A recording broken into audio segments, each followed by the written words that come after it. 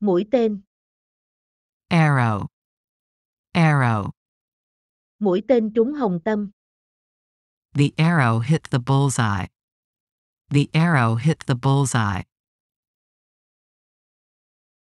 Tổ tiên. Ancestor. Ancestor. Tôi thờ cúng tổ tiên. I worship my ancestors. I worship my ancestors. Hấp thụ. Absorb. Absorb. Da hấp thụ vitamin D. The skin absorbs vitamin D. The skin absorbs vitamin D. Nhận nuôi. Adopt. Adopt. Tôi muốn nhận con nuôi. I want to adopt a child. I want to adopt a child. Giành được, thu được. Acquire. Acquire. Anh ta giàu lên bằng cách nào? How did he acquire wealth? How did he acquire wealth? Bên cạnh. Alongside. Alongside. Tôi bước đi bên cạnh cô ấy. I walked alongside her. I walked alongside her. Bỏ rơi, từ bỏ. Abandon. Abandon. Ông ấy đã từ bỏ vụ án. He abandoned the case. He abandoned the case. Hoàn toàn, tuyệt đối. Absolute. Absolute. Giữ bí mật tuyệt đối là điều cần thiết. Absolute secrecy was necessary. Absolute secrecy was necessary. Trừu tượng. Abstract. Abstract. Tôi vẽ tranh trừu tượng. I draw abstract paintings. I draw abstract paintings. Học giả, giảng viên. Academic. Academic. Hầu hết các học giả không kiếm được nhiều tiền. Most academics don't make much money. Most academics don't make much money. Giọng, trọng âm, dấu trọng âm. Accent. Accent. Anh ấy nói tiếng Anh tốt nhưng giọng hơi lớ lớ. He spoke English well, but his accent was lisping. He spoke English well, but his accent was lisping. Chấp nhận được. Acceptable. Acceptable. Mức giá này chấp nhận được. This price is acceptable. This price is acceptable. Vô tình, tình cờ. Accidentally. Accidentally. Tôi vô tình đẩy cô ấy ngã. I accidentally pushed her down. I accidentally pushed her down. Chứa, đáp ứng, cung cấp. Accommodate. Accommodate. Ngôi nhà đủ rộng để tất cả họ ở. The house is big enough to accommodate them all. The house is big enough to accommodate them all. Đồng hành, hộ tống. Accompany. Accompany. Tôi sẽ đi với bạn. I will accompany you. I will accompany you. Hoàn thành, thực hiện. Accomplish. Accomplish. Tôi nóng lòng muốn làm cho xong nó. I'm anxious to accomplish it. I'm anxious to accomplish it.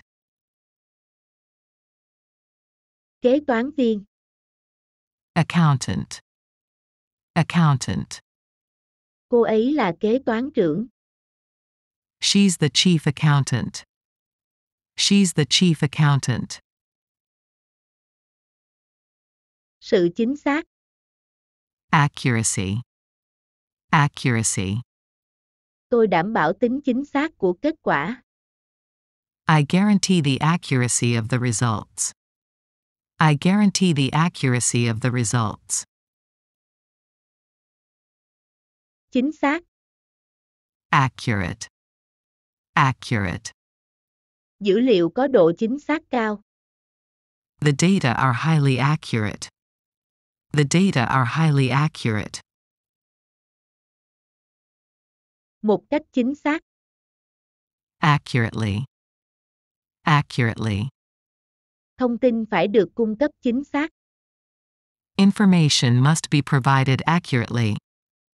Information must be provided accurately. Buộc tội, kết tội. Accuse. Accuse. Tôi bị buộc tội gì? What am I accused of? What am I accused of? Axit. Acid. Acid. Axit có thể ăn mòn kim loại. Acid can corrode metal. Acid can corrode metal. Thừa nhận, công nhận. Acknowledge. Acknowledge. Tôi thừa nhận tôi đã viết lá thư đó. I acknowledge that I wrote that letter. I acknowledge that I wrote that letter. Kích hoạt. Activate. Activate. Tài khoản của bạn đã được kích hoạt. Your account has been activated. Your account has been activated. Thật sự, có thật. Actual. Actual.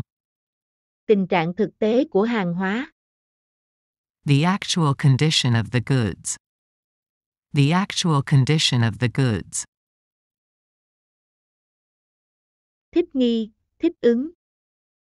Adapt. Adapt. Người ta phải thích nghi để tồn tại. One must adapt to survive. One must adapt to survive. Tình trạng nghiện. Addiction. Addiction. Nghiện điện thoại rất có hại. Phone addiction is very harmful. Phone addiction is very harmful. Thêm vào, bổ sung. Additional. Additional. Hình phạt bổ sung. Additional punishments. Additional punishments. Ngoài ra, thêm nữa. Additionally. Additionally. Ngoài ra, bạn có thể dùng máy tính. Additionally, you can use a calculator. Additionally, you can use a calculator. Giải quyết. Address. Address.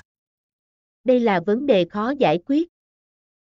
This is a difficult problem to address. This is a difficult problem to address. Đủ, đủ đầy. Adequate. Adequate. Trường học có đầy đủ cơ sở vật chất. The school has adequate facilities. The school has adequate facilities. Theo cách đầy đủ. Adequately. Adequately. Tôi đã cung cấp đầy đủ giấy tờ. I adequately provided the document. I adequately provided the document. Điều chỉnh. Adjust. Adjust. Họ đã điều chỉnh giá thuê hợp lý. They adjusted the proper rents. They adjusted the proper rents.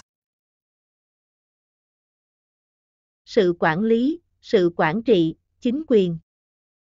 Administration. Administration. Cơ quan quản lý đất đai. Land administration agencies. Land administration agencies. Sự tiến bộ. Advance. Advance. Sự tiến bộ của anh ấy có vẻ bất thường. His advance seems abnormal. His advance seems abnormal.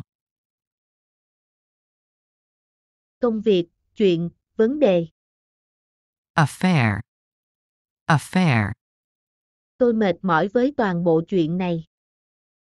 I'm tired of the whole affair. I'm tired of the whole affair. Đủ rẻ để chi trả. Affordable. Affordable. Giá cả khá phải chăng? The price is pretty affordable. The price is pretty affordable. Sau đó. Afterwards. Afterwards. Sau đó, tôi dẫn cô ấy vào phòng. Afterwards, I led her into my room. Afterwards, I led her into my room. Cơ quan, đại lý, hãng. Agency. Agency. Cơ quan thông tấn nhà nước. The State News Agency. The State News Agency. Danh sách các mục thảo luận tại một cuộc họp. Agenda. Agenda. Chương trình họp đã được gửi đi. The agenda for a meeting were sent. The agenda for a meeting were sent. Hung dữ. Aggressive. Aggressive. Anh ta nói với giọng khá hung hăng. He spoke with a rather aggressive voice. He spoke with a rather aggressive voice. Nông nghiệp. Agriculture. Agriculture. Nông nghiệp và phát triển nông thôn. Agriculture and rural development. Agriculture and rural development. Sự giúp đỡ, sự viện trợ. Aid. Aid. Viện trợ nhân đạo. Humanitarian aid. Humanitarian aid. Phương tiện bay được. Aircraft. Aircraft. Tàu bay quân sự. Military aircraft. Military aircraft. Làm lo lắng, làm sợ hãi, báo động. Alarm. Alarm. Tôi không muốn làm bạn lo lắng. I don't want to alarm you. I don't want to alarm you. Người ngoài hành tinh, người nước ngoài. Alien. Alien. Người ngoài hành tinh xâm lược trái đất. Aliens invade Earth. Aliens invade Earth. Thay đổi, làm thay đổi. Alter. Alter. Người ta không thể thay đổi được quá khứ. One can't alter the past. One can't alter the past. Toàn bộ, tổng cộng, hoàn toàn. Altogether. Altogether. Đó là một tình huống hoàn toàn khác. It was an altogether different situation. It was an altogether different situation. Xe cứu thương. Ambulance. Ambulance. Xe cứu thương đang trên đường tới. The ambulance is on the way. The ambulance is on the way.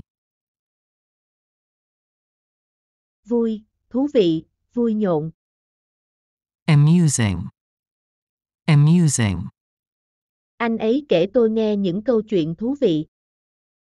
He has told me amusing stories. He has told me amusing stories. Nhà phân tích. Analyst. Analyst. Anh ấy là một chuyên gia phân tích tài chính. He's a financial analyst. He's a financial analyst. Sự tức giận. Anger. Anger.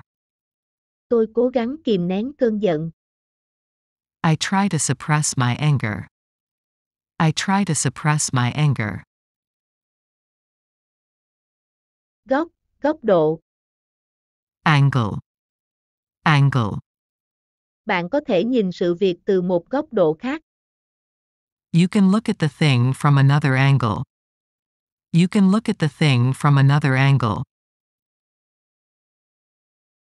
Quá trình tạo ảnh động. Animation. Animation. Tôi cần phần mềm làm hoạt hình. I need animation software. I need animation software. Dịp kỷ niệm. Anniversary. Anniversary. Hôm nay là kỷ niệm ngày cưới chúng tôi. Today is our wedding anniversary. Today is our wedding anniversary. Xảy ra một năm một lần, hoặc tính cho cả năm. Annual. Annual. Báo cáo tài chính hàng năm. Annual financial statements. Annual financial statements. Hàng năm, mỗi năm. Annually. Annually. Hội chợ được tổ chức hàng năm. The fair is held annually. The fair is held annually. Đoán trước, lường trước. Anticipate. Anticipate. Bạn đến sớm hơn tôi dự đoán. You arrived sooner than I anticipated. You arrived sooner than I anticipated. Sự lo lắng. Anxiety. Anxiety. Mặt cô phờ phạc đi vì lo lắng. Her face was haggard with anxiety. Her face was haggard with anxiety. Lo lắng, lo âu, nóng lòng. Anxious. Anxious. Anh ta trông có vẻ hồi hộp và lo lắng. He looked nervous and anxious. He looked nervous and anxious. Lời xin lỗi. Apology. Apology. Tôi nợ bạn một lời xin lỗi. I owe you an apology. I owe you an apology. Rõ ràng, dễ thấy hoặc dễ hiểu. Apparent. Apparent. Sự ham muốn của anh ta đã quá rõ ràng. His hunger was now apparent. His hunger was now apparent. Rõ ràng theo cách bạn thấy, đọc hay nghe. Apparently. Apparently. Anh ta khoái ra mặt. He is apparently very interested. He is apparently very interested. Hấp dẫn, kháng cáo. Appeal. Appeal. Điều đó sẽ hấp dẫn trí tưởng tượng của bạn. That should appeal to your imagination. That should appeal to your imagination. Người nộp đơn xin, ứng viên. Applicant. Applicant. Chúng ta có 2 người nộp đơn xin việc. We have 2 job applicants. We have 2 job applicants. Tiếp cận, đến gần. Approach. Approach. Tôi bước lại gần và gõ cửa. I approached and knocked on the door. I approached and knocked on the door. Phù hợp, thích hợp. Appropriate. Appropriate. Cô ấy phải có trình độ chuyên môn phù hợp. She must have the appropriate qualifications.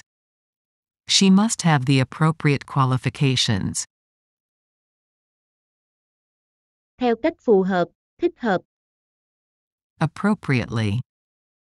Appropriately. Tôi cố gắng ăn mặc phù hợp. I try to dress appropriately. I try to dress appropriately. Sự chấp thuận. Approval. Approval. Anh ấy gật đầu tán thành. He nodded in approval.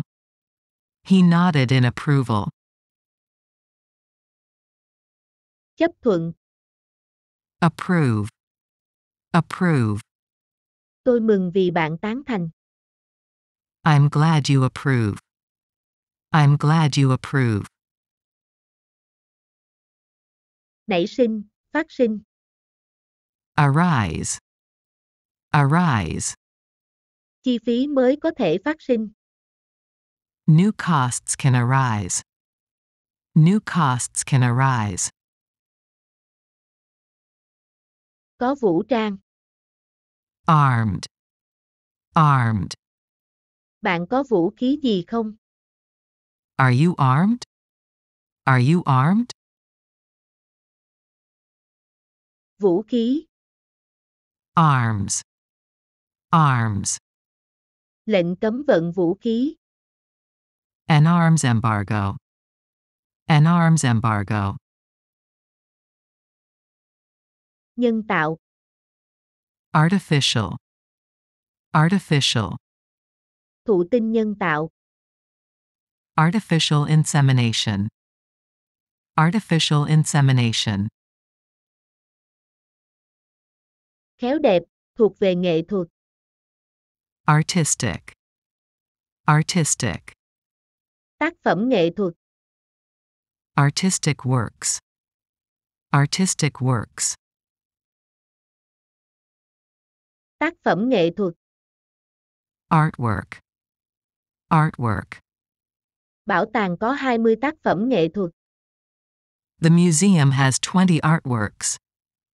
The museum has 20 artworks. Hổ thẹn, xấu hổ. Ashamed. Ashamed. Lẽ ra bạn phải thấy xấu hổ về mình chứ. You should be ashamed of yourself. You should be ashamed of yourself. Qua một bên. Aside. Aside. Tránh qua một bên để người khác làm việc. Stand aside and let others work. Stand aside and let others work. Khía cạnh, diện mạo. Aspect. Aspect. Hãy xem xét mọi khía cạnh của vấn đề. Look at every aspect of the problem. Look at every aspect of the problem. Đánh giá. Assess. Assess. Chúng ta cần đánh giá thiệt hại. We need to assess the damage. We need to assess the damage. Hành động đánh giá. Assessment. Assessment. Kết quả đánh giá đã được thông báo. The results of the assessment were announced. The results of the assessment were announced. Tài sản. Asset. Asset. Tôi đã chuyển nhượng tài sản cho vợ tôi. I transferred my assets to my wife. I transferred my assets to my wife. Giao phó, phân công. Assign. Assign. Tôi phân công nhiệm vụ cho từng người. I assign tasks to each person. I assign tasks to each person. Sự giúp đỡ, hỗ trợ. Assistance. Assistance. Tôi có thể giúp gì được không? Can I be of assistance? Can I be of assistance? Liên tưởng, gắn liền. Associate. Associate. Tôi liên tưởng bầu không khí này như phim kinh dị. I associate this atmosphere with a horror movie. I associate this atmosphere with a horror movie. Có liên quan. Associated. Associated. Ung thư da có liên quan đến việc tiếp xúc với ánh nắng. Skin cancer is associated with sun exposure. Skin cancer is associated with sun exposure. Hiệp hội, sự kết hợp. Association. Association. Hiệp hội Tiểu đường Hoa Kỳ. American Diabetes Association. American Diabetes Association. Cho rằng. Assume. Assume. Tôi cho rằng cô ấy đã có con. I assumed she had children. I assumed she had children. Giả định, giả thiết. Assumption. Assumption. Giả thiết đó có vẻ hợp lý. That assumption seems reasonable. That assumption seems reasonable. Cam đoan, đảm bảo. Assure. Assure. Tôi đảm bảo với bạn là cô ấy an toàn. I assure you that she is safe. I assure you that she is safe. Rất ngạc nhiên. Astonishing. Astonishing. Kết quả của bạn thực sự đáng kinh ngạc. Your results are truly astonishing. Your results are truly astonishing. Tập tin đính kèm. Attachment. Attachment. Không có tệp đính kèm trong thư của bạn. There is no attachment in your email. There is no attachment in your email. Nỗ lực, cố gắng. Attempt. Attempt. Cô ấy cố gắng ngồi dậy. She attempted to sit up. She attempted to sit up. Bán đấu giá. Auction. Auction. Ngôi nhà được đem bán đấu giá. The house is up for auction. The house is up for auction. Thuộc về âm thanh. Audio. Audio. Chất lượng âm thanh kém. The audio quality is poor. The audio quality is poor. Tự động. Automatic. Automatic. Cửa tự động. Automatic doors. Automatic doors. Theo cách tự động. Automatically. Automatically. Nó sẽ tự động thiết lập lại. It would automatically reset. It would automatically reset. Nhận thức. Awareness. Awareness. Họ thiếu nhận thức về bản thân. They lack self-awareness. They lack self-awareness.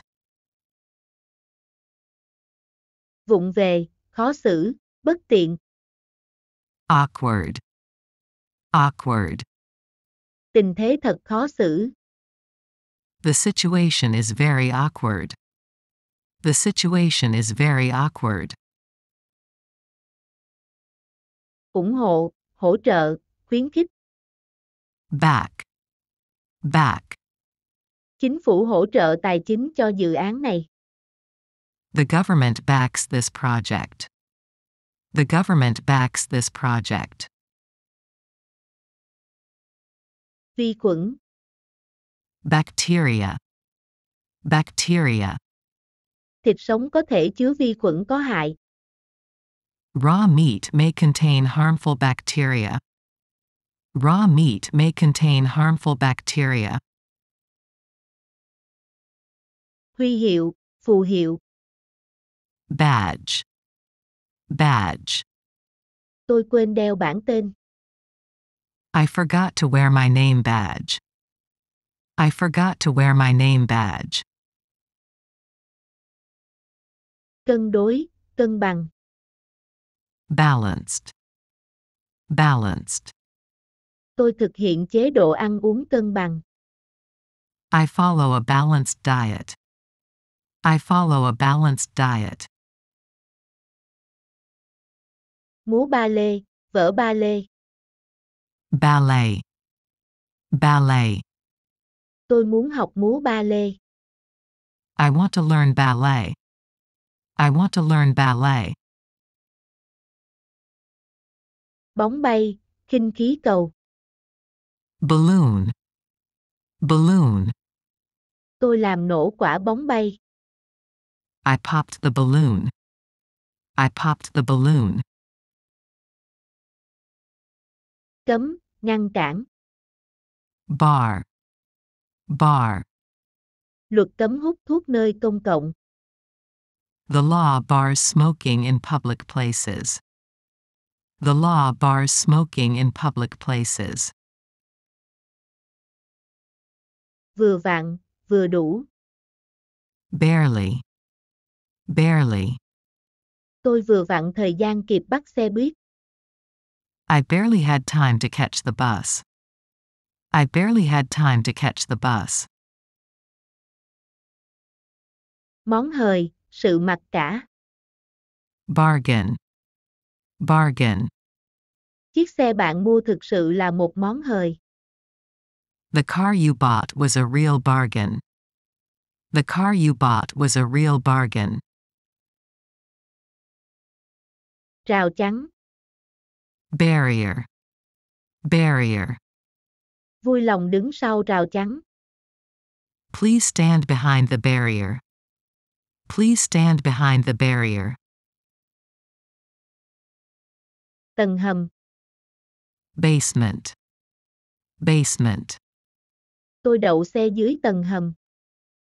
I parked my car in the basement. I parked my car in the basement. Về cơ bản. Basically. Basically. Về cơ bản, cả hai câu trả lời đều đúng. Basically, both answers are correct. Basically, both answers are correct. Cái giỏ. Basket. Basket. Đừng bỏ tất cả trứng vào một giỏ. Don't put all your eggs in one basket. Don't put all your eggs in one basket. Gậy, vợt. Bat. Bat. Gậy bóng chày, vợt bóng bàn. A baseball bat. A table tennis bat. A baseball bat. A table tennis bat. Tranh đấu, chiến đấu. Battle. Battle. Cả hai đội đã chiến đấu hết mình. Both teams battled hard. Both teams battled hard. Chịu, chịu đựng. Bear. Bear. Tôi không thể chịu được khi nhìn cô ấy khóc. I couldn't bear seeing her cry. I couldn't bear seeing her cry. Nhịp, nhịp đánh. Beat. Beat. Nhịp tim của tôi là 70 nhịp mỗi phút. My heart rate is 70 beats per minute. My heart rate is 70 beats per minute. Ăn xin, khẩn cầu. Beg. Beg. Những đứa trẻ ăn xin trên đường phố. The children begged on the streets. The children begged on the streets. Sinh vật, sự tồn tại. Being. Being. Đó là một sinh vật kỳ lạ đến từ hành tinh khác. It's a strange being from another planet. It's a strange being from another planet. Có ích, có lợi. Beneficial. Beneficial. Mối quan hệ đôi bên cùng có lợi. The relationship is mutually beneficial. The relationship is mutually beneficial. Bị cong, không thẳng. Bent. Bent. Sợi dây kim loại bị uốn cong. A piece of bent wire. A piece of bent wire. Bên cạnh. Beside. Beside. Bố ngồi bên tôi cả đêm. My father sat beside me all night. My father sat beside me all night. Ngoài ai đó, ngoài cái đó. Besides. Besides. Tôi không có người thân nào ngoài bố mẹ. I have no family besides my parents. I have no family besides my parents. Cá cược. Bet. Bet. Tôi cá với cô ấy rằng đội của tôi sẽ thắng.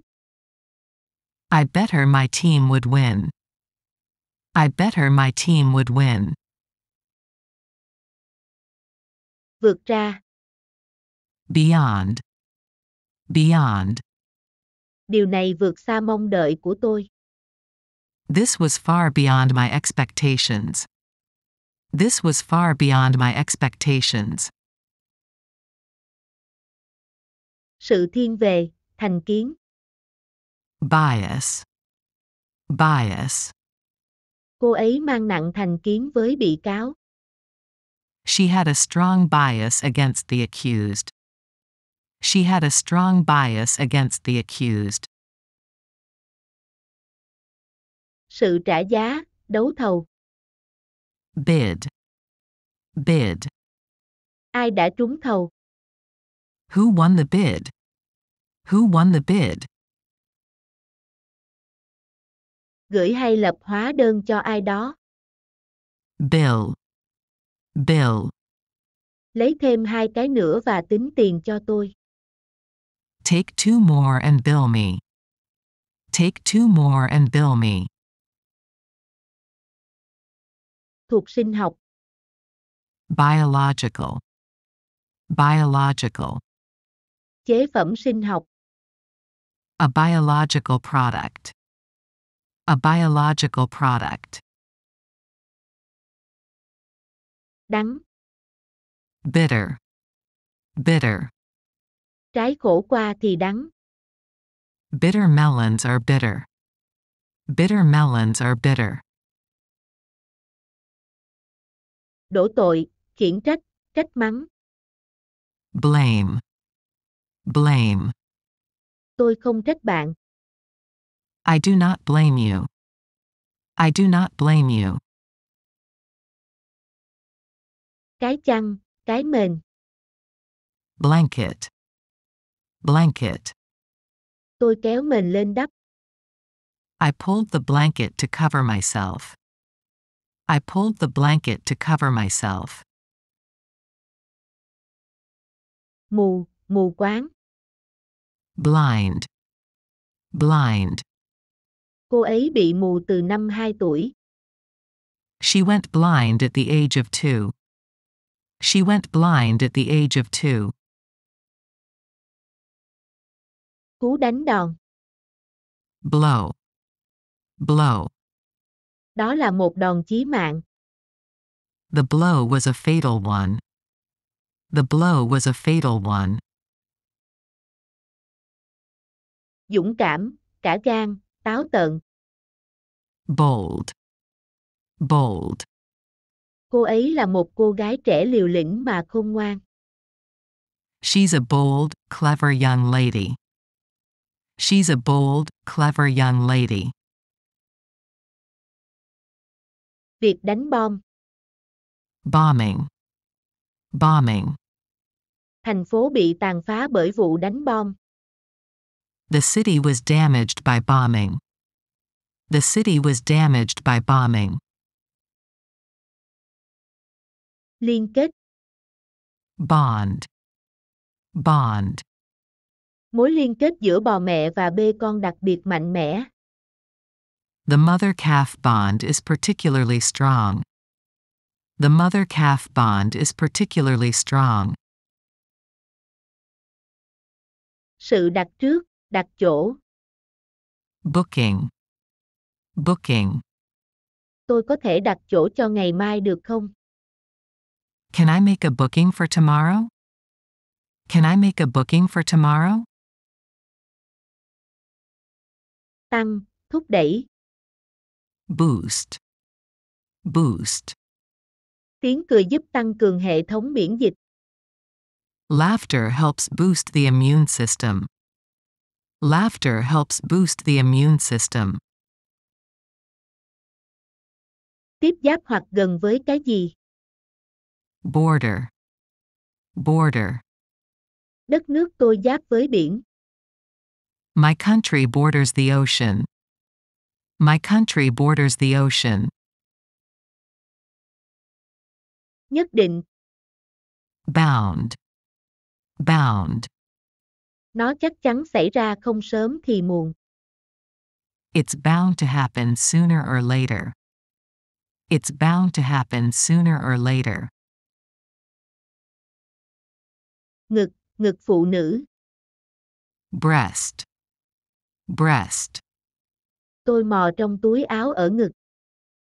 I fumbled into my breast pocket.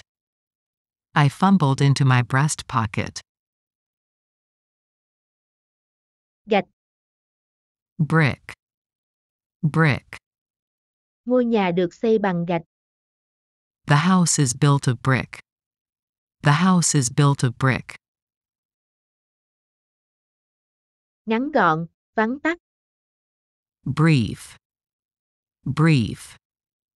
Lời giới thiệu của anh ấy rất ngắn gọn. His introduction was very brief. His introduction was very brief. Nói ngắn gọn, trong một thời gian ngắn. Briefly. Briefly. Tôi sẽ kể ngắn gọn những gì đã xảy ra. I will tell you briefly what happened. I will tell you briefly what happened. Rộng, rộng lớn. Broad. Broad. Một cái bàn rộng và thấp. It's a broad, low table. It's a broad, low table. Phát tin, phát sóng. Broadcast. Broadcast. Họ đã phát sóng chương trình ngày hôm nay. They broadcast their broadcast today. They broadcast their broadcast today. Phát thanh viên, đài truyền hình. Broadcaster. Broadcaster. Tôi là phát thanh viên thể thao. I am a sports broadcaster. I am a sports broadcaster. Một cách rộng rãi, rộng ra, nói chung. Broadly. Broadly. Anh ấy đang cười toe toét với tôi. He was smiling broadly at me. He was smiling broadly at me. Ngân sách, ngân quỹ. Budget. Budget. Ngân sách nhà nước. The state budget. The state budget. Côn trùng nhỏ, căn bệnh nhẹ dễ lây. Bug. Bug. Con bọ bò lên cánh tay tôi. A bug crawls up my arm. A bug crawls up my arm. Bó, chùm. Bunch. Bunch. Chùm nho, bó hoa. A bunch of grapes, a bunch of flowers. A bunch of grapes, a bunch of flowers. Vết bỏng. Burn. Burn. Cô ấy bị bỏng nặng. She suffered serious burns. She suffered serious burns. Bụi rậm, bụi cây. Bush. Bush. Tôi nghe thấy tiếng lào xào từ bụi cây. I heard a rustle in the bush. I heard a rustle in the bush. Trừ ra, ngoài ra. But. Bạn có thể đến bất cứ lúc nào trừ ngày mai. You can come anytime but tomorrow. You can come anytime but tomorrow. Khoang hay buồng trên tàu hoặc máy bay, căn chòi. Cabin. Cabin. Cabin của bạn số 6 ở bên mạn phải. Your cabin is number 6 on the starboard side. Your cabin is number 6 on the starboard side. Dây cáp. Cable. Cable. Họ đang đào đường để đặt dây cáp. They're digging up the road to lay cables. They're digging up the road to lay cables. Tính toán. Calculate. Calculate. Tôi đã tính toán chi phí cho kỳ nghỉ. I calculated the vacation cost. I calculated the vacation cost. Con kênh. Canal. Canal. Tàu đang về phía nam của con kênh. The boat was now to the south of the canal. The boat was now to the south of the canal. Hủy bỏ. Cancel. Cancel. Cuộc họp đã bị hủy vào phút cuối. The meeting was cancelled at the last minute. The meeting was cancelled at the last minute. Bệnh ung thư. Cancer. Cancer. Anh ấy bị ung thư phổi. He has lung cancer. He has lung cancer. Nến, đèn cầy. Candle. Candle. Tất cả nến đều vụt tắt cùng một lúc. The candles all went out at once. The candles all went out at once. Có khả năng. Capable. Capable.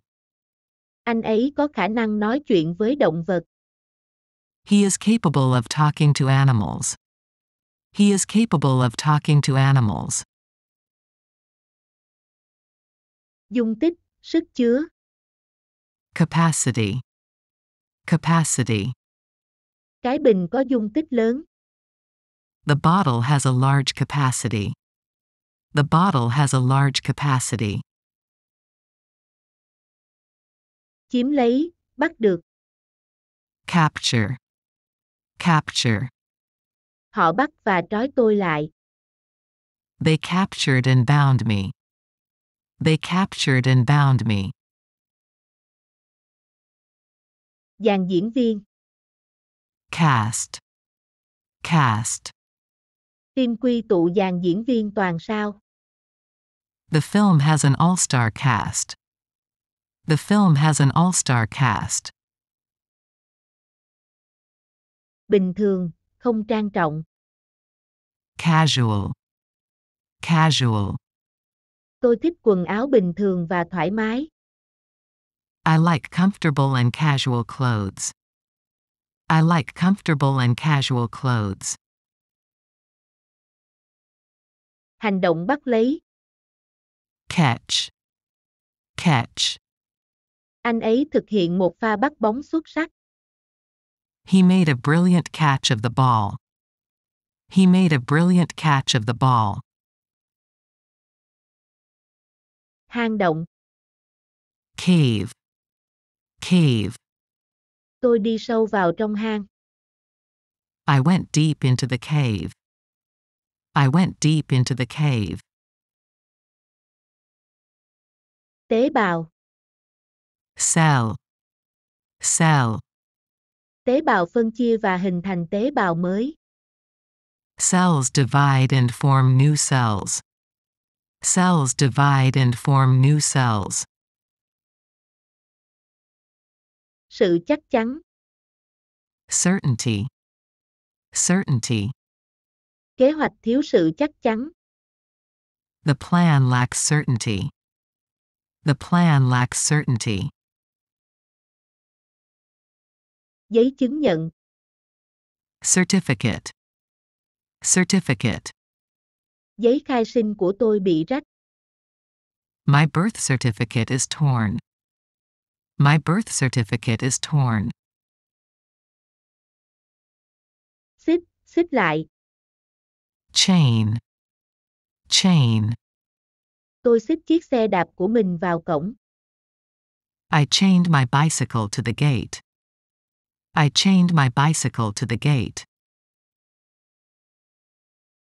Chủ trì, làm chủ tọa. Chair. Chair. Anh ấy sẽ chủ trì cuộc họp hôm nay. He will chair the meeting today. He will chair the meeting today. Chủ tịch. Chairman. Chairman. Anh ấy trở thành phó chủ tịch câu lạc bộ. He became vice chairman of the club. He became vice chairman of the club. Thách, thử thách. Challenge. Challenge. Anh ta thách tôi đấu tay đôi. He challenged me to a duel. He challenged me to a duel. Nhiều thách thức. Challenging. Challenging. Các nhiệm vụ đầy thử thách. The tasks were challenging. The tasks were challenging. Giải vô địch, chức vô địch. Championship. Championship. Họ giành chức vô địch năm ngoái. They won the championship last year. They won the championship last year. Đặc trưng, đặc điểm. Characteristic. Characteristic. Đặc điểm nổi bật nhất của anh ấy là sự tập trung. His remarkable characteristic was his concentration. His remarkable characteristic was his concentration. Quyến rũ, làm mê mẩn. Charming. Charming. Cô ấy rất cuốn hút. She's so charming. She's so charming. Lập biểu đồ, vẽ đồ thị.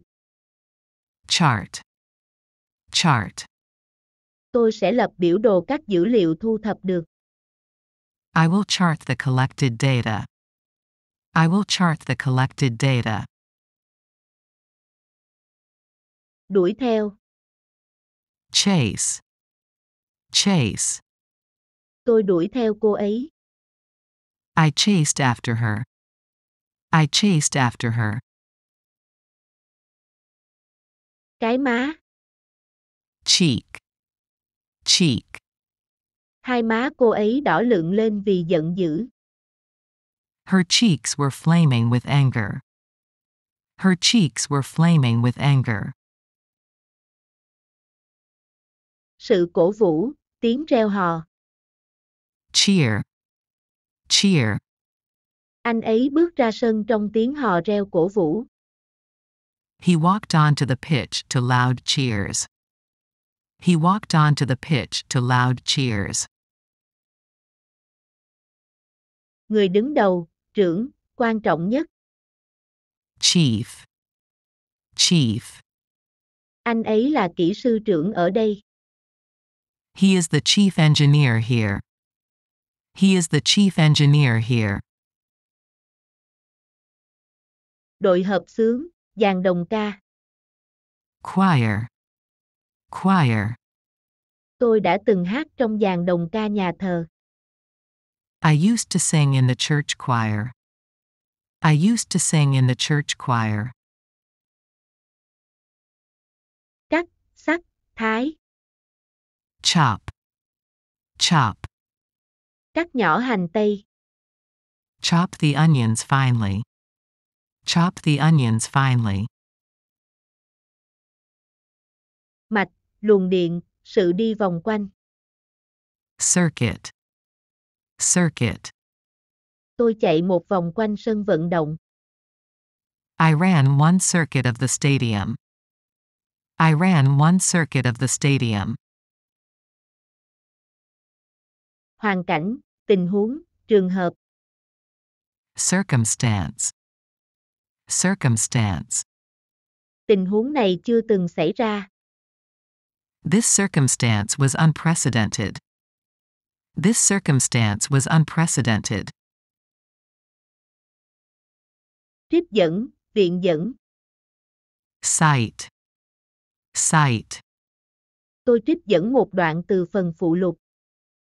I cited a passage from the addendum. I cited a passage from the addendum. Công dân, Citizen, citizen. công dân phải tuân thủ pháp luật. Citizens must obey the laws. Citizens must obey the laws. Dân sự, thuộc về dân. Civil, civil. Cơ quan thi hành án dân sự. A civil judgment enforcement agency. A civil judgment enforcement agency. Nền văn minh, Civilization, civilization. cuốn sách nói về các nền văn minh cổ đại. The book is about ancient civilizations. The book is about ancient civilizations. Làm rõ, Clarify, clarify. chúng tôi sẽ điều tra để làm rõ nguyên nhân. We will investigate to clarify the cause. We will investigate to clarify the cause. Cổ điển, kinh điển, điển hình. Classic, classic. Nhà hàng được trang trí theo phong cách cổ điển. The restaurant is decorated in a classic style. The restaurant is decorated in a classic style.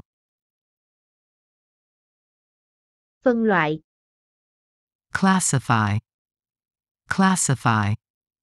tôi phân loại tam giác theo cạnh của chúng. I classify triangles by their sides. I classify triangles by their sides. Nhân viên bán hàng, Clerk, clerk. nhân viên bán hàng đưa tiền thối lại cho tôi. The clerk gave me change. The clerk gave me change. Vách đá, Cliff, cliff. những vách đá chặn tầm nhìn của chúng tôi. The cliffs blocked our view. The cliffs blocked our view. Phòng khám, Clinic, clinic. tôi đến phòng khám hôm qua. I came to the clinic yesterday. I came to the clinic yesterday. Đoạn ngắn của phim, Clip, clip. đây chỉ là một đoạn trích trong phim. This is just a clip from the movie. This is just a clip from the movie. Sự kết thúc, lúc kết thúc. Close, close. Cuộc họp sắp kết thúc. The meeting draws to a close. The meeting draws to a close. Gần, chặt chẽ, kỹ càng. Closely, closely. Bạn có quan sát họ kỹ không? Did you observe them closely? Did you observe them closely? Trùng hợp ngẫu nhiên. Coincidence, coincidence. Thật là trùng hợp. What a coincidence. What a coincidence. Sụp đổ, sụp, sập. Collapse. Collapse. Anh ta đổ sụp xuống ghế. He collapsed into a chair. He collapsed into a chair. Nhà sưu tầm, người thu thập. Collector. Collector. Tôi đưa nó cho người soát vé. I gave it to the ticket collector. I gave it to the ticket collector. Thuộc địa. Colony. Colony. Đây là thuộc địa cũ của nước Anh. This was a former British colony. This was a former British colony. Đầy màu sắc. Colorful. Colorful. Bức tranh của tôi đầy màu sắc. My painting is colorful. My painting is colorful. Sự kết hợp. Combination. Combination. Tôi sử dụng kết hợp cả hai phương pháp.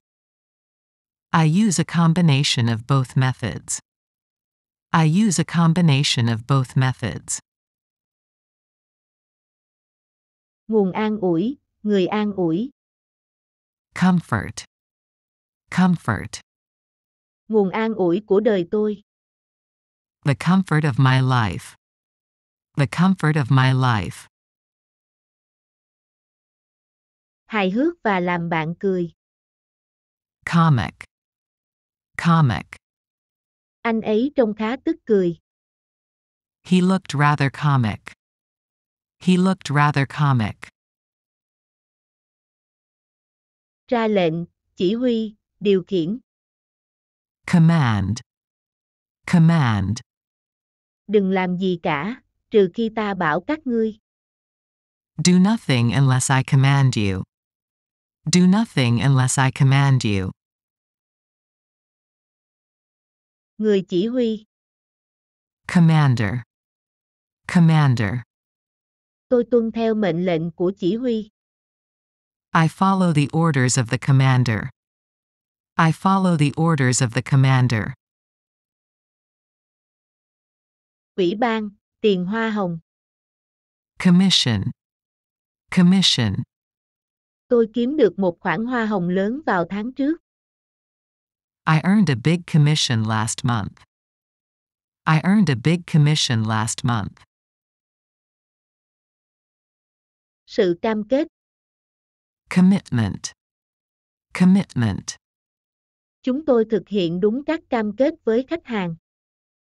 We fulfill our commitments to customers. We fulfill our commitments to customers. Ủy ban. Committee. Committee. Ủy ban đối ngoại. The External Affairs Committee. The External Affairs Committee. Thông thường, thường thường. Commonly. Commonly. Bệnh này thường thấy ở trẻ em. This illness is commonly seen in children. This illness is commonly seen in children. Tương đối, so sánh. Comparative. Comparative. Lợi thế so sánh. Comparative advantage. Comparative advantage. Sự hoàn thành.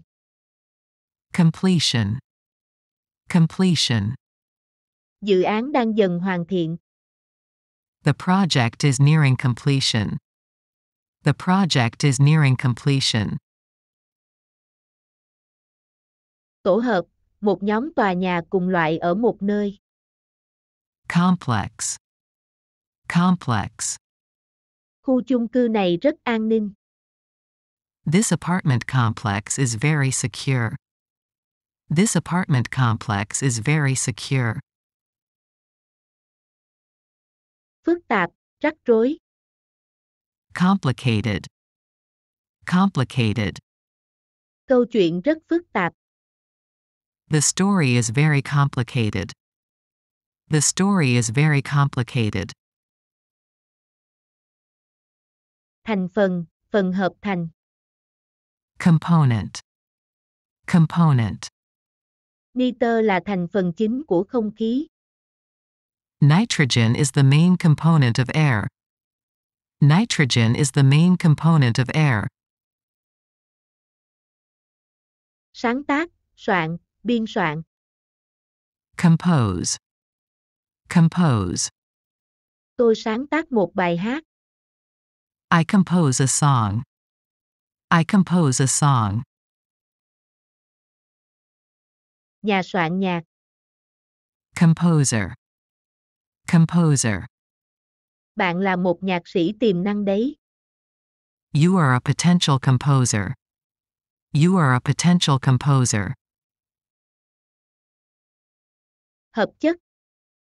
Compound. Compound. Đó là một hợp chất hữu cơ. It's an organic compound. It's an organic compound. Toàn diện. Comprehensive. Comprehensive. Tôi đã mua bảo hiểm toàn diện. I bought comprehensive insurance. I bought comprehensive insurance. Bao gồm, gồm có. Comprise. Comprise. Hoa Kỳ bao gồm 50 tiểu bang. The U.S. comprises 50 states. The U.S. comprises 50 states. Bắt buộc. Compulsory. Compulsory. Toán là môn học bắt buộc. Math is a compulsory subject. Math is a compulsory subject. Sự tập trung. Concentration. Concentration. Tiếng ồn làm tôi mất tập trung. The noise disturbed my concentration. The noise disturbed my concentration. Khái niệm. Concept. Concept. Chúng tôi thảo luận về khái niệm bình đẳng. We discussed the concept of equality. We discussed the concept of equality. Bận tâm, liên quan, dính líu. Concern. Concern.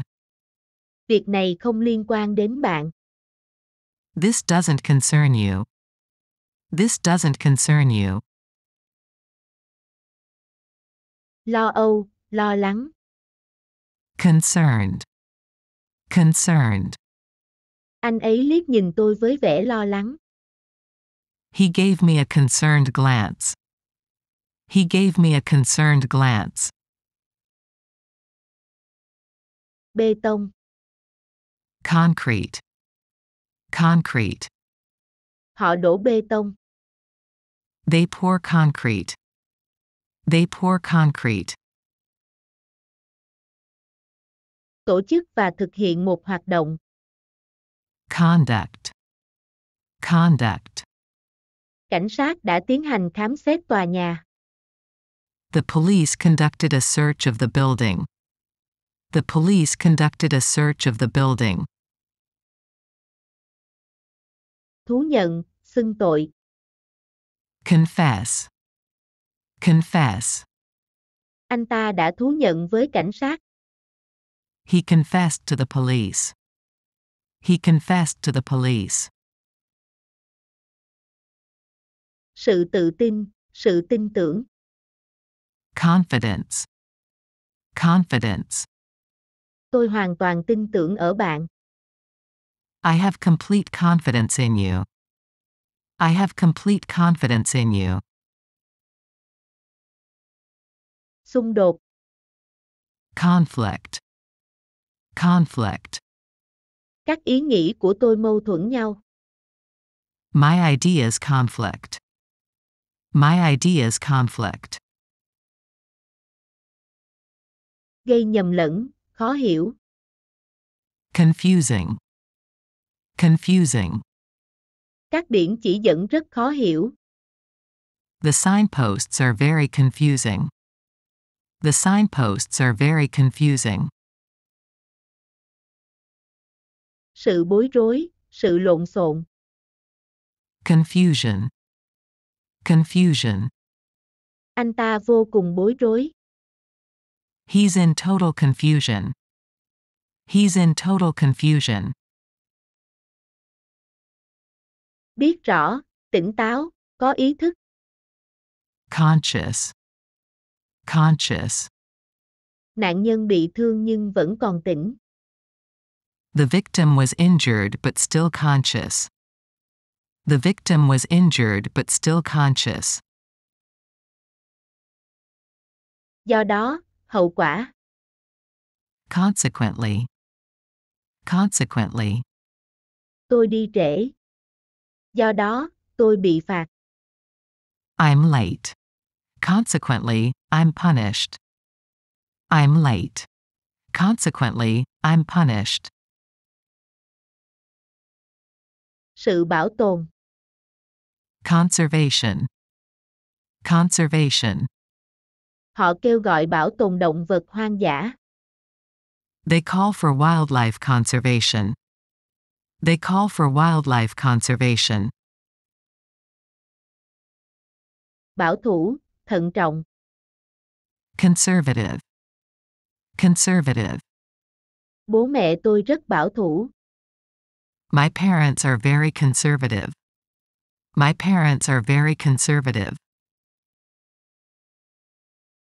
Đáng kể, to tát, lớn lao. Considerable.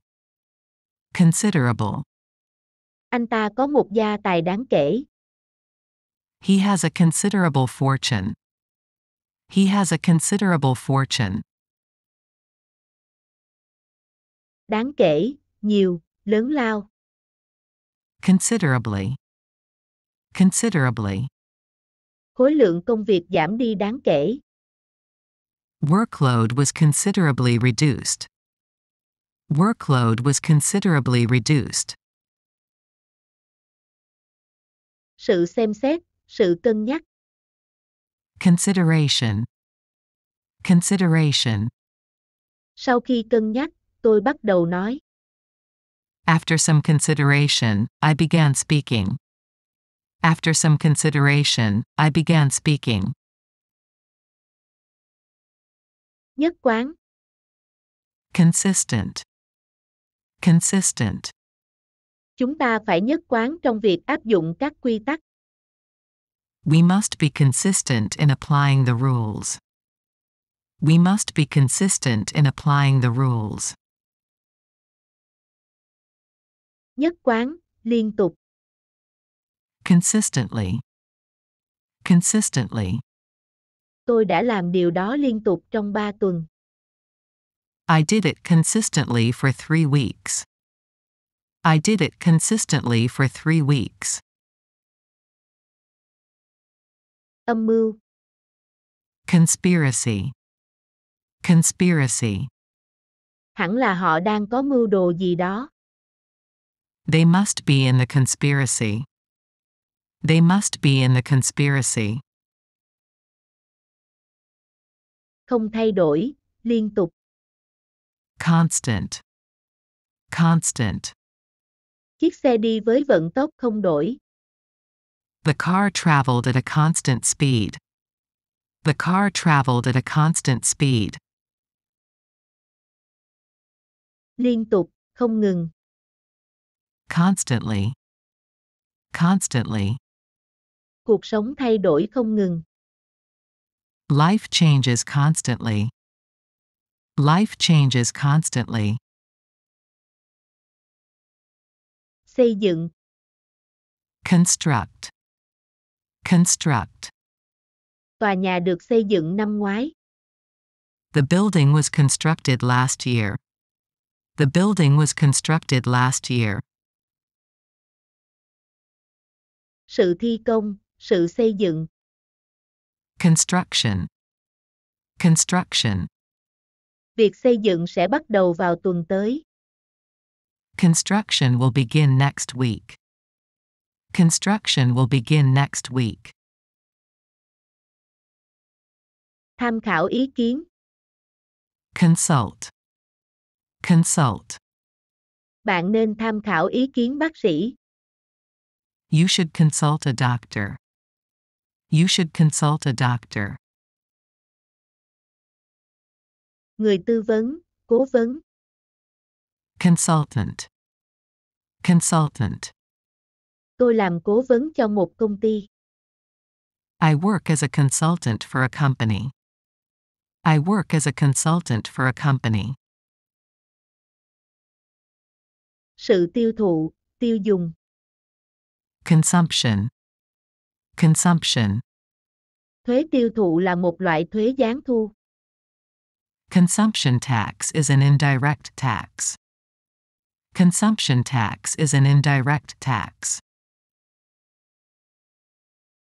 Cùng thời, đương đại. Contemporary. Contemporary. Bảo tàng trưng bày nghệ thuật đương đại. The museum showcases contemporary art. The museum showcases contemporary art. Cuộc thi, cuộc đấu tranh. Contest. Contest. Tôi đã thắng một cuộc thi hát. I won a singing contest. I won a singing contest. Hợp đồng. Contract. Contract. Tôi đã ký hợp đồng với nhà cung cấp. I signed a contract with the supplier. I signed a contract with the supplier. Đóng góp, góp phần. Contribute. Contribute. Chúng tôi đã đóng góp một số tiền vào quỹ. We contributed some money to the fund. We contributed some money to the fund. Sự đóng góp, sự góp phần. Contribution. Contribution. Tôi đã đóng góp một phần nhỏ vào quỹ. I made a small contribution to the fund. I made a small contribution to the fund. Gây tranh cãi. Controversial. Controversial. Ý tưởng đó đã gây tranh cãi ngay từ đầu. That idea was controversial from the get-go. That idea was controversial from the get-go. Cuộc tranh cãi. Controversy. Controversy. Cuộc tranh cãi xoay quanh cuốn sách. Controversy surrounds the book. Controversy surrounds the book. Sự tiện lợi, thuận tiện. Convenience. Convenience. Tôi mua nó từ một cửa hàng tiện lợi. I bought it from a convenience store. I bought it from a convenience store. Quy ước, tục lệ. Convention. Convention. Xã hội có những quy ước của riêng nó. Society has its conventions. Society has its conventions. Thông thường, theo tục lệ. Conventional. Conventional. Anh ấy thể hiện tất cả các phản ứng thường thấy. He displayed all the conventional reactions. He displayed all the conventional reactions. Chuyển thành, biến đổi. Convert. Convert. Tôi muốn đổi đô la sang bảng Anh. I want to convert my dollars into pounds. I want to convert my dollars into pounds. Truyền đạt, truyền tải, chuyên chở. Convey. Convey. Hãy chuyển lời xin lỗi của tôi đến anh ấy. Please convey my apologies to him. Please convey my apologies to him. Tin chắc, bị thuyết phục. Convinced. Convinced. Tôi tin chắc cô ấy không nói dối. I'm convinced she didn't lie. I'm convinced she didn't lie. Làm cho người ta tin, có sức thuyết phục. Convincing. Convincing. Chiến thắng rất thuyết phục. It's a convincing win. It's a convincing win. Đương đầu, ứng phó, đối phó. Cope. Cope. Tôi đương đầu với áp lực rất tốt. I cope with pressure very well. I cope with pressure very well. Cốt lõi, phần quan trọng, phần trung tâm. Core. Core. Bạn có biết cốt lõi của vấn đề nằm ở đâu không? Do you know where the problem's core is? Do you know where the problem's core is? Thuộc về công ty, đoàn thể. Corporate. Corporate. Thuế thu nhập doanh nghiệp. Corporate income tax. Corporate income tax. Tập đoàn, công ty lớn. Corporation. Corporation. Tôi làm việc cho một tập đoàn đa quốc gia. I work for a multinational corporation. I work for a multinational corporation.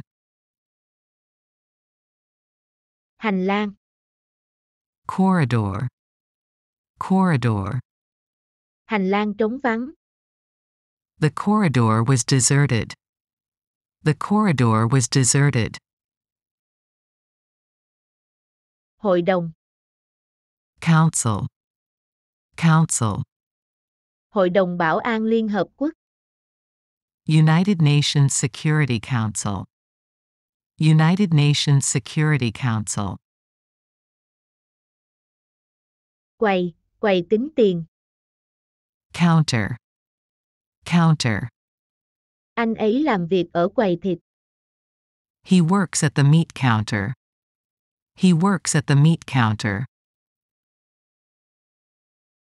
Hạt, tỉnh, quận. County. County. Họ chuyển anh ta đến nhà tù hạt. They moved him to the county jail. They moved him to the county jail. Lòng can đảm. Courage. Courage. Dũng khí của bạn ở đâu rồi? Where is your courage? Where is your courage? Việc đưa tin tức, phủ sóng. Coverage. Coverage. Đám cưới của họ được đưa tin rộng rãi. Their wedding had wide coverage. Their wedding had wide coverage. Nứt, vỡ, làm vỡ. Crack. Crack. Băng đang nứt dưới chân tôi. The ice is cracking beneath my feet. The ice is cracking beneath my feet. Nghề, nghề thủ công. Craft. Craft. Xén lông cừu là một nghề đòi hỏi tay nghề cao. Sheep shearing is a highly skilled craft. Sheep shearing is a highly skilled craft. Sự đâm sầm, tiếng đổ vỡ. Crash. Crash. Tôi nghe thấy tiếng kính vỡ. I heard the crash of shattering glass. I heard the crash of shattering glass. Sự tạo thành, sự sáng tạo. Creation. Creation. Chính sách hỗ trợ tạo việc làm. Employment creation support policies. Employment creation support policies. Óc sáng tạo, tính sáng tạo. Creativity. Creativity. Đừng bóp chết sự sáng tạo của chúng. Don't squash their creativity. Don't squash their creativity. Sinh vật. Creature. Creature. Các sinh vật biển bơi lội nhẹ nhàng trong đại dương. Sea creatures swim gracefully in the ocean. Sea creatures swim gracefully in the ocean. Tin rằng, công nhận rằng, ghi vào bên có. Credit. Credit. Phát minh này được ghi nhận cho công ty. This invention is credited to the company. This invention is credited to the company. Phi hành đoàn, thủy thủ đoàn, nhóm, đội, đoàn. Crew. Crew. Dàn diễn viên và đoàn làm phim đã có mặt ở đây. The cast and movie crew are here. The cast and movie crew are here. Khủng hoảng. Crisis. Crisis. Chúng ta cần ngăn chặn cuộc khủng hoảng này. We need to avert this crisis. We need to avert this crisis. Tiêu chuẩn, tiêu chí. Criterion. Criterion. Cô ấy không đáp ứng được các tiêu chí. She failed to meet the criteria. She failed to meet the criteria. Nhà phê bình. Critic. Critic. Ông ấy là một nhà phê bình văn học. He is a literary critic. He is a literary critic. Then chốt, quan trọng, nguy kịch. Critical. Critical.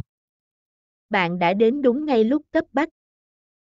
You came at a critical moment. You came at a critical moment.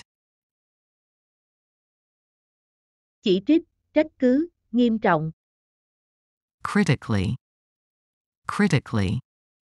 Cô ấy quan sát tôi với vẻ chỉ trích. She watched me critically. She watched me critically. Sự chỉ trích, sự phê bình. Criticism. Criticism. Vậy là khen hay chê đây? Is it a compliment or a criticism? Is it a compliment or a criticism? Chỉ trích, phê bình. Criticize. Criticize. Không có gì để chê bai được hết. I could find nothing to criticize. I could find nothing to criticize. Mùa vụ, cây trồng. Crop. Crop. Tôi sung sướng với vụ lúa mì đầu tiên. I'm so glad for the first wheat crop. I'm so glad for the first wheat crop. Chủ yếu, quan trọng. Crucial. Crucial. Đây là hai điểm cốt yếu trong vụ án. Those are two crucial points in the case. Those are two crucial points in the case. Cuộc đi chơi biển bằng tàu. Cruise. Cruise. Tàu du lịch. A cruise ship. A cruise ship. Tiếng khóc, tiếng kêu la. Cry. Cry. Anh ta thốt ra một tiếng kêu kinh ngạc. He gave a cry of surprise. He gave a cry of surprise. Tín hiệu, gợi ý, sự ra hiệu. Cue. Cue. Tôi chờ tín hiệu lên sân khấu. I wait for the cue to go on stage. I wait for the cue to go on stage. Sự chữa bệnh, phương thuốc. Cure. Cure. Bệnh này không có thuốc chữa. This disease has no cure. This disease has no cure. Kỳ lạ, lạ lùng, tò mò, hiếu kỳ. Curious. Curious. Tôi tò mò muốn biết anh ấy nghĩ gì. I'm curious to know what he thinks. I'm curious to know what he thinks. Dòng, luồng, dòng nước. Current. Current. Dòng nước chảy chậm lại. The current slackened. The current slackened. Chương trình giảng dạy. Curriculum. Curriculum. Môn học này không có trong chương trình giảng dạy. This subject is not on the curriculum. This subject is not on the curriculum. Đường cong, chỗ quanh co. Curve. Curve. Tôi chạy chậm lại ở khúc quanh. I slowed down at the curve. I slowed down at the curve. Cong. Curved. Curved. Lưng anh ấy còng xuống. His back was curved. His back was curved. Dễ thương. Cute. Cute. Dễ thương quá phải không?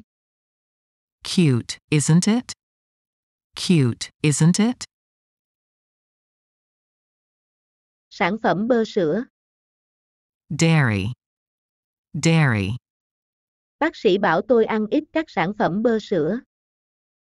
The doctor told me to eat less dairy. The doctor told me to eat less dairy. Dám. Dare. Dare. Tôi không dám. I dare not. I dare not. Bóng tối. Darkness. Darkness. Trời đã tối. Darkness has fallen. Darkness has fallen. Cơ sở dữ liệu. Database. Database. Cơ sở dữ liệu được cập nhật hàng tháng. The database is updated monthly. The database is updated monthly.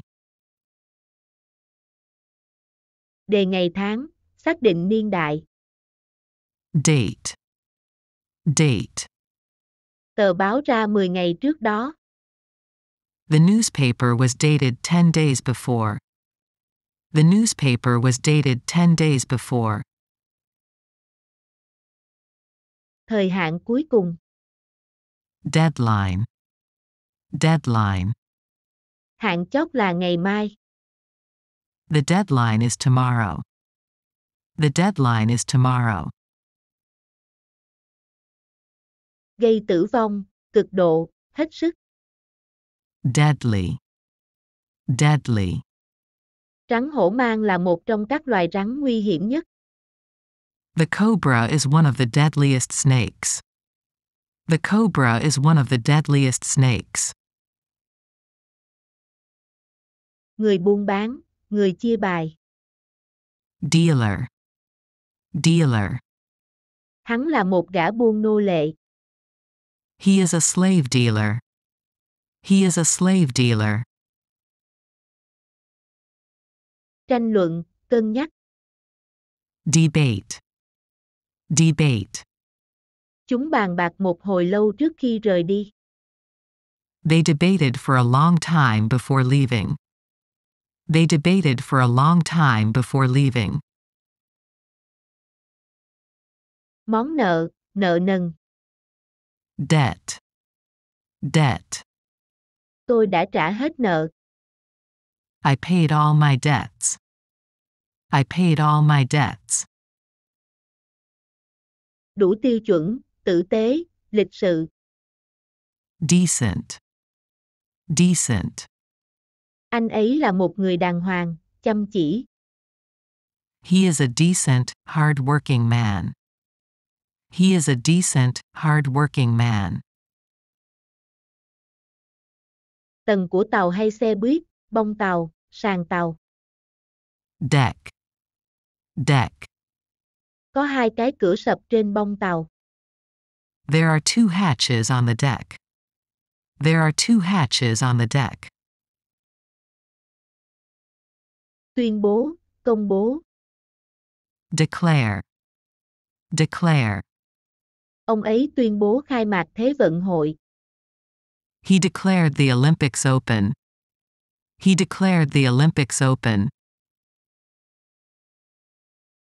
Sự suy sụp, sự sụt giảm. Decline. Decline. Công ty trải qua sự sụt giảm doanh số bán hàng. The company experienced sales declines. The company experienced sales declines. Trang trí, đồ trang trí. Decoration. Decoration. Chúng tôi gỡ đồ trang trí Giáng sinh xuống.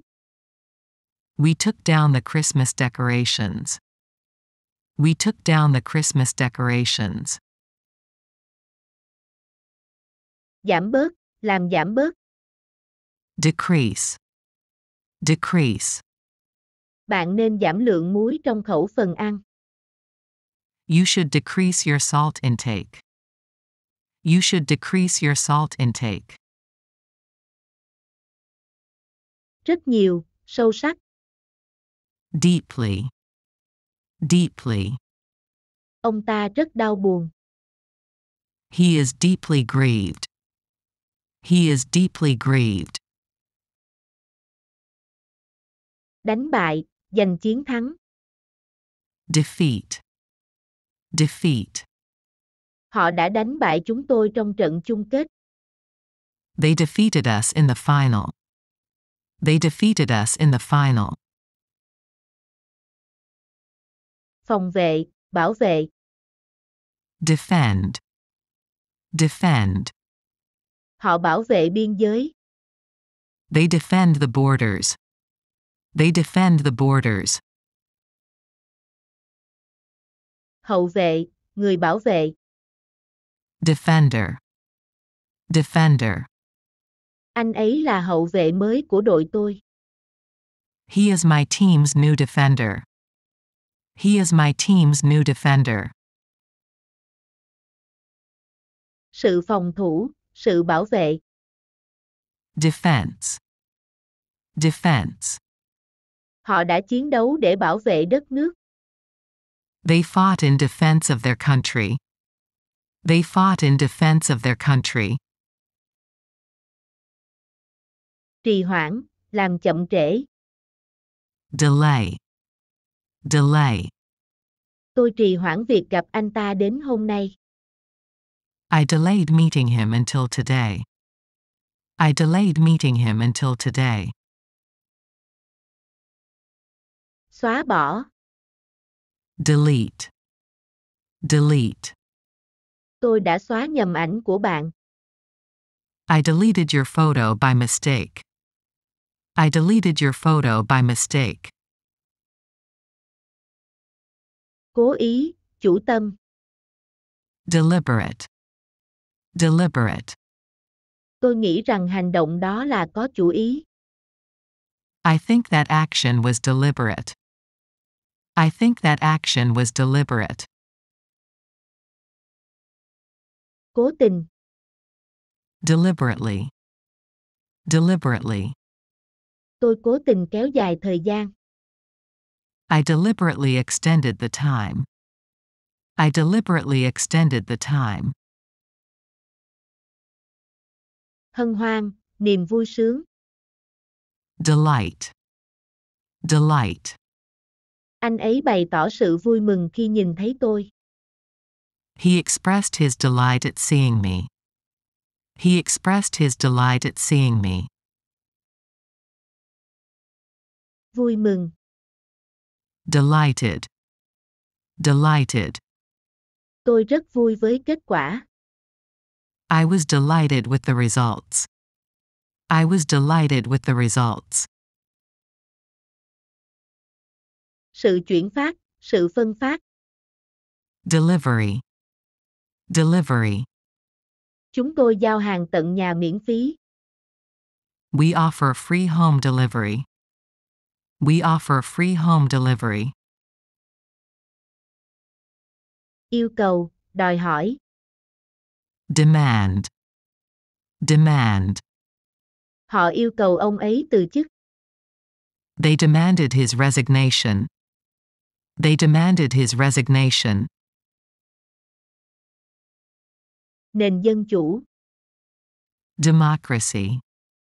Democracy. Họ là một nước dân chủ. They are a democracy.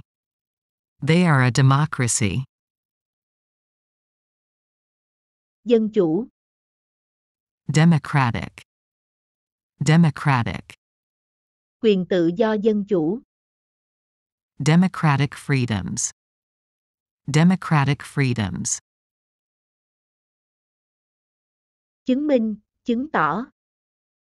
Demonstrate. Demonstrate. Họ có thể dễ dàng chứng minh điều này. They can easily demonstrate this. They can easily demonstrate this. Cuộc biểu tình, sự chứng minh. Demonstration. Demonstration. Hàng ngàn người tụ tập để biểu tình. Thousands gathered for a demonstration. Thousands gathered for a demonstration. Từ chối, phủ nhận.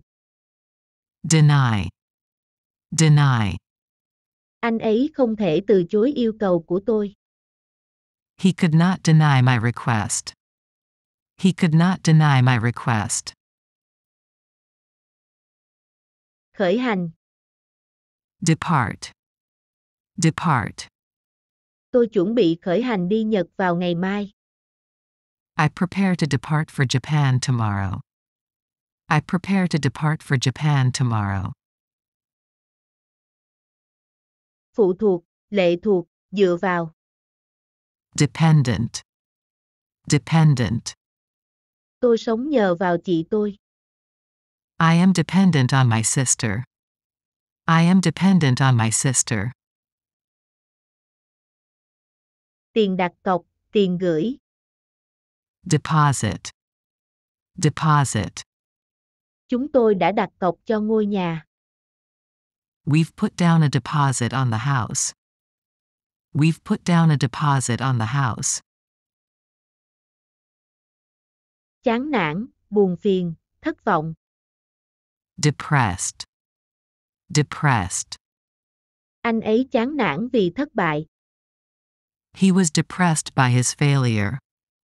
He was depressed by his failure. Làm chán nản, làm buồn rầu. Depressing. Depressing.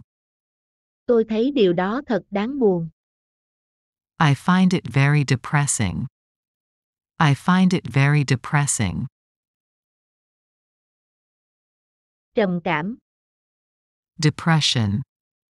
Depression. Ông ấy bị trầm cảm. He suffered from depression. He suffered from depression.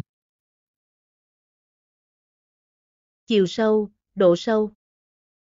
Depth. Depth. Độ sâu của hồ là 2 mét. The depth of the lake is 2 meters. The depth of the lake is 2 meters. Lấy được từ, nhận được từ. Derive. Derive. Tên của cô ấy có nguồn gốc từ một loài hoa. Her name is derived from a flower. Her name is derived from a flower. Bỏ đi, rời bỏ. Desert. Desert. Bạn đang tìm cách bỏ rơi tôi sao? Do you attempt to desert me? Do you attempt to desert me? Xứng đáng. Deserve. Deserve. Bạn xứng đáng được khen ngợi. You deserve praise. You deserve praise. Sự mong muốn, lòng ham muốn. Desire. Desire. Anh ấy bày tỏ mong muốn được gặp bạn. He expressed a desire to see you. He expressed a desire to see you. Rất muốn làm gì đó, liều mạng, tuyệt vọng. Desperate. Desperate. Họ đang ở trong tình trạng tuyệt vọng. They are in a desperate situation. They are in a desperate situation. Theo cách rất ít hy vọng. Desperately. Desperately. Tôi nhìn quanh một cách tuyệt vọng. I gazed desperately around. I gazed desperately around.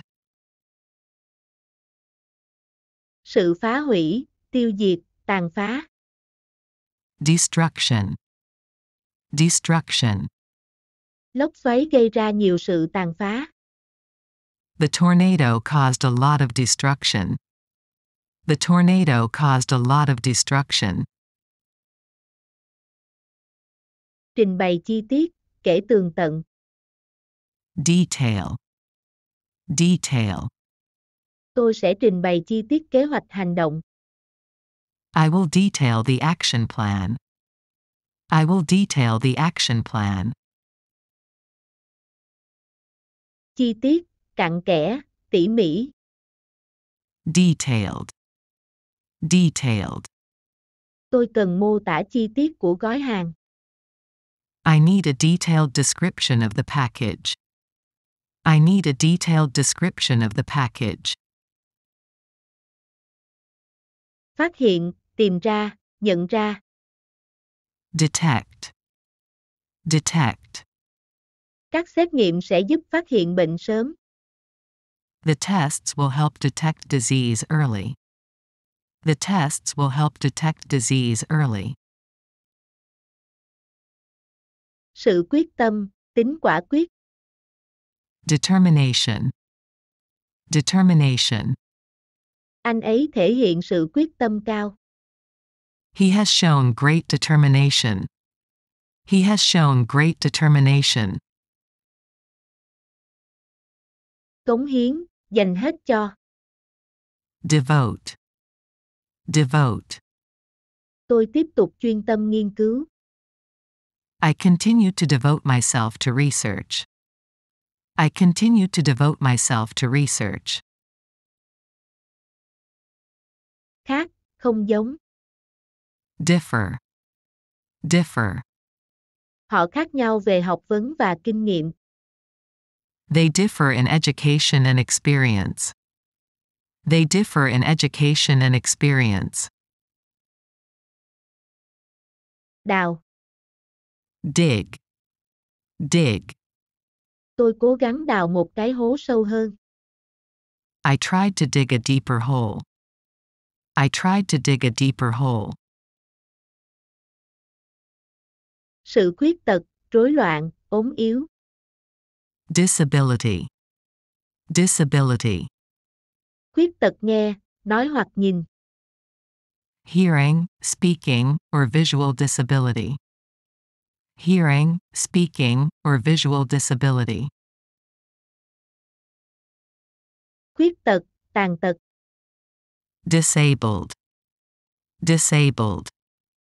Họ tuyển nhiều công nhân khuyết tật. They employ many disabled workers. They employ many disabled workers. Sự bất đồng. Disagreement. Disagreement. Chúng tôi có chút bất đồng ý kiến. We had a bit of a disagreement. We had a bit of a disagreement. Làm thất vọng, làm chán ngán. Disappoint. Disappoint. Bạn làm tôi thất vọng.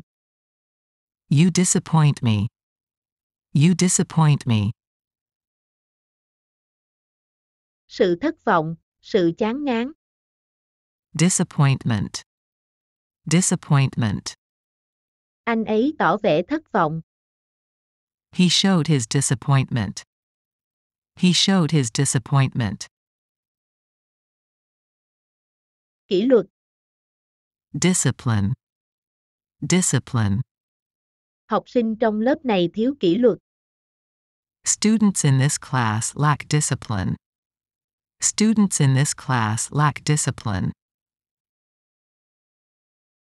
Giảm giá, hạ giá. Discount. Discount. Chúng tôi giảm giá vé cho sinh viên. We discount tickets for students. We discount tickets for students. Làm chán nản, làm nản lòng. Discourage. Discourage. Đừng làm tôi nản lòng.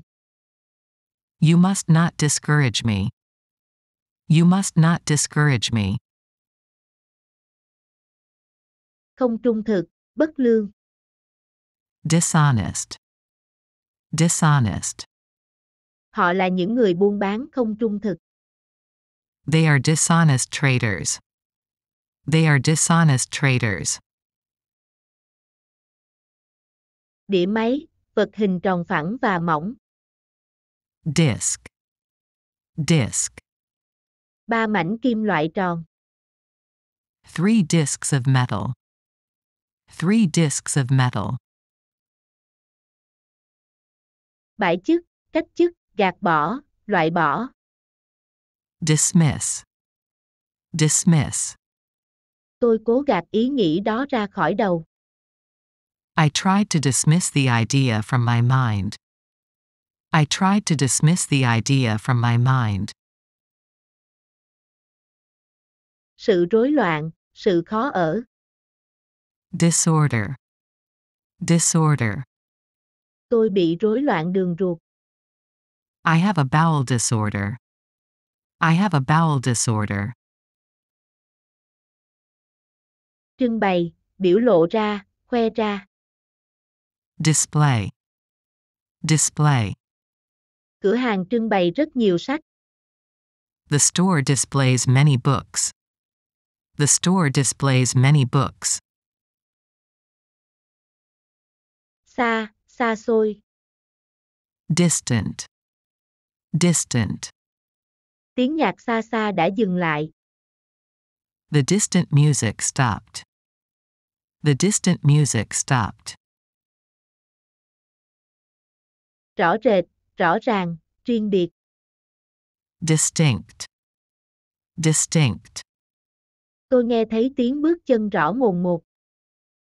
I heard the distinct sound of footsteps. I heard the distinct sound of footsteps. Phân biệt. Distinguish. Distinguish. Làm thế nào để chúng ta phân biệt giữa đúng và sai? How do we distinguish between right and wrong? How do we distinguish between right and wrong? Đánh lạc hướng, làm sao lãng. Distract. Distract. Chúng ta cần đánh lạc hướng cô ấy. We need to distract her. We need to distract her. Phân phát, phân phối. Distribute. Distribute. Họ xuất khẩu và phân phối hàng hóa trên toàn thế giới. They export and distribute goods worldwide. They export and distribute goods worldwide. Sự phân bổ, sự phân phát. Distribution. Distribution. Hệ thống sản xuất và phân phối. Production and distribution systems. Production and distribution systems. Quận, huyện, khu. District. District. Ủy ban nhân dân cấp huyện. People's committees of districts. People's committees of districts. Quấy rầy, làm gián đoạn. Disturb. Disturb. Tôi thấy không cần phải quấy rầy họ. I saw no necessity to disturb them. I saw no necessity to disturb them. Lặn, nhảy lao đầu xuống nước. Dive. Dive. Anh ta lặn xuống sông. He dived into the river. He dived into the river. Đa dạng. Diverse. Diverse. Sở thích của tôi rất đa dạng. My interests are very diverse. My interests are very diverse. Sự đa dạng. Diversity. Diversity. Sự đa dạng sinh học. Biological diversity. Biological diversity. Sự khác biệt giữa hai nhóm. Divide.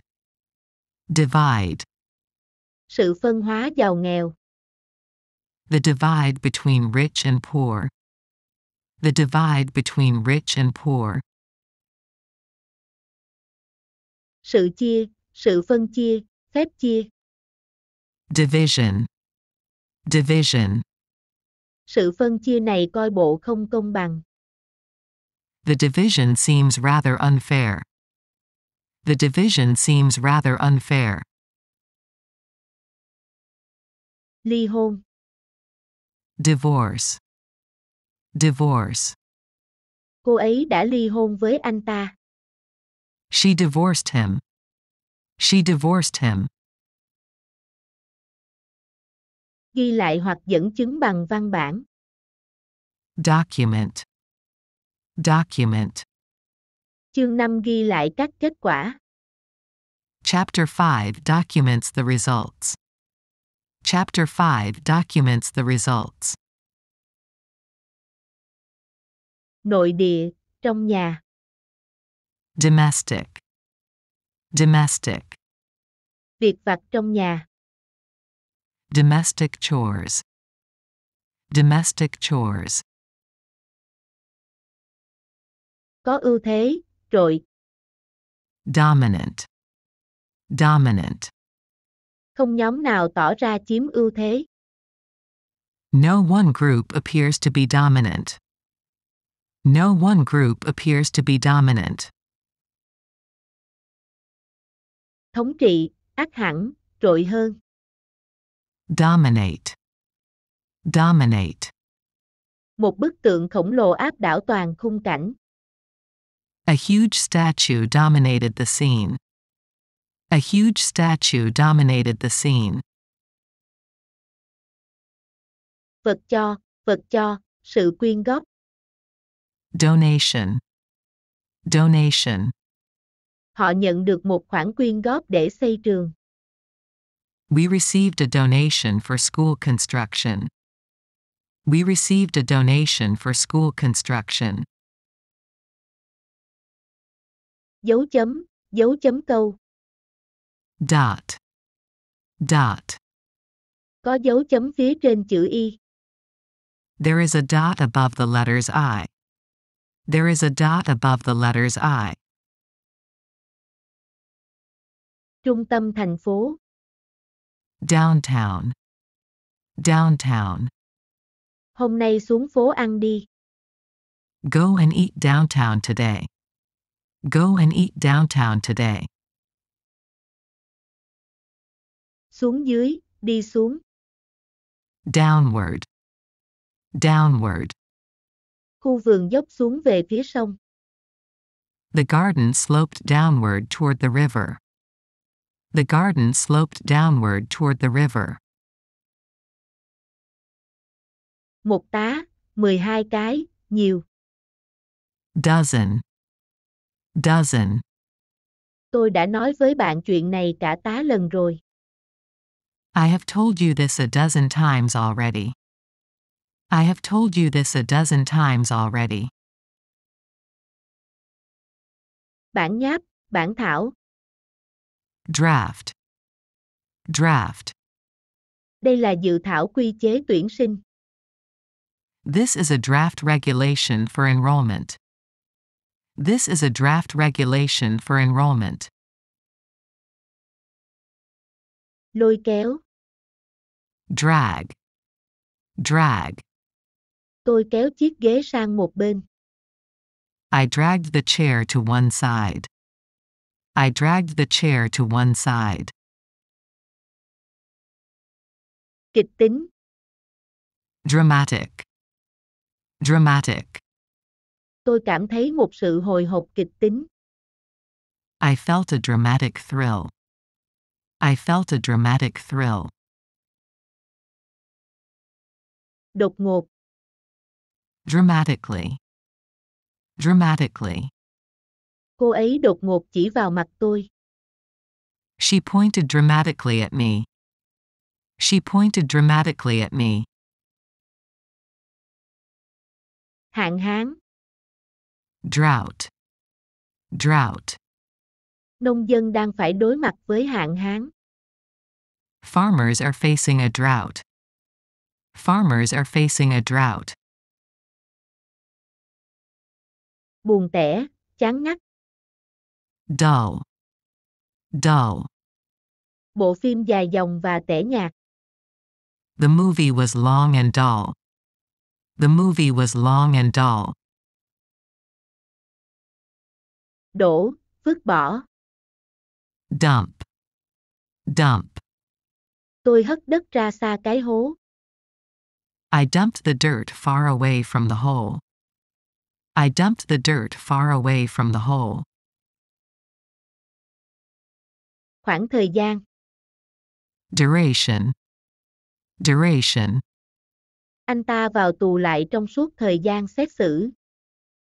He went back to jail for the duration of the trial. He went back to jail for the duration of the trial. Năng động, sôi nổi. Dynamic, dynamic. Cô ấy có tính cách năng động. She has a dynamic personality. She has a dynamic personality. Thuộc về kinh tế. Economic, economic. Tổ chức kinh tế. Economic organizations. Economic organizations. Nhà kinh tế học. Economist. Economist. Sếp tôi là nhà kinh tế học. My employer is an economist. My employer is an economist. Biên tập, chỉnh sửa. Edit. Edit. Tôi chỉ sửa lại đoạn kết. I just edited the end. I just edited the end. Lần xuất bản, lần in, phiên bản. Edition. Edition. Đây là lần xuất bản thứ 3 của cuốn sách. This is the third edition of the book. This is the third edition of the book. Biên tập viên. Editor. Editor. Phóng viên, biên tập viên của cơ quan báo chí. Reporters and editors of press agencies. Reporters and editors of press agencies. Có hiệu quả, năng suất cao. Efficient. Efficient. Hệ thống mới hiệu quả hơn. The new system is more efficient. The new system is more efficient. Một cách có hiệu quả. Efficiently. Efficiently. Họ làm điều đó một cách nhanh chóng và hiệu quả. They do it quickly and efficiently. They do it quickly and efficiently. Khuỷu tay. Elbow. Elbow. Cô ấy đang ngồi chống khuỷu tay. She was leaning on her elbow. She was leaning on her elbow. Lớn tuổi, cao tuổi. Elderly. Elderly. Một người phụ nữ lớn tuổi đã đến đây. An elderly woman came here. An elderly woman came here. Bầu chọn. Elect. Elect. Các cử tri sẽ bầu tổng thống. Voters will elect the president. Voters will elect the president. Thuộc về điện tử. Electronic. Electronic. Sàn giao dịch thương mại điện tử. Electronic commerce exchange. Electronic commerce exchange.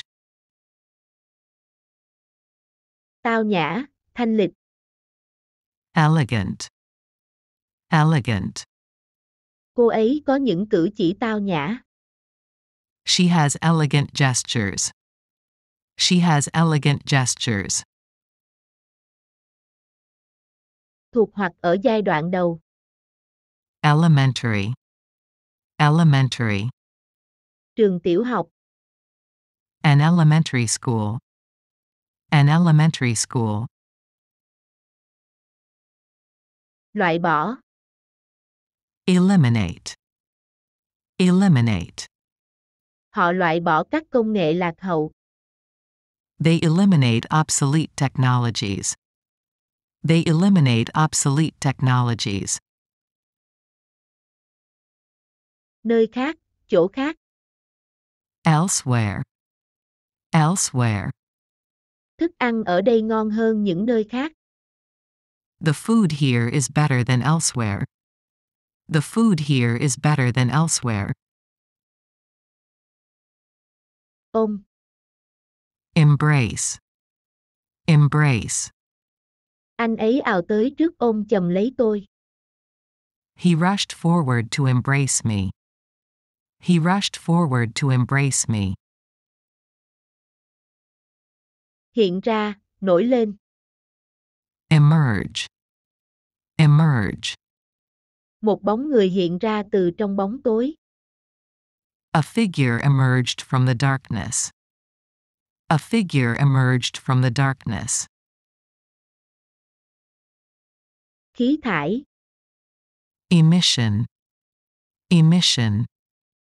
Khí thải công nghiệp. Industrial emissions. Industrial emissions. Xúc động, thuộc về cảm xúc, tinh thần. Emotional. Emotional. Bài hát này làm tôi xúc động. This song makes me emotional. This song makes me emotional. Theo cách kết nối với cảm xúc, tình cảm. Emotionally. Emotionally. Họ không gần gũi về tình cảm. They are not close emotionally. They are not close emotionally. Sự nhấn mạnh, sự nhấn giọng. Emphasis. Emphasis. Chúng tôi chú trọng nhiều vào giáo dục. We place a lot of emphasis on education. We place a lot of emphasis on education. Nhấn mạnh, làm nổi bật. Emphasize. Emphasize. Tôi nhấn mạnh rằng đây phải là ưu tiên hàng đầu. I emphasize that this must be a top priority. I emphasize that this must be a top priority. Đế chế, đế quốc. Empire. Empire. Đế quốc Anh. The British Empire. The British Empire. Cho phép, giúp làm được gì đó. Enable. Enable. Họ khuyến khích và tạo điều kiện mọi người học tập. They encourage and enable everyone to study. They encourage and enable everyone to study. Gặp, chạm trán. Encounter. Encounter. Chúng tôi gặp phải một số khó khăn. We encountered several difficulties. We encountered several difficulties. Chiếm hoặc thu hút sự chú ý, quan tâm. Engage. Engage. Tôi cố gắng thu hút sự chú ý của họ. I try to engage their attention. I try to engage their attention. Nâng cao. Enhance.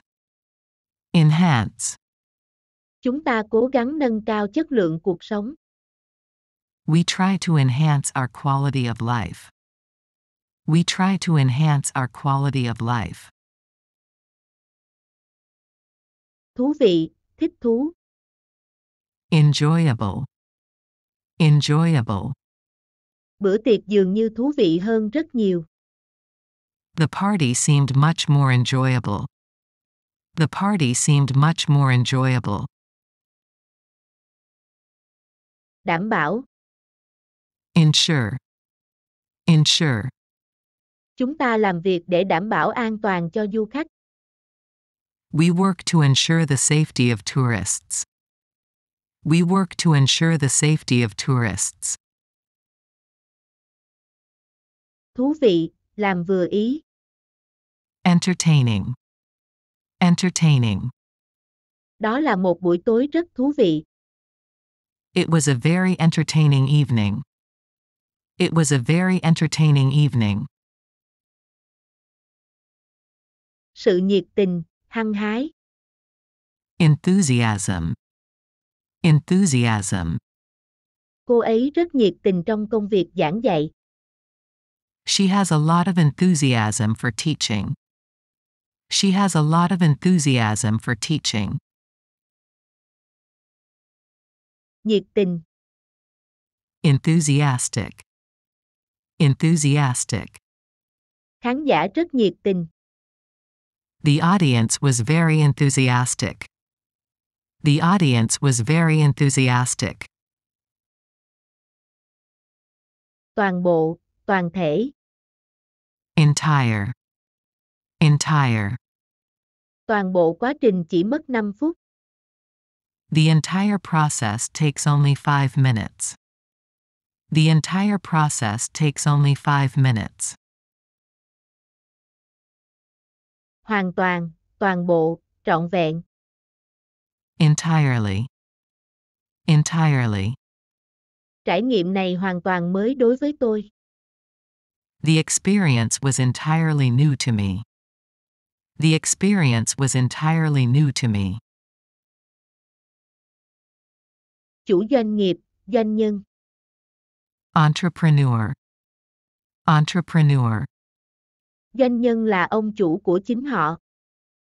Entrepreneurs are their own bosses. Entrepreneurs are their own bosses. Phong bì, bao thư. Envelope. Envelope. Tôi nhìn vào bên trong phong bì. I looked inside the envelope. I looked inside the envelope. Người hoặc vật tương đương. Equal. Equal. Họ chưa bao giờ đối xử với tôi như một kẻ ngang hàng. They never treated me like an equal. They never treated me like an equal. Trang bị, cung cấp những thứ cần thiết. Equip. Equip. Tàu được trang bị đầy đủ phao cứu sinh. Ships are fully equipped with life buoys. Ships are fully equipped with life buoys. Tương đương. Equivalent. Equivalent. Nó tương đương với chiều cao của một cuốn sách. It's equivalent to a book's height. It's equivalent to a book's height. Kỷ nguyên, thời đại. Era. Era. Tác phẩm có từ thời bà ngoại chúng tôi. The work was from the era of our grandmother. The work was from the era of our grandmother. Phun trào. Erupt. Erupt. Núi lửa có thể phun trào bất cứ lúc nào. The volcano could erupt at any time. The volcano could erupt at any time. Về cơ bản, về bản chất. Essentially. Essentially. Thông tin trên mỗi kế hoạch về cơ bản là giống nhau. The information in each plan is essentially the same. The information in each plan is essentially the same.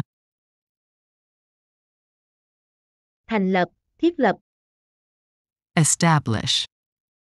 Establish. Họ đã thành lập ủy ban vào năm ngoái. They established the committee last year.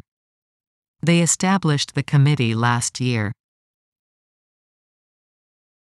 Gia sản, di sản, khu đất tư rộng lớn. Estate. Estate. Tôi sẽ để lại điền trang cho em trai tôi. I leave my estate to my brother. I leave my estate to my brother. Ước lượng, đánh giá. Estimate. Estimate. Tôi ước tính dự án sẽ kéo dài 2 tuần. I estimate the project will last 2 weeks. I estimate the project will last 2 weeks. Đạo đức. Ethic. Ethic. Hắn ta đã vi phạm đạo đức nghề nghiệp. He breached professional ethics. He breached professional ethics. Thuộc đạo đức, hợp đạo lý. Ethical. Ethical. Nguyên tắc đạo đức. Ethical principles. Ethical principles. Thuộc dân tộc, thuộc tộc người.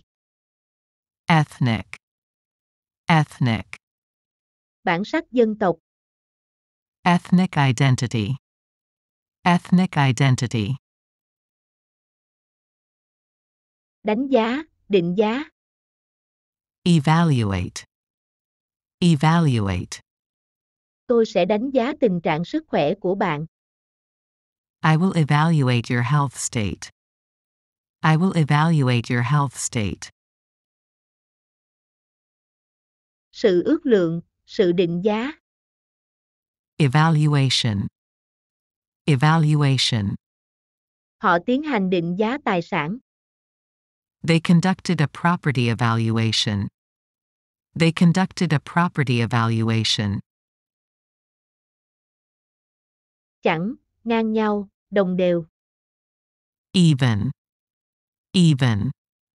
Điểm số của chúng tôi bây giờ là ngang nhau. Our scores are now even. Our scores are now even. Hiển nhiên, rành rành. Evident. Evident. Tôi thấy rõ là cô ấy đã nói dối. It was evident to me that she had lied. It was evident to me that she had lied. Độc ác, xấu xa, có hại. Evil. Evil. Khuôn mặt ác độc lúc này đang mỉm cười. The evil face was now smiling. The evil face was now smiling. Sự tiến triển, sự tiến hóa. Evolution. Evolution. Thuyết tiến hóa. The theory of evolution. The theory of evolution. Tiến triển, tiến hóa. Evolve. Evolve. Chúng phải tiến hóa để tồn tại. They have to evolve for survival. They have to evolve for survival.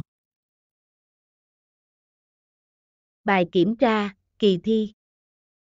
Examination. Examination. Mai là thi rồi. Tomorrow is the examination. Tomorrow is the examination. Quá. Exceed. Exceed.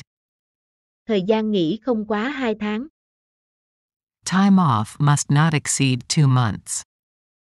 Time off must not exceed 2 months. Ngoại lệ, biệt lệ. Exception. Exception. Có một ngoại lệ duy nhất. There was one singular exception. There was one singular exception. Quá mức, quá đáng, thừa. Excessive. Excessive. Họ phàn nàn về tiếng ồn quá mức. They complained about excessive noise. They complained about excessive noise. Loại trừ. Exclude.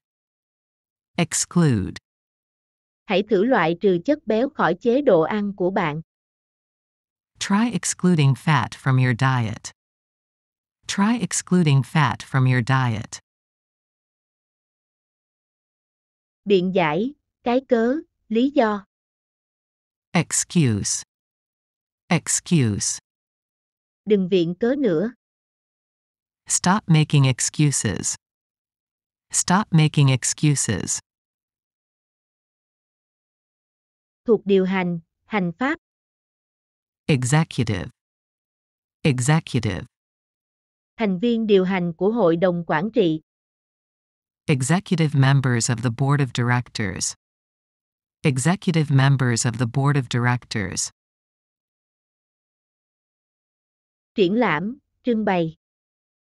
Exhibit. Exhibit. Họ sẽ trưng bày các thiết kế của họ. They will exhibit their designs in the gallery. They will exhibit their designs in the gallery. Sự tồn tại.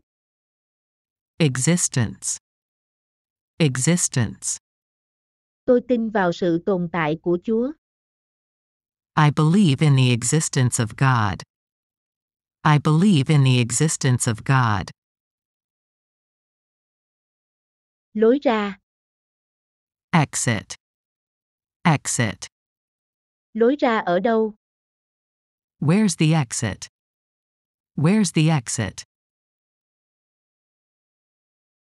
Ngoại lai, kỳ lạ. Exotic. Exotic. Cây ngoại lai. Exotic plants. Exotic plants. Sự bành trướng, sự mở rộng. Expansion. Expansion. Chúng tôi sẽ hỗ trợ mở rộng thị trường. We will support market expansion. We will support market expansion. Kỳ vọng, sự trông mong. Expectation. Expectation. Nó vượt xa kỳ vọng của tôi. It was beyond my expectations. It was beyond my expectations. Chi phí. Expense. Expense. Tôi phải tự trang trải chi phí. I had to meet the expense myself. I had to meet the expense myself. Chuyên môn. Expertise. Expertise. Nó thuộc lãnh vực chuyên môn của bạn đó. It's your area of expertise. It's your area of expertise. Khai thác. Exploit. Exploit. Chúng ta phải khai thác các nguồn lực. We must exploit the resources. We must exploit the resources. Sự thăm dò, sự thám hiểm. Exploration. Exploration. Họ tiến hành thăm dò khoáng sản. They conduct mineral exploration. They conduct mineral exploration. Phơi ra, phô ra. Expose. Expose. Tôi muốn phơi bày sự thật. I want to expose the truth. I want to expose the truth. Tiếp xúc, phơi ra, phơi bày. Exposure. Exposure. Tránh tiếp xúc lâu với ánh nắng. Avoid prolonged exposure to sunlight. Avoid prolonged exposure to sunlight. Mở rộng, kéo dài, gia hạn. Extend. Extend. Họ đang mở rộng khu vui chơi. They're extending the play area. They're extending the play area. Sự mở rộng, sự gia hạn. Extension. Extension. Tôi cần gia hạn khoản vay này. I need an extension on this loan. I need an extension on this loan. Rộng rãi, số lượng lớn. Extensive. Extensive. Ngôi nhà nằm trên một khu đất rộng rãi. The house stands on extensive grounds. The house stands on extensive grounds. Theo cách rộng rãi, bao quát. Extensively. Extensively. Các quy định mới đã được áp dụng rộng rãi. The new rules were extensively implemented. The new rules were extensively implemented. Phạm vi, mức độ, cỡ. Extent. Extent. Tôi ngạc nhiên về mức độ hiểu biết của anh ấy. I was amazed at the extent of his knowledge. I was amazed at the extent of his knowledge. Bên ngoài. External. External. Công ty đóng cửa do các yếu tố bên ngoài. The company closed due to external factors. The company closed due to external factors. Đoạn trích. Extract. Extract. Đoạn trích này được lấy từ cuốn sách của anh ấy. The extract is taken from his book. The extract is taken from his book. Đặc biệt, phi thường. Extraordinary. Extraordinary. Anh ấy có trí thông minh phi thường. He has extraordinary intelligence. He has extraordinary intelligence. Thái cực, chỗ tột cùng, cực điểm. Extreme. Extreme. Chúng ta ở hai thái cực trái ngược nhau. We are at opposite extremes. We are at opposite extremes. Vải. Fabric. Fabric. Chúng tôi bán vải theo mét. We sell fabrics by the meter. We sell fabrics by the meter. Tuyệt vời. Fabulous. Fabulous. Bạn đã bỏ lỡ một bữa tiệc tuyệt vời. You've missed a fabulous party. You've missed a fabulous party. Cơ sở, tiện nghi. Facility. Facility. Cô ấy mở một cơ sở sản xuất mới. She opened a new production facility. She opened a new production facility. Thất bại. Failed. Failed. Cô ấy đã có 2 cuộc hôn nhân không thành công. She had already had 2 failed marriages. She had already had 2 failed marriages. Sự thất bại. Failure. Failure. Thành công hay thất bại phụ thuộc vào bạn. Success or failure depends on you. Success or failure depends on you. Sự tin tưởng, niềm tin. Faith. Faith. Tôi chưa bao giờ mất niềm tin vào bạn. I've never lost faith in you. I've never lost faith in you. Giả, giả tạo.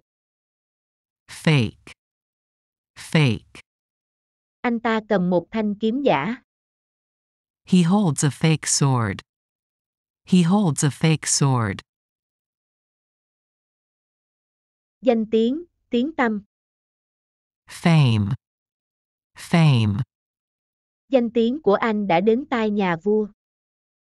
His fame has come to the ears of the king. His fame has come to the ears of the king. Sự tưởng tượng, ảo tưởng. Fantasy. Fantasy. Trí tưởng tượng nhỏ bé của tôi được tăng thêm một chút. My small fantasy was a bit heightened. My small fantasy was a bit heightened. Tiền xe, tiền vé. Fair. Fair. Bạn nên chuẩn bị sẵn tiền vé. You should have your fare ready. You should have your fare ready. Lỗi, điều sai lầm. Fault. Fault. Đó là lỗi của tôi. It's my fault. It's my fault. Ủng hộ, thiên vị. Favor. Favor. Bố mẹ tôi luôn thiên vị anh trai tôi. My parents always favored my older brother. My parents always favored my older brother. Lông vũ, lông chim. Feather. Feather. Chú chim đang rỉa lông. The bird is preening its feathers. The bird is preening its feathers. Thuộc liên bang. Federal. Federal. Luật liên bang. A federal law. A federal law. Phí, tiền thù lao. Fee. Fee. Học phí tăng vào năm ngoái. School fees rose last year. School fees rose last year. Bữa ăn cho em bé hoặc động vật. Feed. Feed. Thức ăn chăn nuôi. Animal feed. Animal feed. Nhận xét, thông tin phản hồi. Feedback. Feedback. Tôi vẫn đang chờ phản hồi. I'm still waiting for feedback. I'm still waiting for feedback. Cảm giác, xúc giác. Feel. Feel. Bạn có thể biết nó là vải lụa khi chạm vào. You can tell it's silk by the feel. You can tell it's silk by the feel. Giống theo khía cạnh nào đó. Fellow. Fellow. Đồng hương, đồng loại. Fellow countrymen, fellow humans. Fellow countrymen, fellow humans. Sốt. Fever. Fever. Tôi bị sốt cao. I have a high fever. I have a high fever. Đóng một phần quan trọng. Figure. Figure. Tôi vẫn còn nằm trong kế hoạch của bạn không? Do I still figure in your plans? Do I still figure in your plans? Sắp đặt chứng từ, đệ trình. File. File. Anh ấy đã nộp đơn ly dị vợ. He filed to divorce his wife. He filed to divorce his wife. Tài chính. Finance. Finance. Công ty tài chính. A finance company. A finance company. Kết quả của việc nghiên cứu nào đó. Finding. Finding. Anh ấy đã bàn giao các kết quả nghiên cứu.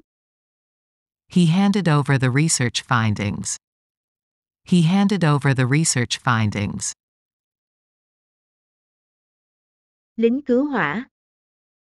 Firefighter. Firefighter. Lính cứu hỏa đã giải quyết đám cháy. Firefighters tackled a blaze. Firefighters tackled a blaze. Pháo hoa. Firework. Firework. Họ đốt pháo hoa trong vườn. They set off fireworks in their garden. They set off fireworks in their garden. Vững chắc, bền vững. Firm. Firm. Tôi tập thể dục để giữ cơ bắp săn chắc. I exercise to keep my muscles firm. I exercise to keep my muscles firm. Hãng, công ty. Firm. Firm. Anh ấy sở hữu một công ty luật. He owns a law firm. He owns a law firm. Theo cách vững chắc, kiên quyết. Firmly. Firmly. Cô ấy quả quyết cô tự xoay sở được. She said firmly that she could manage. She said firmly that she could manage. Giải pháp. Fix. Fix. Không có giải pháp tạm thời. There is no quick fix. There is no quick fix. Ngọn lửa. Flame. Flame. Ngọn lửa bùng lên. Flames leapt. Flames leapt. Ánh sáng lóe lên, tia sáng. Flash. Flash. Có một tia sáng màu tím lóe lên. There was a flash of violet light. There was a flash of violet light.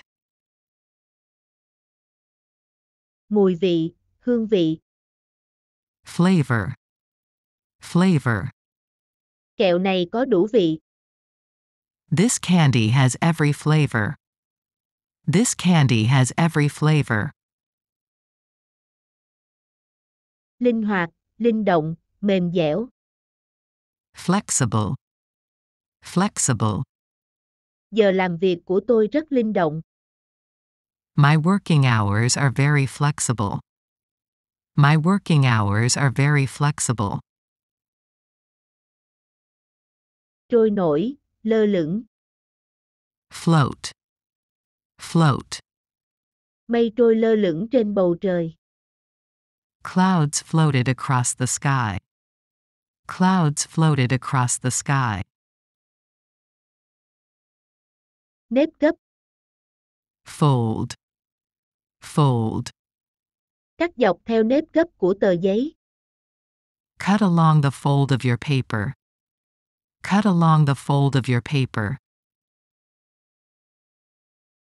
Có thể xếp lại được. Folding. Folding. Chiếc xe đạp gấp.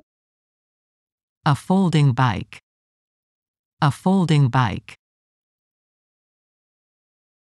Sau, tiếp theo. Following. Following. Cô ấy tiếp quản công việc sau khi tôi đi. She took over following my departure. She took over following my departure. Yêu mến, yêu thích. Fond. Fond. Tôi rất quý mẹ bạn. I'm very fond of your mother. I'm very fond of your mother. Người khờ dại, người ngu xuẩn. Fool. Fool. Hắn ta mới ngốc làm sao. Fool that he is. Fool that he is. Ngăn cấm, không cho phép. Forbid. Forbid. Tôi cấm bạn tự đầy đọa mình. I forbid you from hurting yourself. I forbid you from hurting yourself. Sự dự báo, sự dự đoán. Forecast. Forecast. Dự báo nói trời sẽ nắng. The forecast said sunny. The forecast said sunny. Tha thứ. Forgive. Forgive. Xin hãy tha thứ cho tôi. Please forgive me. Please forgive me. Định dạng, thể thức. Format. Format. Chúng ta sẽ theo cùng một thể thức như năm ngoái. We will follow the same format as last year. We will follow the same format as last year.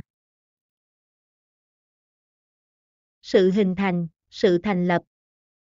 Formation. Formation. Cơn lốc thứ hai đang hình thành. There's a second tornado formation. There's a second tornado formation. Trước, cũ. Former. Former. Anh ấy là đồng nghiệp cũ của tôi. He is my former colleague. He is my former colleague. Trước kia, trước đây. Formerly. Formerly. Ngôi nhà trước đây là quán trọ. The house had formerly been an inn. The house had formerly been an inn. May mắn, có phước. Fortunate. Fortunate. Chúng tôi may mắn bắt được một chuyến tàu. We were fortunate to catch a train. We were fortunate to catch a train. Vận, vận may, số tiền lớn. Fortune. Fortune. May mắn đã mỉm cười với tôi. Fortune smiled at me. Fortune smiled at me. Diễn đàn. Forum. Forum. Tôi tìm thấy lời khuyên trên các diễn đàn tình yêu. I find advice on love forums. I find advice on love forums. Phía trước, di chuyển về phía trước. Forward. Forward. Quân đội đã bắt đầu cuộc tiến quân. The troops began a forward march. The troops began a forward march. Hóa thạch. Fossil. Fossil. Họ tìm thấy hóa thạch khủng long. They found dinosaur fossils. They found dinosaur fossils. Thành lập, sáng lập. Found. Found. Tôi thành lập một công ty mới. I founded a new company. I founded a new company. Nền tảng, quỹ tài trợ, sự thành lập. Foundation. Foundation. Sự tôn trọng tạo nền tảng vững chắc cho hôn nhân. Respect provides a solid foundation for marriage. Respect provides a solid foundation for marriage. Người sáng lập. Founder. Founder. Họ là những người đồng sáng lập công ty. They're joint founders of the company. They're joint founders of the company. Phân số, một phần nhỏ. Fraction. Fraction. Cô ấy do dự trong tích tắc. She hesitated for a fraction of a second. She hesitated for a fraction of a second. Mảnh, mảnh vỡ. Fragment. Fragment. Tôi tìm thấy những mảnh kính vỡ gần hiện trường. I found fragments of glass near the scene. I found fragments of glass near the scene. Khung, khuôn khổ. Framework. Framework. Bạn có quyền tự do trong khuôn khổ pháp luật. You have freedom within the legal framework. You have freedom within the legal framework. Sự lừa gạt, kẻ lừa đảo. Fraud. Fraud. Họ bắt anh ta vì tội lừa đảo. They arrested him for fraud. They arrested him for fraud. Giải phóng, trả tự do. Free. Free. Họ đã giải phóng 200 nô lệ. They freed 200 slaves. They freed 200 slaves. Sự tự do. Freedom. Freedom. Tự do ngôn luận. Freedom of speech. Freedom of speech. Theo cách tự do, thoải mái. Freely. Freely. Thị trường được phép hoạt động tự do. Markets were allowed to operate freely. Markets were allowed to operate freely. Tính thường xuyên, tần số. Frequency. Frequency. Nó vẫn phát ra tiếng ồn tần số cao. It still emits high frequency noises. It still emits high frequency noises. Thường xuyên, hay xảy ra. Frequent. Frequent. Các cuộc gọi của cô ấy trở nên thường xuyên hơn. Her calls became more frequent. Her calls became more frequent. Cung cấp chất đốt hay nhiên liệu. Fuel. Fuel. Họ khai thác gió để cung cấp năng lượng cho nhà máy. They harness the wind to fuel the factory. They harness the wind to fuel the factory. Thực hiện, làm cho trọn. Fulfill. Fulfill. Anh ấy cố gắng thực hiện ước mơ của anh. He tried to fulfill his dream. He tried to fulfill his dream. Toàn thời gian. Full time. Full time. Cô ấy làm việc toàn thời gian. She works full time. She works full time. Đầy đủ, hoàn toàn. Fully. Fully. Con ếch đã trưởng thành hoàn toàn. The frog is fully grown. The frog is fully grown. Hoạt động theo đúng cách. Function. Function. Nhà máy tiếp tục hoạt động. The factory continues to function. The factory continues to function. Quỹ. Fund. Fund. Quỹ tiền tệ quốc tế. The International Monetary Fund. The International Monetary Fund. Cơ bản, chủ yếu. Fundamental. Fundamental. Quyền cơ bản của công dân. The fundamental right of citizens. The fundamental right of citizens. Về cơ bản. Fundamentally. Fundamentally. Về cơ bản cô ấy là một người tốt. She is fundamentally a nice person. She is fundamentally a nice person. Kinh phí, tiền tài trợ. Funding. Funding. Họ đã trả kinh phí bảo trì cho bên thuê. They paid maintenance funding for the lessee. They paid maintenance funding for the lessee. Giận dữ, điên tiết. Furious. Furious. Anh ấy tức giận với chính anh. He was furious with himself. He was furious with himself. Hơn nữa, vả lại. Furthermore. Furthermore. Cô ấy thông minh, hơn nữa, cô ấy siêng năng. She's intelligent. Furthermore, she's diligent. She's intelligent. Furthermore, she's diligent. Nhận được, thu được. Gain. Gain. Tôi đã nhận được sự hỗ trợ từ họ. I have gained support from them. I have gained support from them.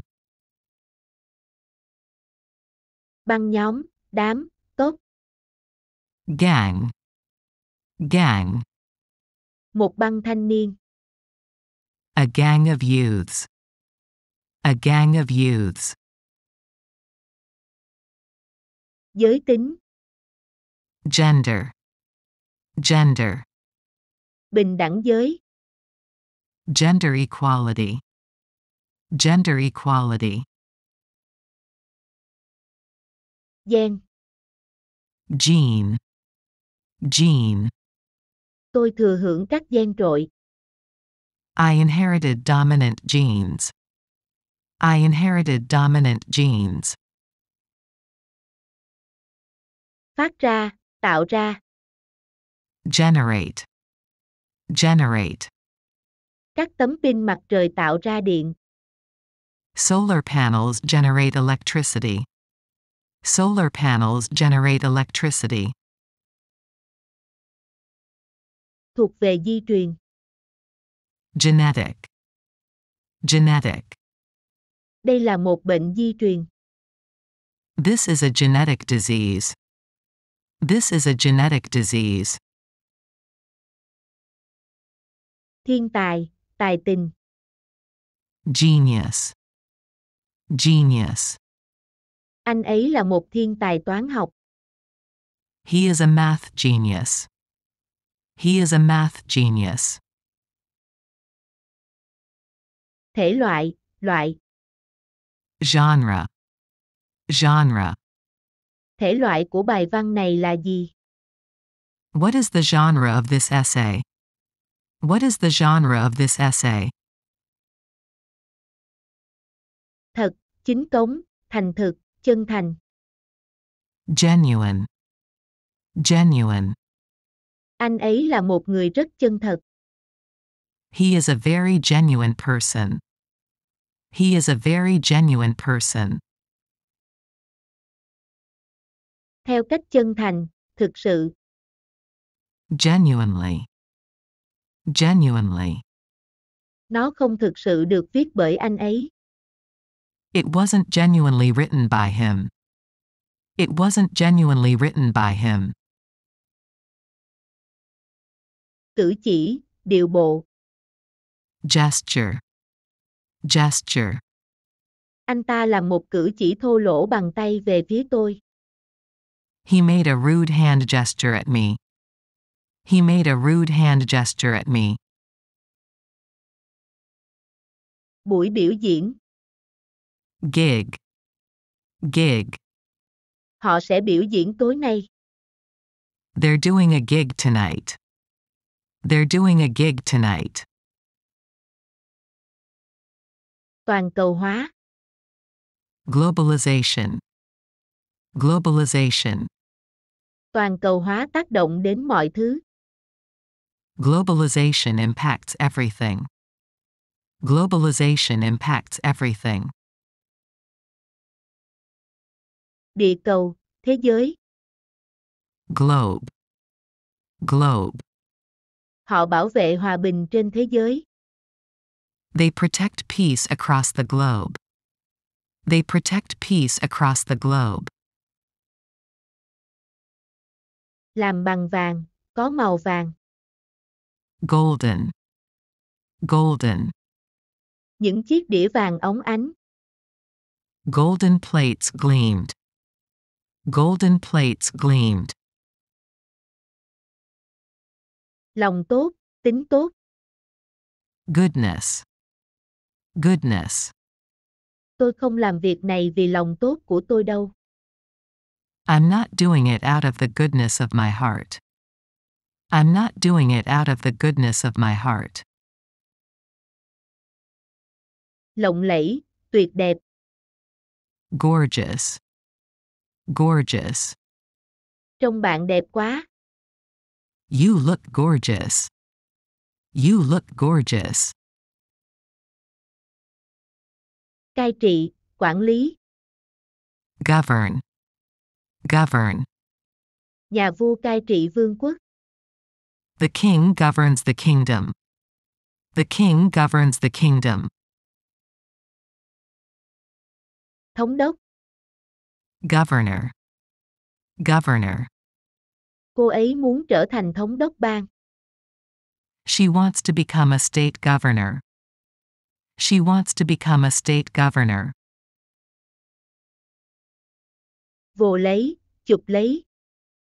Grab. Grab. Cô ấy giật lấy túi xách của tôi.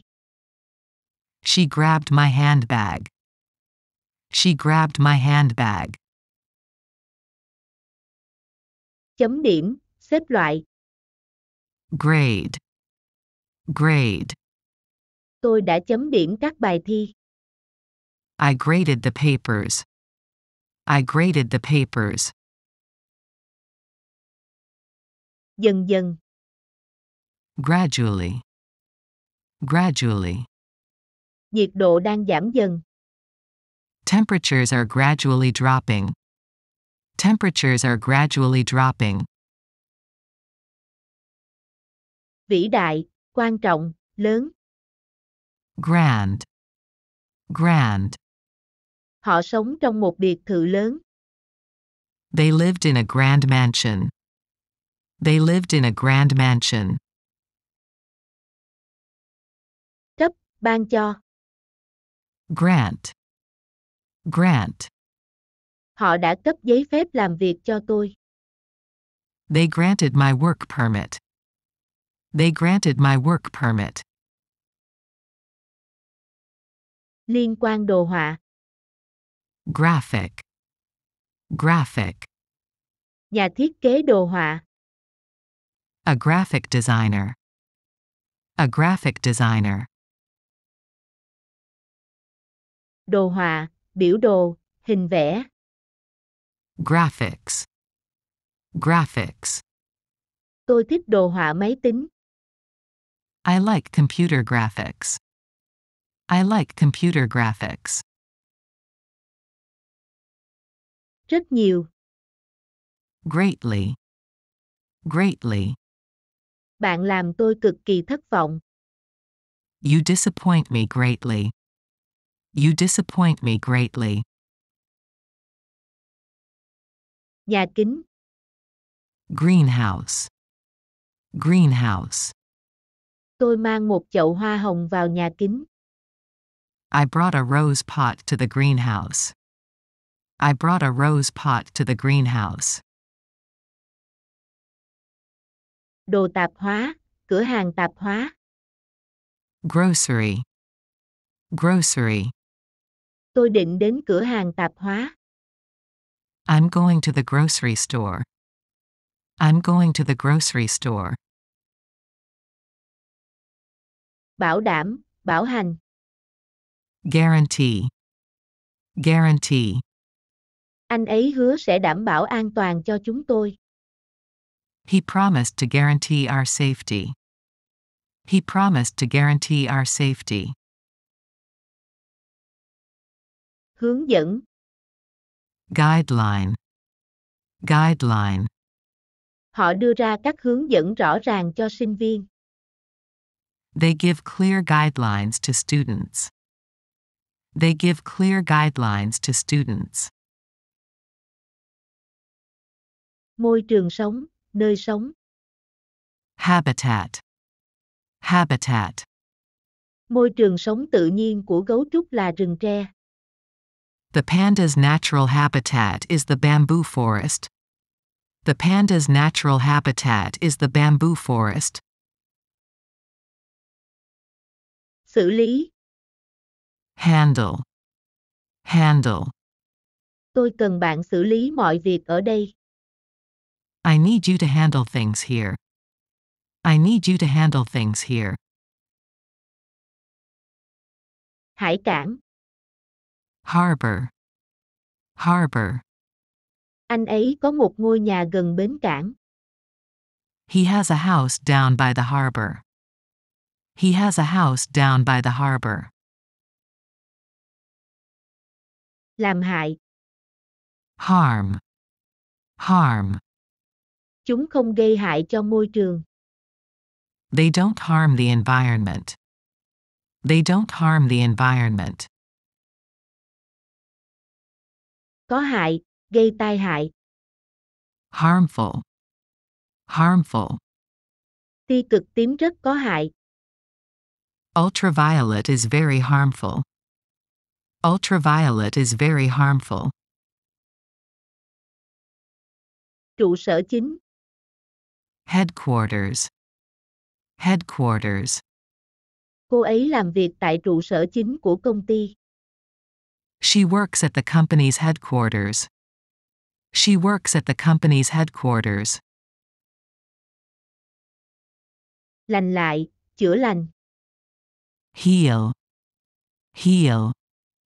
Phải mất một thời gian dài vết thương mới lành lại. It took a long time for the wounds to heal. It took a long time for the wounds to heal. Chăm sóc sức khỏe. Healthcare. Healthcare. Trẻ em có quyền được chăm sóc sức khỏe. Children have the right to healthcare. Children have the right to healthcare. Thính giác, khả năng nghe. Hearing. Hearing. Bạn rất thính tai. You have very acute hearing. You have very acute hearing. Thiên đường, bầu trời. Heaven. Heaven. Khung cảnh giống như thiên đường. The view was like heaven. The view was like heaven. Gót chân. Heel. Heel.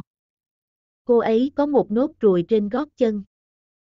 She has a mole on her heel. She has a mole on her heel. Địa ngục. Hell. Hell. Họ biến cuộc sống của cô như địa ngục. They made her life hell. They made her life hell.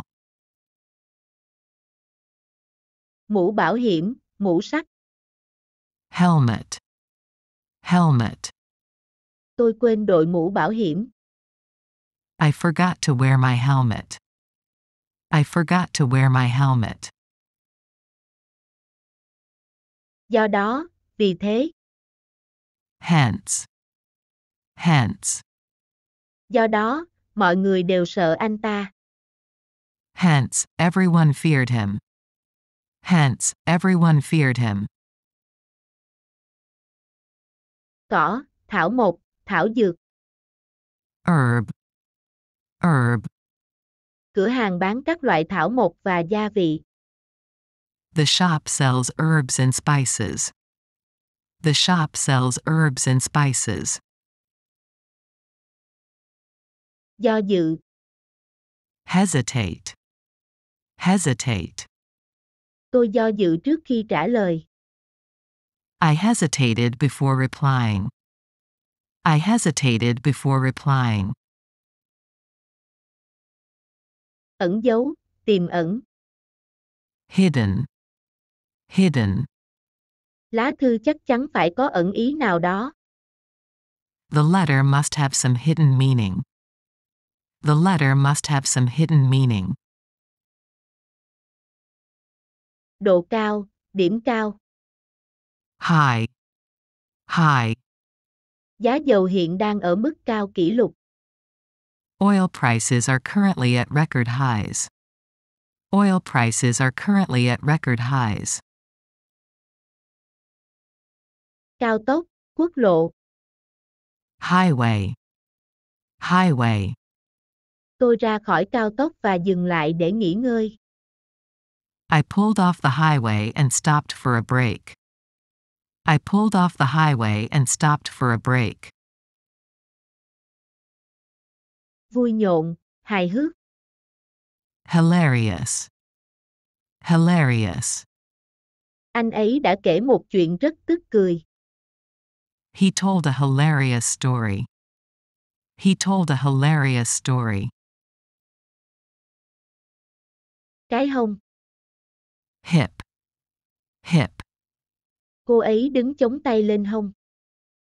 She stood with her hands on her hips. She stood with her hands on her hips. Sự thuê. Hire. Hire. Cho thuê xe đạp, $3 một giờ. Bicycles for hire, $3 an hour. Bicycles for hire, $3 an hour. Nhà viết sử, sử gia, nhà sử học. Historian. Historian. Cô ấy là một sử gia phi thường. She was an incredible historian. She was an incredible historian. Hành động giữ, sự nắm giữ. Hold. Hold. Anh ấy giữ chặt lấy tôi. He kept a hold on me. He kept a hold on me. Rỗng, trống rỗng. Hollow. Hollow. Thân cây dường như rỗng bên trong. The trunk seems hollow inside. The trunk seems hollow inside. Thánh thiện, liên quan đến thần thánh. Holy. Holy. Kinh thánh. The Holy Bible. The Holy Bible. Không nhà không cửa, vô gia cư. Homeless. Homeless. Chương trình này giúp đỡ những người vô gia cư. This program helps homeless people.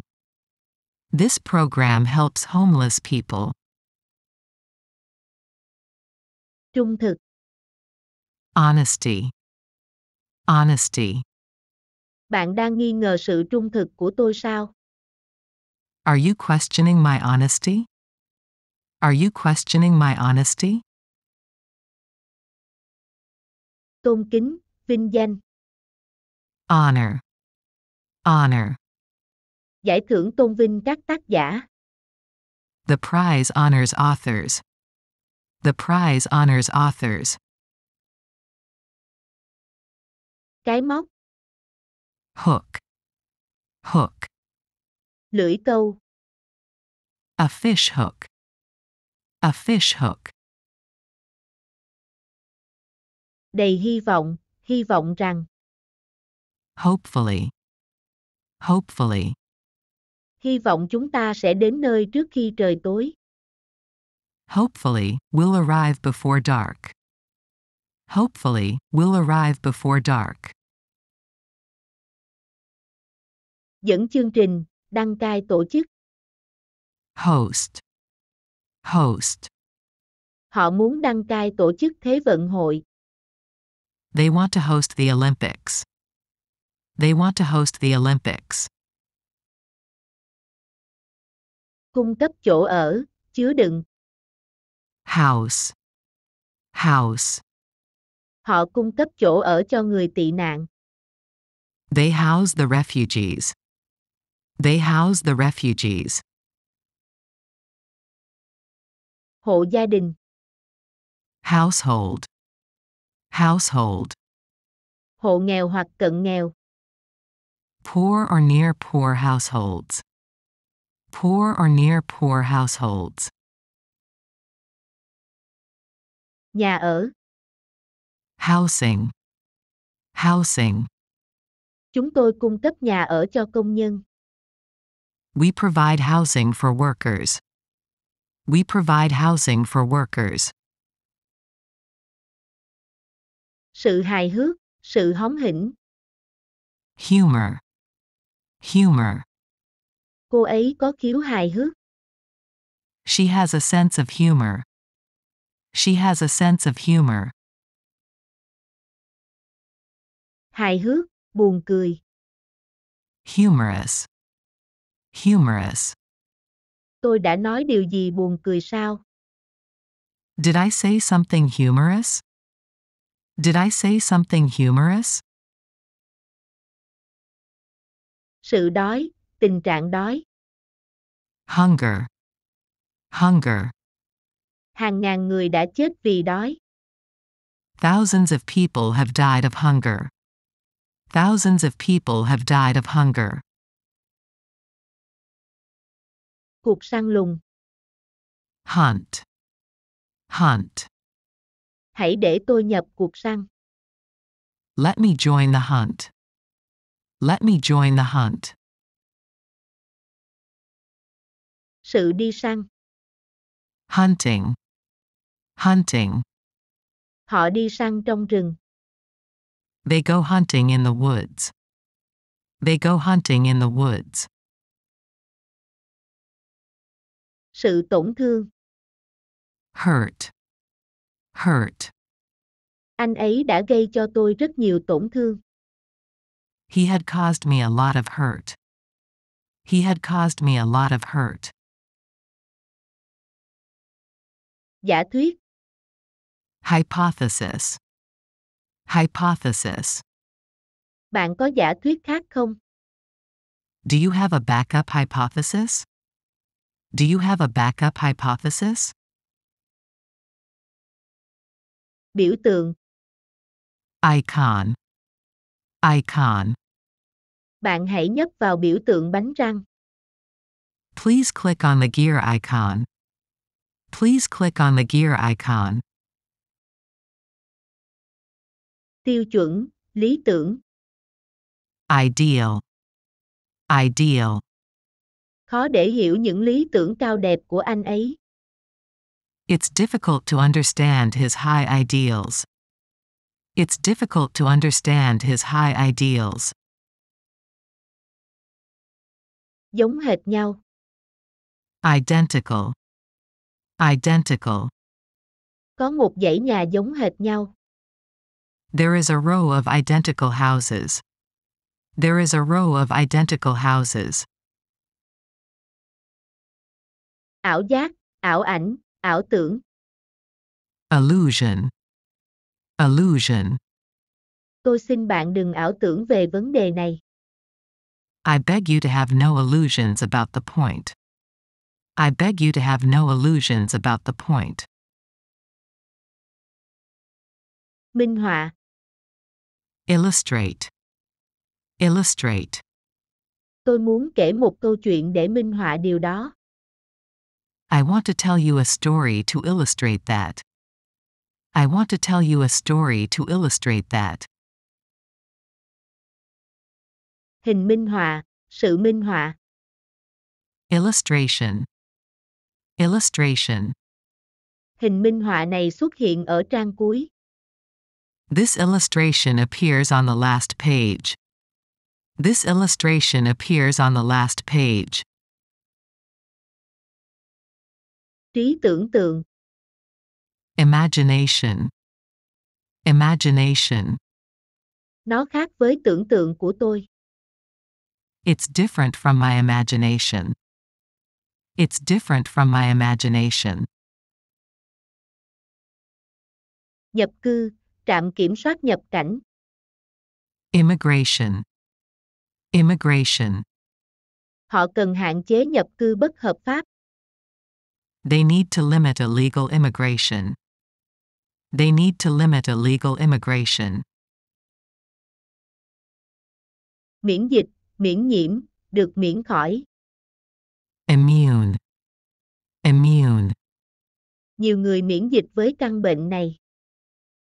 Many people are immune to this disease. Many people are immune to this disease.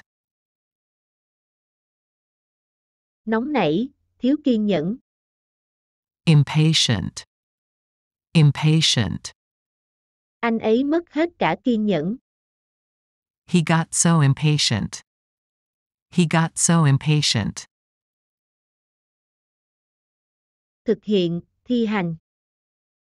Implement. Implement. Quyết định này rất khó thực hiện. The decision was hard to implement. The decision was hard to implement. Tác động, ý nghĩa, hàm ý. Implication. Implication.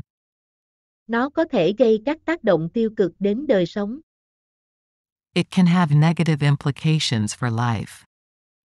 It can have negative implications for life. Bao hàm, ngụ ý. Imply. Imply. Ý anh là chúng tôi có lỗi ư? Are you implying we're at fault? Are you implying we're at fault? Áp đặt, bắt buộc. Impose. Impose. Nhà trường áp dụng các biện pháp an toàn. School imposed safety measures. School imposed safety measures. Gây ấn tượng. Impress. Impress. Sự chân thành của anh gây ấn tượng với tôi. His sincerity impressed me. His sincerity impressed me. Kính phục, thán phục. Impressed. Impressed. Anh ấy quá ngạc nhiên và thán phục. He was so amazed and impressed. He was so amazed and impressed. Động lực, sự khích lệ. Incentive. Incentive. Để tôi cho bạn thêm chút động lực nhé. Let me give you a little extra incentive. Let me give you a little extra incentive. Sự cố, tai nạn, vụ việc. Incident. Incident. Dép của tôi bị đứt trong sự cố đó. My flip-flop broke in that incident. My flip-flop broke in that incident. Thu nhập. Income. Income. Thu nhập trước đây của bạn quá cao. Your past income was too high. Your past income was too high. Kết hợp, hợp lại. Incorporate. Incorporate. Họ kết hợp ý tưởng đó vào kế hoạch. They incorporate that idea into the plan. They incorporate that idea into the plan. Không đúng, sai. Incorrect. Incorrect. Anh ta đã cung cấp thông tin không chính xác. He provided incorrect information. He provided incorrect information. Ngày càng. Increasingly. Increasingly. Kinh tế ngày càng khó khăn. The economy is becoming increasingly difficult. The economy is becoming increasingly difficult. Sự độc lập. Independence. Independence. Họ đã giành được độc lập. They gained independence. They gained independence. Mục lục, danh mục. Index. Index. Tôi mở cuốn sách ra và dò mục lục.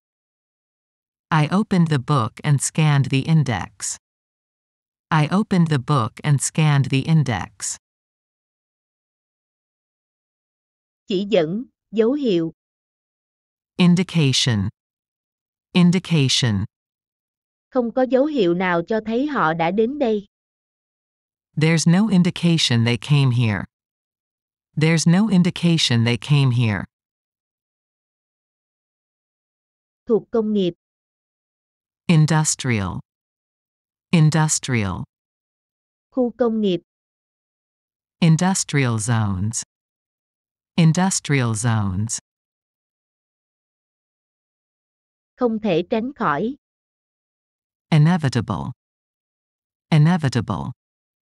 Chậm trễ là không thể tránh khỏi. Some delay was inevitable. Some delay was inevitable. Chắc hẳn, chắc chắn. Inevitably. Inevitably. Chắc hẳn báo chí đã phóng đại câu chuyện. Inevitably, the press exaggerated the story. Inevitably, the press exaggerated the story. Sự nhiễm bệnh, bệnh nhiễm trùng. Infection. Infection. Căn bệnh sẽ lan rộng. The infection will spread. The infection will spread. Suy luận, luận ra. Infer. Infer. Bạn có thể suy ra điều gì từ những chi tiết này? What can you infer from these details? What can you infer from these details? Lạm phát. Inflation. Inflation. Tiền lương không theo kịp lạm phát. Wages are not keeping pace with inflation. Wages are not keeping pace with inflation. Thông tin. Info. Info. Để biết thêm thông tin, hãy bấm vào đây. For more info, click here. For more info, click here. Thông báo. Inform. Inform. Tôi sẽ thông báo điều này cho anh ấy.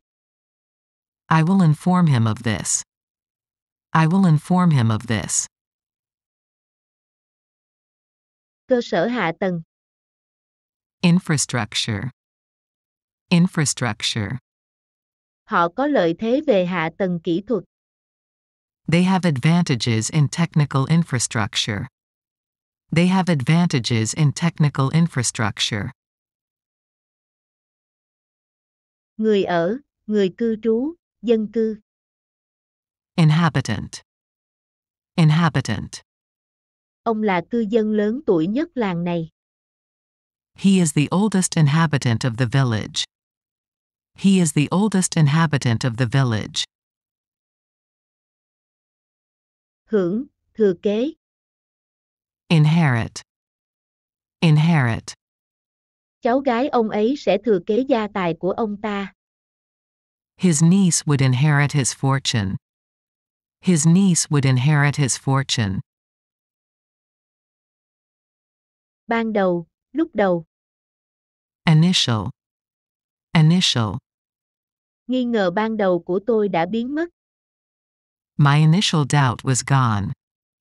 My initial doubt was gone. Vào lúc đầu. Initially. Initially.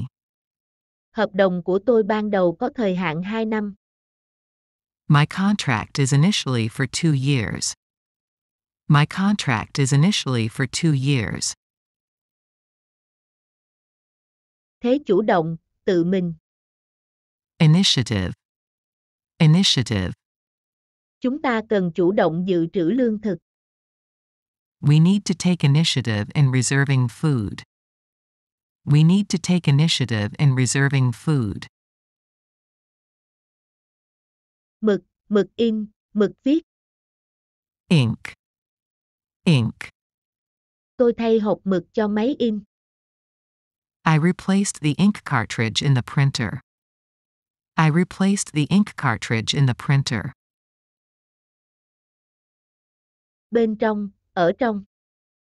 Inner. Inner. Nó ở cái túi bên trong áo khoác của tôi. It's in the inner pocket of my coat. It's in the inner pocket of my coat. Sự đổi mới sáng tạo. Innovation. Innovation. Chúng tôi rất quan tâm đến việc đổi mới sản phẩm. We are very interested in product innovation. We are very interested in product innovation. Có tính đổi mới, có tính sáng tạo. Innovative. Innovative.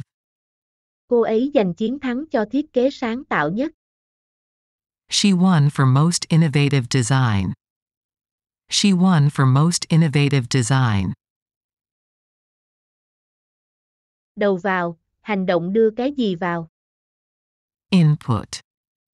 Input. Chúng ta cần thêm nguyên liệu đầu vào cho sản xuất. We need more input materials for production. We need more input materials for production.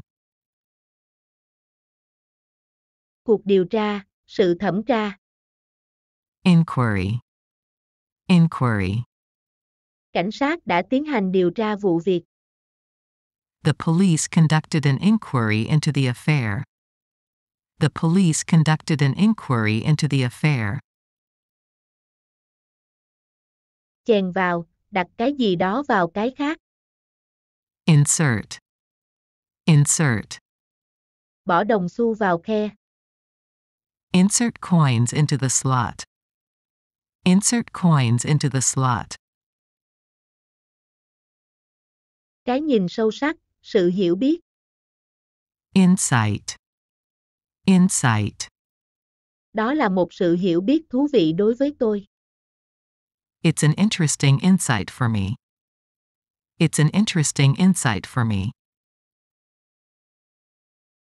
Khăng khăng, cố nài nỉ. Insist. Insist. Cô ấy khăng khăng giữ tôi lại. She insisted on keeping me. She insisted on keeping me. Thanh tra cảnh sát. Inspector. Inspector. Ông ấy là thanh tra phụ trách vụ án này. He is the inspector in charge of this case. He is the inspector in charge of this case. Truyền cảm hứng. Inspire. Inspire. Âm nhạc truyền cảm hứng cho tôi. Music inspires me. Music inspires me. Cài đặt, lắp vào. Install. Install. Tôi đã cài đặt chương trình trên điện thoại. I installed the program on my phone. I installed the program on my phone. Sự lắp đặt, sự cài đặt. Installation. Installation. Việc lắp đặt phải mất vài ngày. Installation requires several days. Installation requires several days. Ví dụ, trường hợp. Instance. Instance. Ví dụ, ở đây có một người lạ thử đi. For instance, there is a stranger here. For instance, there is a stranger here. Lập tức, ăn liền được. Instant. Instant. Cà phê hòa tan. Instant coffee. Instant coffee. Ngay lập tức. Instantly. Instantly. Mặt cô ấy lập tức ửng đỏ. Instantly, her face turned scarlet. Instantly, her face turned scarlet. Học viện, viện. Institute. Institute. Viện nghiên cứu. Research institute. Research institute. Tổ chức. Institution. Institution. Tổ chức tài chính. Financial institution. Financial institution. Bảo hiểm. Insurance. Insurance. Bảo hiểm xã hội. Social insurance. social insurance, tích hợp, lồng ghép, integrate, integrate, chương trình sẽ tích hợp với phần mềm hiện có của tôi. the program will integrate with my existing software. The program will integrate with my existing software. Thuộc trí óc, thuộc trí tuệ, Intellectual, intellectual, quyền sở hữu trí tuệ, intellectual property rights, intellectual property rights, dự định, chủ tâm, intended, intended. anh ta có chủ tâm muốn bạn đến đó đấy. He intended for you to go there. He intended for you to go there. Mãnh liệt, cảm giác rất mạnh, Intense, intense. cơn đau quá khủng khiếp, The pain was so intense. The pain was so intense. tương tác, Interact, interact. cậu bé tương tác tốt với những đứa trẻ khác, The boy interacts well with other children. The boy interacts well with other children.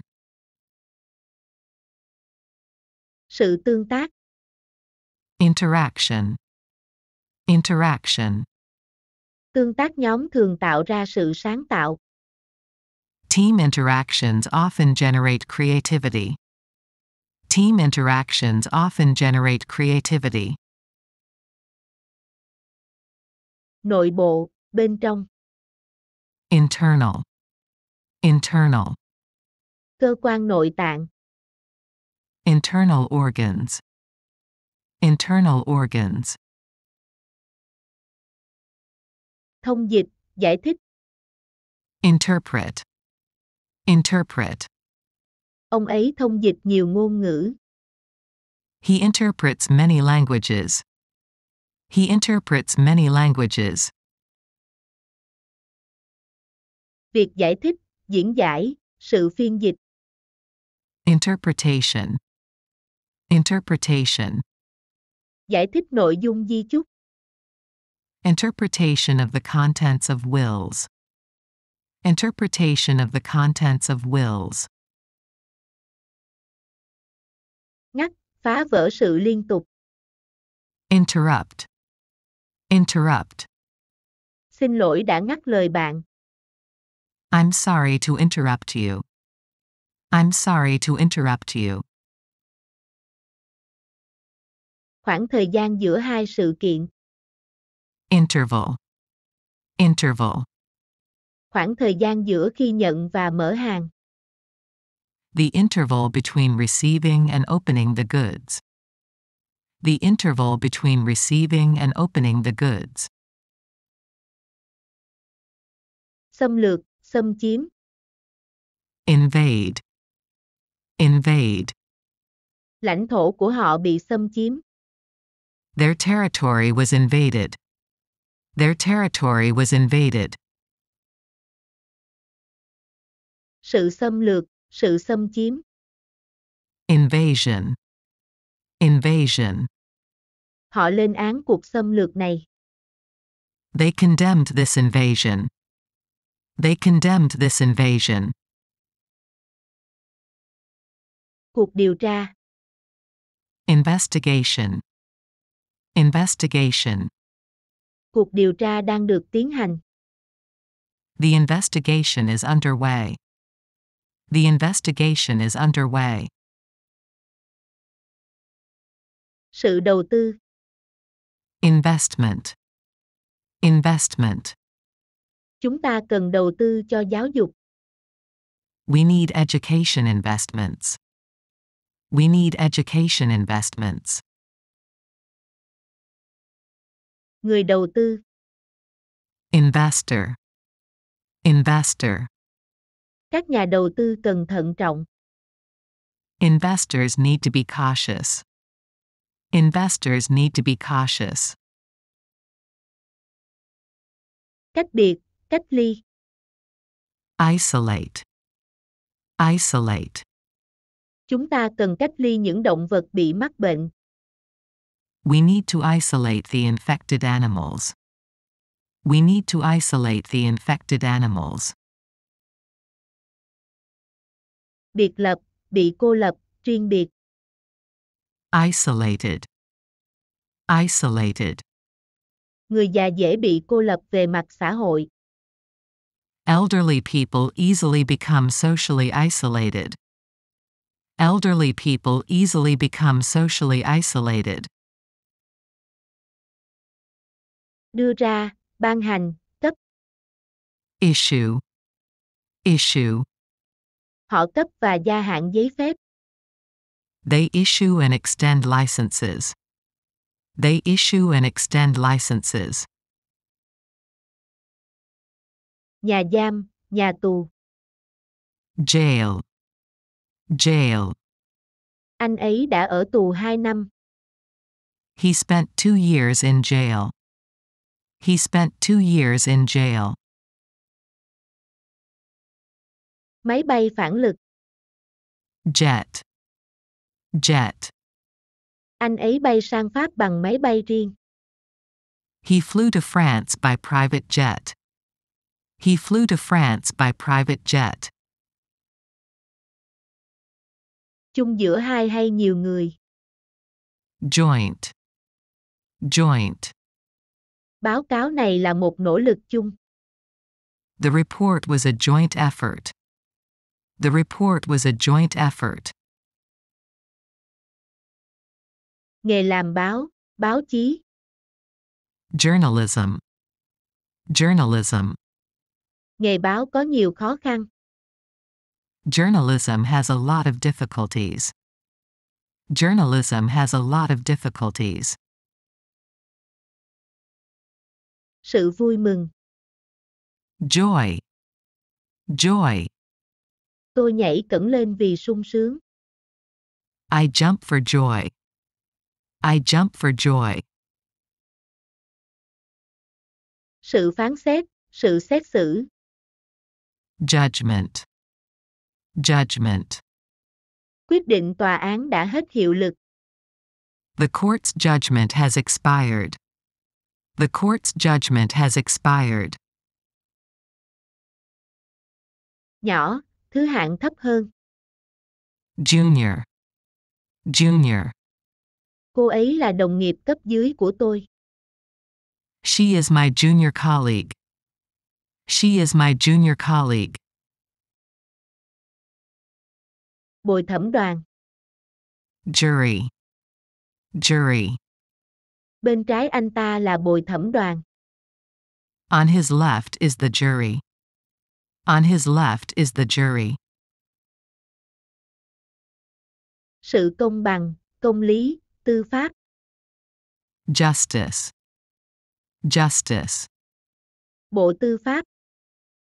The Ministry of Justice. The Ministry of Justice. Biện minh, biện hộ. Justify. Justify. Đó có phải là cách bạn biện minh cho việc ăn cắp? Is that how you justify stealing? Is that how you justify stealing? Bộ dụng cụ. Kit. Kit. Bộ sơ cứu ở đâu? Where is the first aid kit? Where is the first aid kit? Nhân công, công việc, lao động. Labor. Labor. Bộ luật lao động. The Labor Code. The Labor Code. Thang. Ladder. Ladder. Anh ấy dẫn tôi xuống một cái thang. He led me down a ladder. He led me down a ladder. Sự hạ cánh. Landing. Landing. Phi công đã cho hạ cánh khẩn cấp. The pilot made an emergency landing. The pilot made an emergency landing. Phong cảnh. Landscape. Landscape. Cảnh quan đã hoàn toàn thay đổi. The landscape has completely changed. The landscape has completely changed. Làn đường, con đường nhỏ. Lane. Lane. Đường ở đây có 6 làn xe. The road here has 6 lanes. The road here has 6 lanes. Phần lớn, chủ yếu. Largely. Largely. Bữa tối chủ yếu là thịt. Dinner consisted largely of meat. Dinner consisted largely of meat. Gần đây, mới đây. Lately. Lately. Gần đây bạn có gặp anh ấy không? Have you seen him lately? Have you seen him lately? Tin mới nhất, điều mới nhất. Latest. Latest. Bạn đã nghe tin mới nhất chưa? Have you heard the latest? Have you heard the latest? Phóng, phát động, ra mắt. Launch. Launch. Vệ tinh đã được phóng thành công. The satellite was successfully launched. The satellite was successfully launched. Khả năng lãnh đạo, sự lãnh đạo. Leadership. Leadership. Chúng tôi tin tưởng vào sự lãnh đạo của bạn. We count on your leadership. We count on your leadership. Tờ rơi. Leaflet. Leaflet. Tôi nhận được một tờ rơi của Bộ Y tế. I got a Ministry of Health leaflet. I got a Ministry of Health leaflet. Giải đấu thể thao, liên đoàn. League. League. Liên đoàn bóng đá Anh. English Football League. English Football League.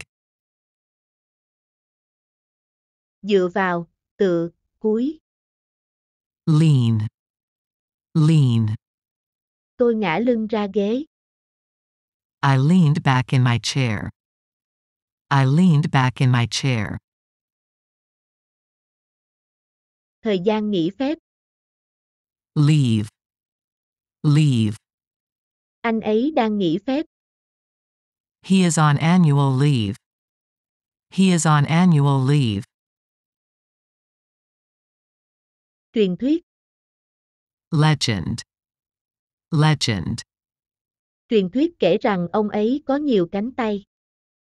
Legend has it that he has many arms. Legend has it that he has many arms. Ống kính, thấu kính. Lens. Lens. Tôi đặt nó dưới ống kính hiển vi. I put it under my microscope lens. I put it under my microscope lens. Làm phẳng, sang bằng. Level. Level.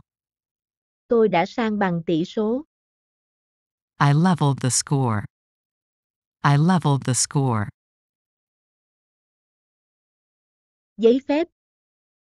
License. License. Giấy phép lái xe. A driving license. A driving license. Cả đời. Lifetime. Lifetime. Đây là cơ hội chỉ có một lần trong đời. This is a once-in-a-lifetime opportunity. This is a once-in-a-lifetime opportunity.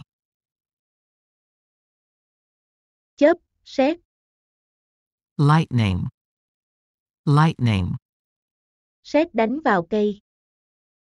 Lightning hit the tree. Lightning hit the tree. Tương tự như vậy. Likewise. Likewise. Tôi mong mọi người cũng làm như vậy. I expect everyone to do likewise. I expect everyone to do likewise. Sự hạn chế, sự giới hạn. Limitation. Limitation. Ai cũng có hạn chế của mình. Every man finds his limitations. Every man finds his limitations. Có giới hạn, hạn chế. Limited. Limited. Phiên bản giới hạn. The limited edition. The limited edition. Lót. Line. Line. Chiếc áo khoác được lót lụa. The coat is lined with silk. The coat is lined with silk. Lít. Leader. Leader. Tôi đã mua 1 lít. I bought 1 liter. I bought 1 liter. Theo đúng nghĩa đen. Literally. Literally. Tôi không ngờ bạn hiểu nó theo nghĩa đen. I didn't expect you to take it literally. I didn't expect you to take it literally. Thuộc văn chương, thuộc văn học. Literary. Literary. Tác phẩm văn học. Literary works. Literary works. Rác. Litter. Litter. Ai đó đã vứt rác ở đây. Someone dropped litter here. Someone dropped litter here. Sống động, sôi nổi. Lively. Lively. Cuộc thảo luận của chúng tôi rất sôi nổi. Our discussion was lively. Our discussion was lively. Trọng tải, vật chở. Load. Load. Tải trọng tối đa của thang máy là 300 pound. The elevator's maximum load is 300 pounds. The elevator's maximum load is 300 pounds. Khoản vay. Loan. Loan. Tôi đã trả xong khoản vay sinh viên. I paid off my student loan. I paid off my student loan. Hợp lý. Logical. Logical. Anh ấy đã rút ra một kết luận hợp lý. He drew a logical conclusion. He drew a logical conclusion. Lâu dài, dài hạn. Long term. Long term. Mục tiêu dài hạn. Long term aims. Long term aims. Lỏng lẻo, không chặt. Loose. Loose. Kiểm tra xem phích cắm có bị lỏng không. Check that the plug has not come loose. Check that the plug has not come loose. Chúa tể. Lord. Lord. Chúa tể của những chiếc nhẫn. The Lord of the Rings. The Lord of the Rings. Xổ số. Lottery. Lottery. Họ trúng xổ số quốc gia. They won the national lottery. They won the national lottery. Mức thấp, con số thấp. Low. Low. Lãi suất đang ở mức thấp lịch sử. Interest rates are at historic lows. Interest rates are at historic lows. Hạ thấp, giảm. Lower. Lower. Cô ấy hạ tờ báo xuống. She lowered her newspaper. She lowered her newspaper. Trung thành. Loyal. Loyal. Anh ấy là một người bạn trung thành. He is a loyal friend. He is a loyal friend. Phổi. Lung. Lung. Hút thuốc lá có thể gây ung thư phổi. Smoking can cause lung cancer. Smoking can cause lung cancer. Lời bài hát. Lyric. Lyric. Nhạc và lời của tôi. Music and lyrics by me. Music and lyrics by me. Tráng lệ, lộng lẫy.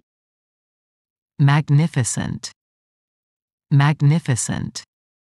Tòa nhà thật tráng lệ. The building is magnificent. The building is magnificent. Duy trì, bảo dưỡng. Maintain. Maintain. Chúng tôi luôn duy trì mối quan hệ thân thiết. We have always maintained close relations. We have always maintained close relations. Số đông, đa số. Majority. Majority. Phần lớn những người tham gia là nam giới. The majority of participants were men. The majority of participants were men. Tên loại máy móc hoặc thiết bị. Make. Make. Anh ấy đi xe gì? What make of car does he drive? What make of car does he drive? Trang điểm. Makeup. Makeup. Tôi phải tốn 2 tiếng để trang điểm. I have to spend 2 hours in makeup. I have to spend 2 hours in makeup. Sự làm, sự chế tạo. Making. Making. Lập dự toán ngân sách nhà nước. Making of state budget estimates. Making of state budget estimates. Sản xuất. Manufacture. Manufacture. Công ty này sản xuất phân bón. This company manufactures fertilizers. This company manufactures fertilizers. Sự sản xuất, sự chế tạo. Manufacturing. Manufacturing. Anh ấy trực tiếp điều hành sản xuất. He directly manages manufacturing. He directly manages manufacturing. Tạo bản đồ. Map. Map. Khu vực này vẫn chưa được lập bản đồ. The region has not yet been mapped. The region has not yet been mapped. Lề, mép, bờ. Margin. Margin. Tôi viết một ghi chú ở bên lề. I wrote a note in the margin. I wrote a note in the margin. Dấu hiệu, vật đánh dấu. Marker. Marker. Tôi đánh dấu chỗ quả bóng rơi xuống. I placed a marker where the ball had landed. I placed a marker where the ball had landed. Thuộc về chiến tranh, thuộc về võ thuật. Martial. Martial. Võ thuật.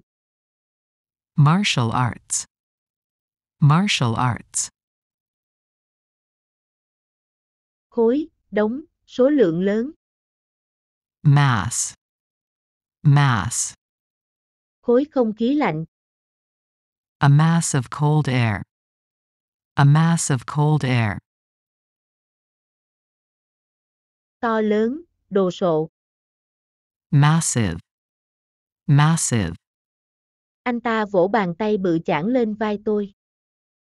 He clapped a massive hand on my shoulder. He clapped a massive hand on my shoulder.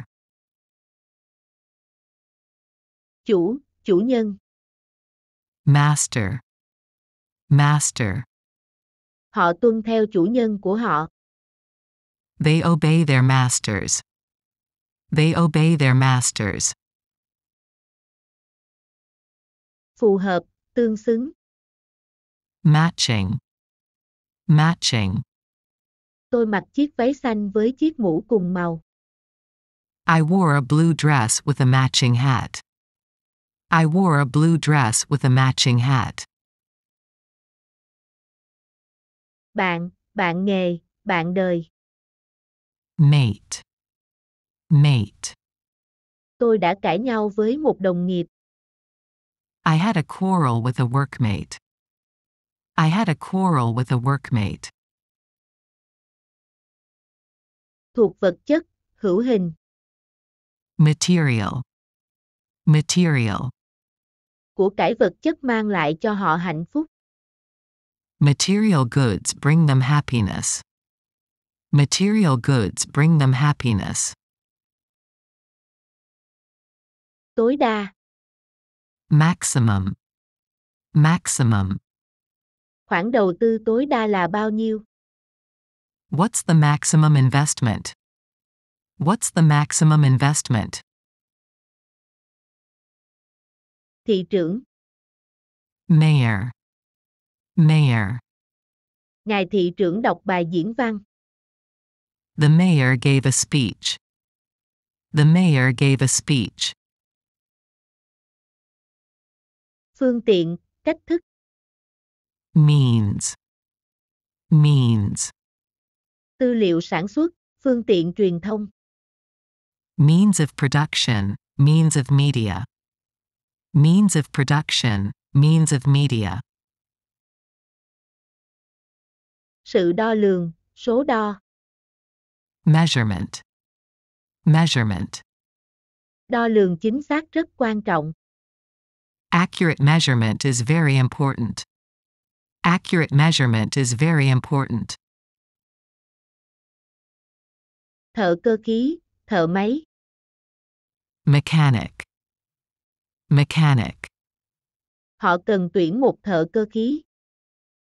They need to hire a mechanic. They need to hire a mechanic. Thuộc máy móc, thuộc cơ khí. Mechanical. Mechanical. Thiết bị cơ khí. A mechanical device. A mechanical device. Hệ thống cơ khí, máy móc, cơ chế. Mechanism. Mechanism. Anh ấy vô tình làm kẹt máy. He accidentally jammed the mechanism. He accidentally jammed the mechanism. Huy chương, cái mề đay. Medal. Medal. Đội tôi giành được huy chương vàng. My team won a gold medal. My team won a gold medal. Thuốc, dược phẩm, điều trị bằng thuốc. Medication. Medication. Ông ấy phải nhập viện và dùng thuốc. He required hospitalization and medication. He required hospitalization and medication. Phương tiện truyền đạt. Medium. Medium. Báo chí là một phương tiện truyền thông. The press is a medium of communication. The press is a medium of communication. Tan chảy. Melt. Melt. Ánh nắng làm tan tuyết. The sun melts the snow. The sun melts the snow. Tư cách thành viên. Membership. Membership. Tôi đã đăng ký làm thành viên. I applied for membership. I applied for membership. Đáng nhớ hoặc dễ nhớ. Memorable. Memorable. Sự kiện mang lại nhiều khoảnh khắc đáng nhớ. The event provided many memorable moments. The event provided many memorable moments. Phép ẩn dụ. Metaphor. Metaphor. Nhà văn này dùng nhiều phép ẩn dụ. The writer uses many metaphors. The writer uses many metaphors. Quân đội, thuộc quân đội. Military. Military. Công dân phải thực hiện nghĩa vụ quân sự. A citizen shall perform military service. A citizen shall perform military service. Thợ mỏ. Miner. Miner. Người thợ mỏ bị mắc kẹt dưới lòng đất. The miner was trapped underground. The miner was trapped underground. Khoáng sản. Mineral. Mineral. Đất nước tôi giàu tài nguyên khoáng sản. My country is rich in mineral resources. My country is rich in mineral resources. Tối thiểu. Minimum. Minimum. Yêu cầu tối thiểu của bạn là gì? What are your minimum requirements? What are your minimum requirements? Bộ trưởng, mục sư. Minister. Minister. Bộ trưởng Bộ Giáo dục. The Minister of Education. The Minister of Education. Không lớn lắm, không quan trọng. Minor. Minor. Đó là một vấn đề tương đối nhỏ. That's a relatively minor matter. That's a relatively minor matter. Thiểu số, phần ít. Minority. Minority. Họ chỉ là thiểu số. They are a minority. They are a minority. Khổ sở. Miserable. Miserable. Tôi đã trải qua một cuối tuần khốn khổ. I spent a miserable weekend. I spent a miserable weekend. Sứ mệnh, nhiệm vụ. Mission. Mission. Nhiệm vụ của họ đã kết thúc. Their mission has ended. Their mission has ended. Nhầm lẫn. Mistake. Mistake. Tôi không thể nhầm mái tóc đỏ của cô ấy. I couldn't mistake her red hair. I couldn't mistake her red hair. Hỗn hợp, lẫn lộn, pha trộn. Mixed. Mixed. Cảm xúc lẫn lộn. Mixed emotions. Mixed emotions. Cách thức, phương thức. Mode. Mode. Phương thức vận tải. Mode of transport. Mode of transport. Lập mô hình. Model. Model. Chúng tôi mô hình hóa quá trình phát triển. We model the development process. We model the development process. Khiêm tốn. Modest. Modest. Sao lại khiêm tốn quá vậy? Why are you so modest? Why are you so modest? Sửa đổi. Modify. Modify. Bạn cần sửa lại kế hoạch của bạn. You need to modify your plans. You need to modify your plans. Màn hình. Monitor. Monitor. Màn hình hiển thị chi tiết chuyến bay. Monitors display flight details. Monitors display flight details. Quái vật. Monster. Monster. Quái vật ba đầu. A monster with 3 heads. A monster with 3 heads. Hàng tháng. Monthly. Monthly. Ông ấy hưởng lương hưu hàng tháng. He receives a monthly pension. He receives a monthly pension. Công trình xây dựng để tưởng niệm, di tích. Monument. Monument. Họ đã dựng lên một tượng đài cho ông. They erected a monument to him. They erected a monument to him. Có đạo đức, thuộc luân lý. Moral. Moral. Anh ấy có phẩm chất đạo đức tốt. He has good moral qualities. He has good moral qualities. Hơn thế nữa, ngoài ra. Moreover. Moreover. Hơn nữa, anh ấy còn là một nghệ sĩ tài năng. Moreover, he was a talented artist. Moreover, he was a talented artist. Sự thế chấp. Mortgage. Mortgage. Anh ấy đã thế chấp căn nhà của mình. He took out a mortgage on his house. He took out a mortgage on his house. Nhà thờ Hồi giáo. Mosque. Mosque. Anh ấy cầu nguyện ở một nhà thờ Hồi giáo. He prayed in a mosque.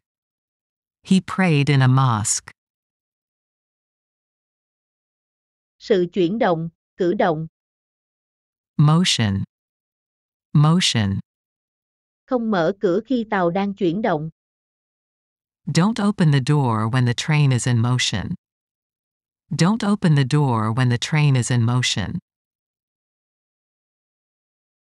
Thúc đẩy, làm động cơ thúc đẩy. Motivate. Motivate. Tư lợi đã thúc đẩy anh ta thay đổi. Self-interest motivated him to change. Self-interest motivated him to change.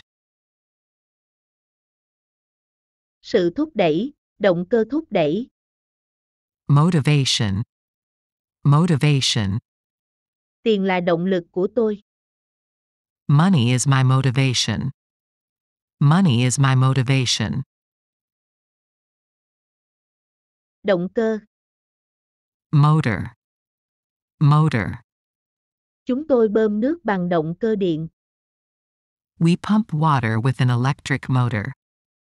We pump water with an electric motor. Leo lên, cưỡi lên. Mount.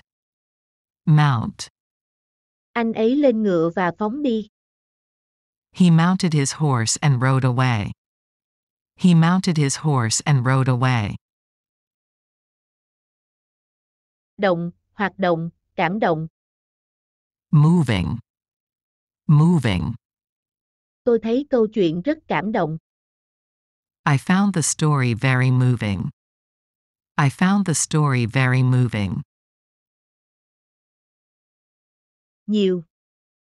Multiple. Multiple. Nó được ký kết bằng nhiều ngôn ngữ.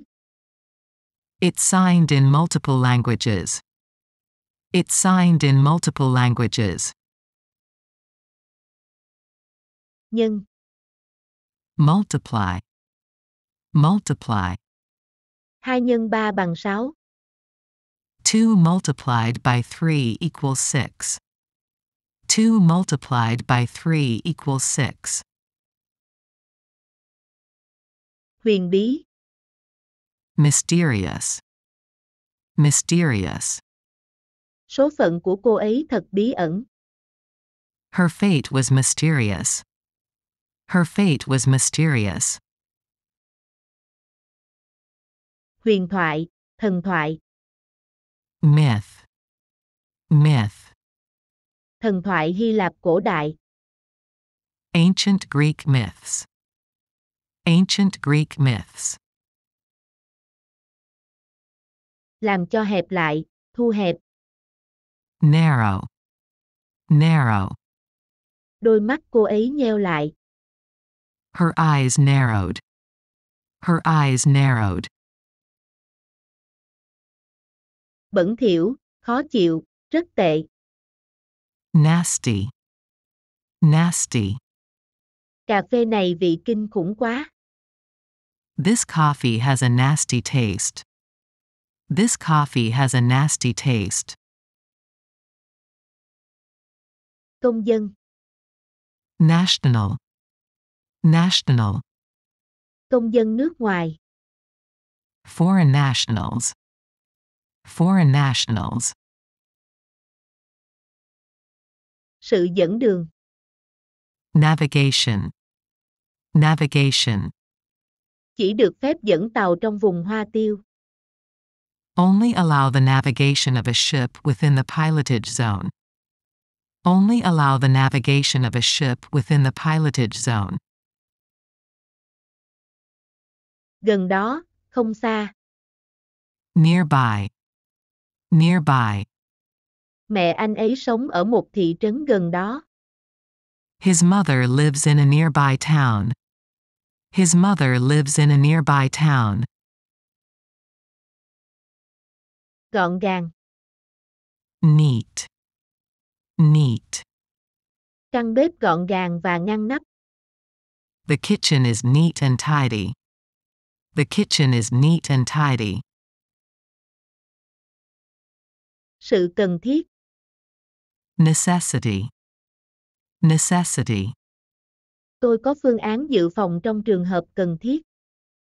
I have a backup plan in case of necessity.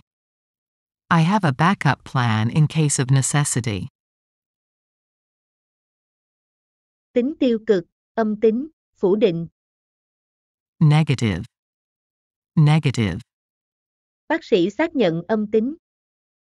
The doctor confirmed the negative. The doctor confirmed the negative. Thương lượng, đàm phán. Negotiate. Negotiate. Chúng tôi đã đàm phán thành công. We successfully negotiated. We successfully negotiated. Sự thương lượng, sự đàm phán. Negotiation. Negotiation. Giá còn có thể thương lượng. The price is open to negotiation. The price is open to negotiation. Dây thần kinh. Nerve. Nerve. Dây thần kinh thị giác. The optic nerve. The optic nerve. Trung lập. Neutral. Neutral. Họ giữ một vị trí trung lập. They took a neutral position. They took a neutral position. Tuy nhiên. Nevertheless. Nevertheless. Tuy nhiên, tôi vẫn thích nó. Nevertheless, I still like it. Nevertheless, I still like it. Gần đây. Newly. Newly. Họ là một cặp vợ chồng mới cưới. They are a newly married couple. They are a newly married couple. Cơn ác mộng. Nightmare. Nightmare. Tôi lại gặp ác mộng. I had a nightmare again. I had a nightmare again. Quy tắc, khuôn mẫu, định mức, chuẩn mực. Norm. Norm. Nó khác xa bình thường. This is way outside the norm. This is way outside the norm. Vở ghi chép, sổ tay. Notebook. Notebook.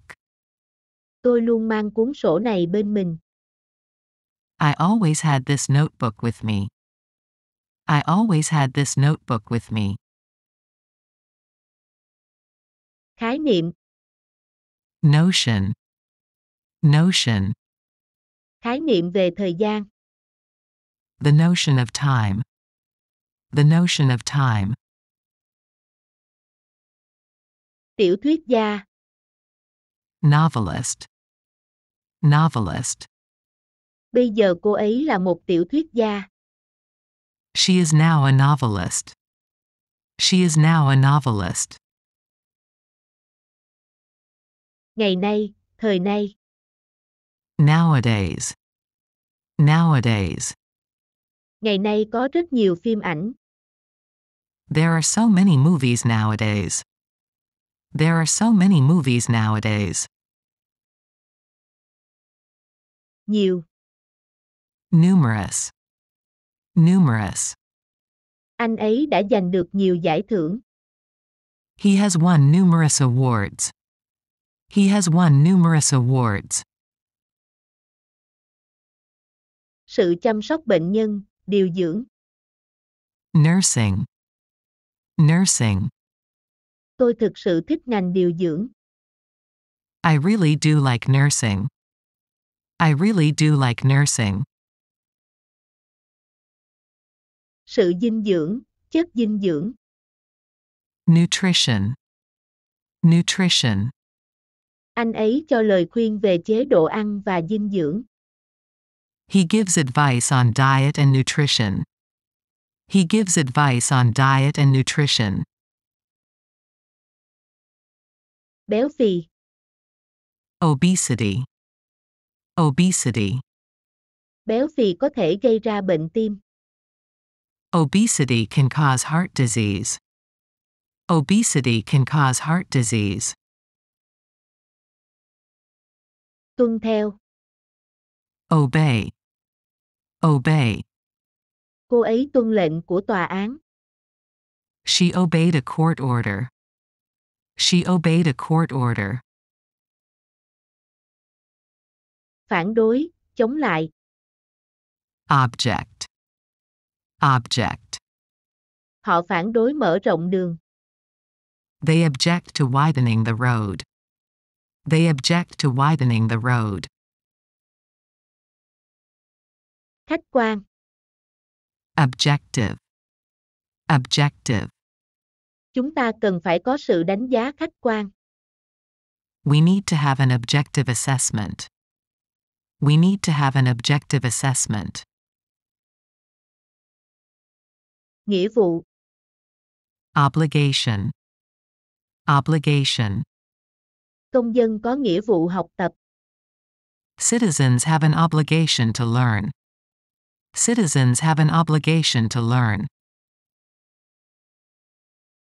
Sự quan sát, sự theo dõi. Observation. Observation. Bệnh nhân đang được theo dõi. The patient is under observation. The patient is under observation. Quan sát. Observe. Observe. Anh ấy quan sát mọi việc tôi làm. He observes everything I do. He observes everything I do. Người quan sát. Observer. Observer. Anh ấy là một người quan sát tinh tường. He is an acute observer. He is an acute observer. Sự trở ngại, chướng ngại vật. Obstacle.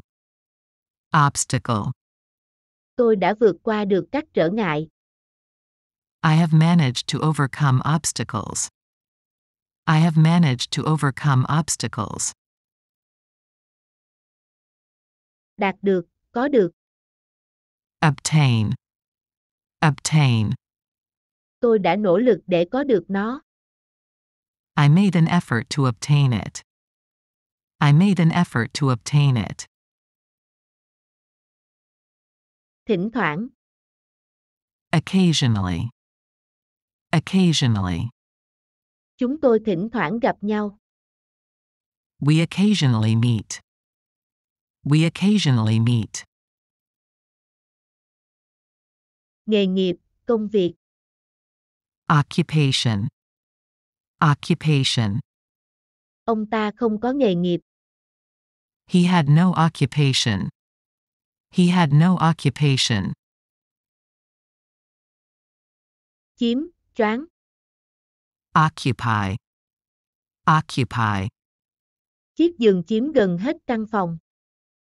The bed occupies most of the room. The bed occupies most of the room. Xúc phạm. Offend. Offend. Tôi không có ý xúc phạm bạn. I didn't mean to offend you. I didn't mean to offend you. Người phạm tội. Offender. Offender. Người phạm tội ăn năn hối cải. The offender expresses contrition. The offender expresses contrition. Sự xúc phạm. Offense. Offense. Không có ý xúc phạm nha, nhưng cậu bốc mùi quá. No offense, but you really smell bad. No offense, but you really smell bad. Phản cảm, gây khó chịu. Offensive. Offensive. Nó hơi phản cảm nhỉ? Is it slightly offensive? Is it slightly offensive? Viên chức, công chức. Official. Official. Quan chức chính phủ. A government official. A government official. Tiếp tục tồn tại hoặc phát triển. Ongoing. Ongoing. Cuộc điều tra vẫn đang tiếp tục.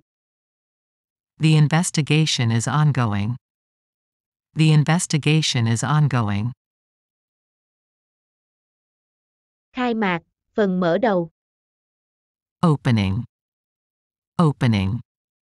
Khai trương. A grand opening. A grand opening. Công khai, cởi mở. Openly. Openly. Niêm yết công khai giá hàng hóa, dịch vụ. Openly post the prices of goods and services. Openly post the prices of goods and services. Vận hành. Operate. Operate. Máy này rất dễ vận hành. This machine is easy to operate. This machine is easy to operate. Người điều khiển, nhà điều hành. Operator. Operator. Anh ấy là người vận hành thiết bị này. He is the operator of this equipment. He is the operator of this equipment. Đối thủ. Opponent. Opponent. Anh ấy đã hạ đo ván nhiều đối thủ. He has knocked out many opponents. He has knocked out many opponents. Phản đối. Oppose. Oppose. Chúng tôi phản đối chiến tranh. We oppose the war. We oppose the war. Phản đối, trái ngược. Opposed. Opposed. Quan điểm của chúng tôi trái ngược nhau. Our views are opposed. Our views are opposed. Phe đối lập, sự đối lập. Opposition. Opposition. Anh ta làm việc cho phe đối lập. He worked for the opposition. He worked for the opposition. Lạc quan. Optimistic. Optimistic. Tôi cảm thấy lạc quan về cơ hội của mình. I feel optimistic about my chances. I feel optimistic about my chances. Dàn nhạc, ban nhạc. Orchestra. Orchestra. Tôi thổi sáo trong ban nhạc. I play the flute in the orchestra. I play the flute in the orchestra. Cơ quan, bộ phận.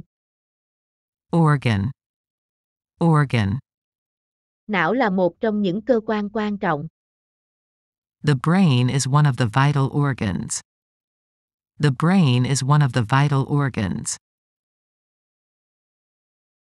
Hữu cơ. Organic. Organic. Rau hữu cơ. Organic vegetables. Organic vegetables. Nguồn gốc. Origin. Origin. Nguồn gốc sự sống trên trái đất. The origin of life on Earth. The origin of life on Earth.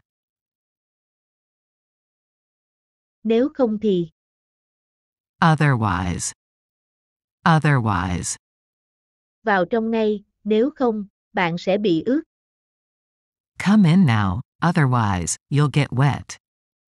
Come in now, otherwise, you'll get wet. Kết cục, kết quả. Outcome. Outcome. Tôi chờ đợi kết quả của cuộc bầu cử. I await the outcome of the election. I await the outcome of the election. Bên ngoài. Outer. Outer. Biểu bì là lớp ngoài cùng của da. The epidermis is the outer layer of the skin. The epidermis is the outer layer of the skin. Bộ trang phục. Outfit. Outfit. Tôi thích đồ tôi đang mặc hôm nay. I like my outfit today. I like my outfit today. Đề cương, đường nét phác thảo. Outline. Outline. Đó là đường nét của một cái vai. That is the outline of a shoulder. That is the outline of a shoulder. Sản lượng, đầu ra. Output. Output. Nhà máy có kế hoạch tăng sản lượng. The plant plans to increase output. The plant plans to increase output. Nổi bật, xuất sắc. Outstanding. Outstanding. Cả hai diễn viên chính đều rất xuất sắc. Both lead actors are outstanding. Both lead actors are outstanding. Tổng thể. Overall. Overall. Chất lượng tổng thể là tốt. The overall quality is good. The overall quality is good. Vượt qua, khắc phục. Overcome. Overcome. Anh ấy đã giúp tôi vượt qua nỗi sợ hãi. He helped me overcome my fears. He helped me overcome my fears. Qua đêm. Overnight. Overnight. Bạn có thể ở lại qua đêm. You can stay overnight. You can stay overnight. Nước ngoài, hải ngoại. Overseas. Overseas. Công ty đang mở rộng ra thị trường nước ngoài. The firm is expanding into overseas markets. The firm is expanding into overseas markets. Nợ. Oh. Oh. Bạn nợ tôi một lời xin lỗi. You owe me an apology.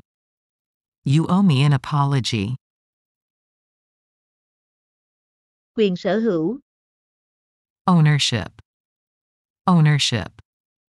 Ngôi nhà đã thay đổi quyền sở hữu nhiều lần. The house has changed ownership several times. The house has changed ownership several times. Oxy. Oxygen. Oxygen. Máu mang oxy lên não. The blood carries oxygen to the brain. The blood carries oxygen to the brain. Đi tới đi lui. Pace. Pace.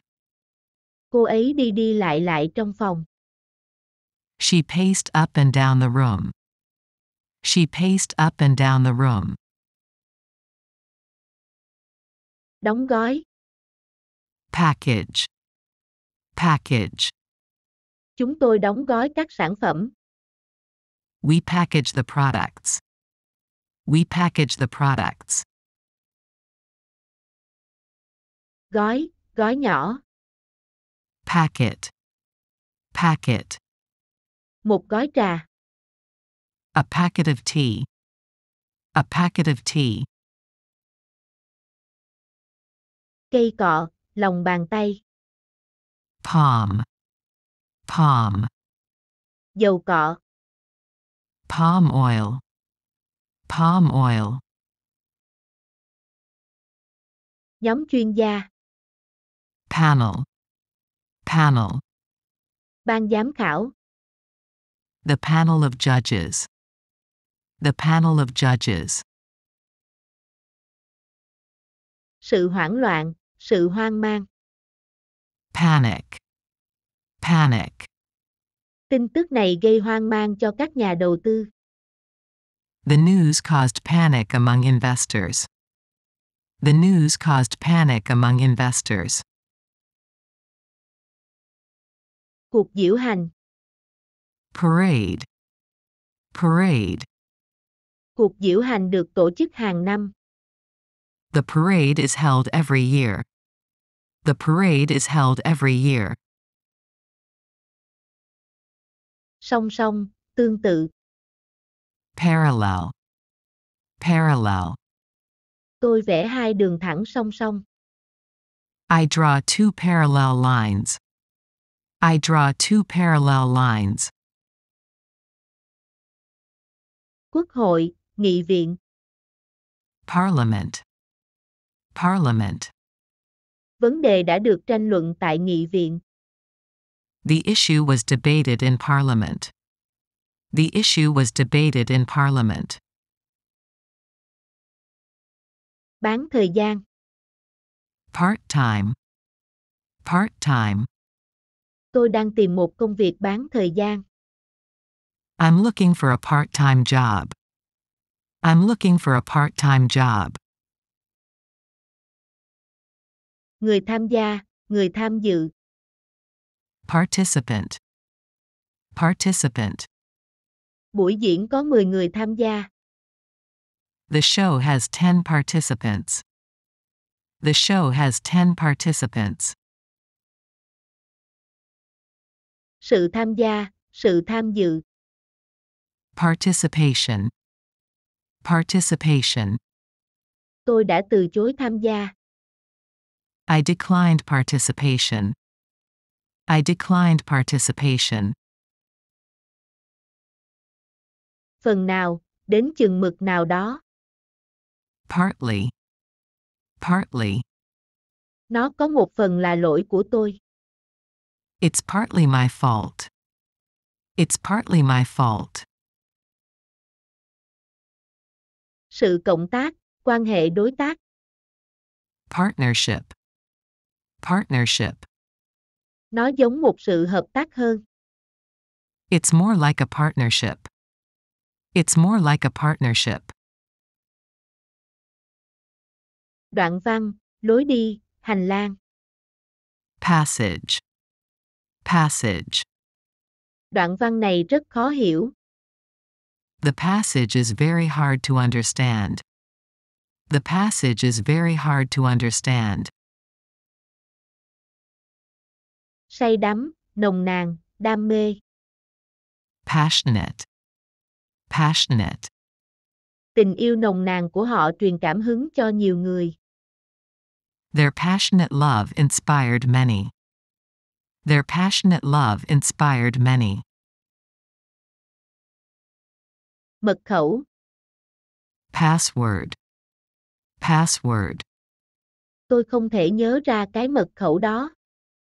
I couldn't remember the password. I couldn't remember the password. Tính kiên nhẫn, sự kiên nhẫn.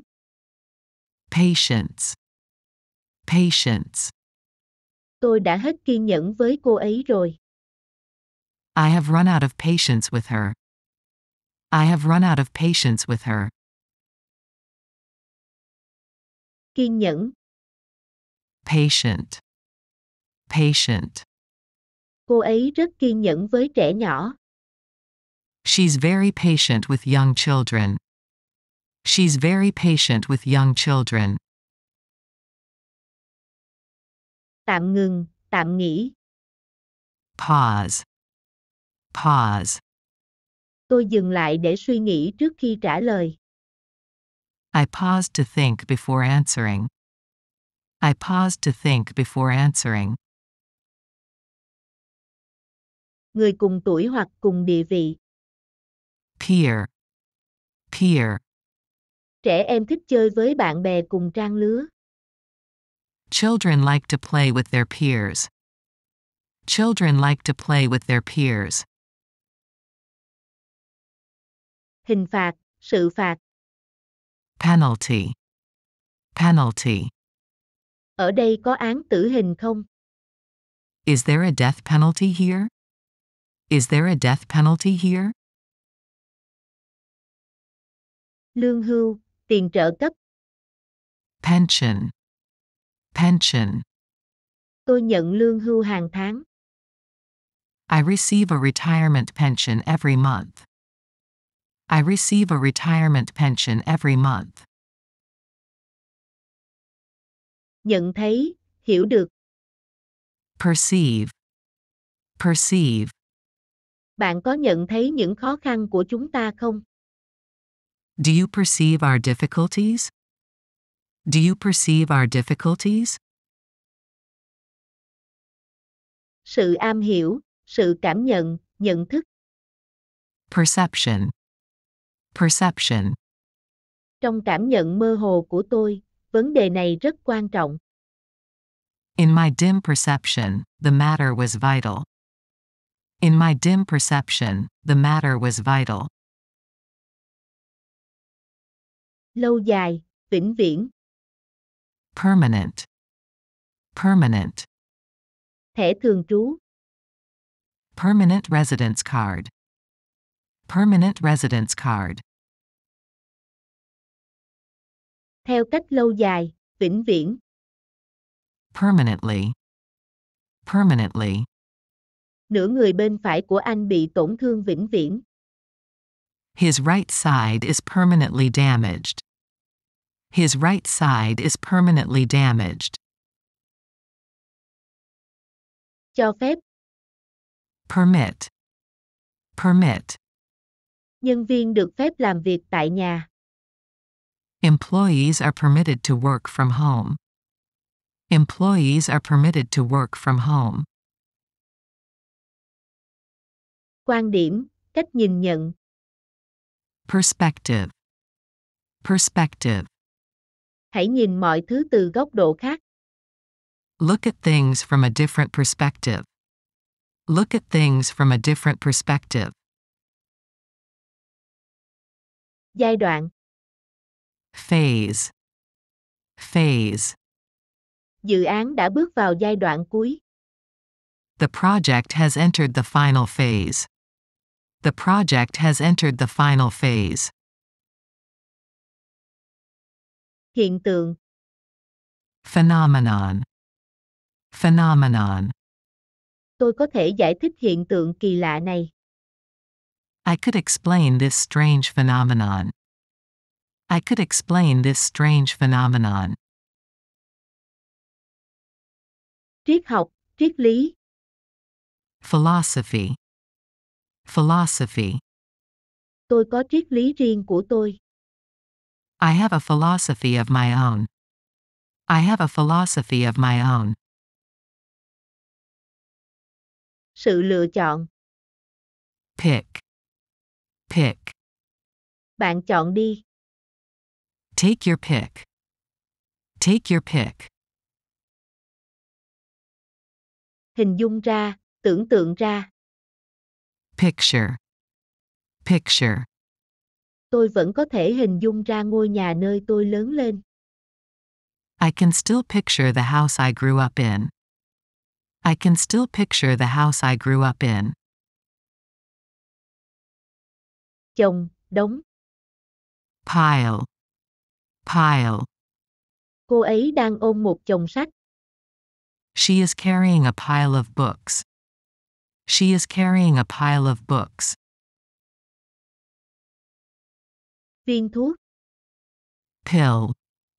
Pill. Uống 3 viên mỗi ngày sau bữa ăn. Take 3 pills daily after meals. Take 3 pills daily after meals. Sân thể thao. Pitch. Pitch. Sân bóng đá. A football pitch. A football pitch. Điều đáng tiếc, lòng thương hại. Pity. Pity. Thật tiếc khi bạn không thể ở lại lâu hơn. It's a pity you can't stay longer. It's a pity you can't stay longer. Sắp xếp, sắp đặt, việc làm. Placement. Placement. Dịch vụ giới thiệu việc làm. A job placement service. A job placement service. Rõ ràng, dễ hiểu, đơn giản. Plain. Plain. Sự thật đã rõ ràng. The facts were plain to see. The facts were plain to see. Mưu tính, âm mưu. Plot. Plot. Họ đang âm mưu chống lại nhà vua. They were plotting against the king. They were plotting against the king. Ưu thế, điểm cộng. Plus. Plus. Biết tiếng Anh là lợi thế trong công việc của cô ấy.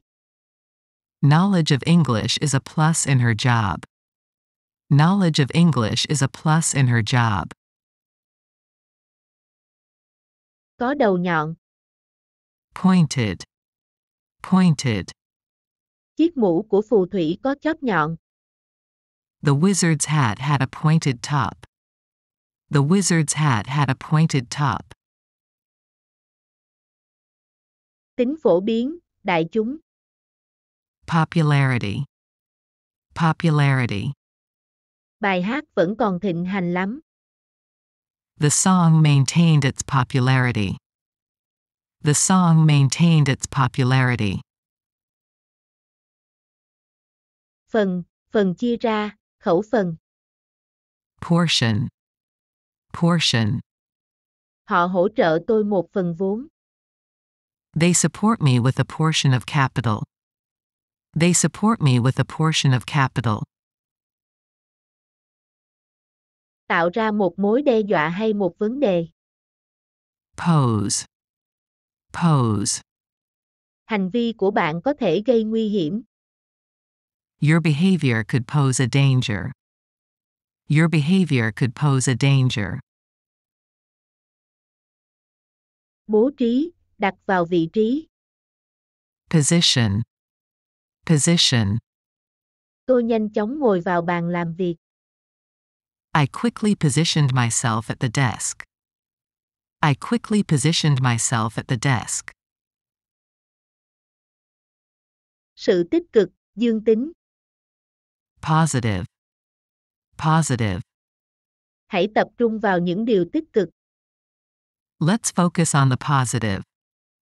Let's focus on the positive. Sở hữu, có. Possess. Possess. Đây là chiếc mũ duy nhất tôi có. This is the only hat I possess. This is the only hat I possess.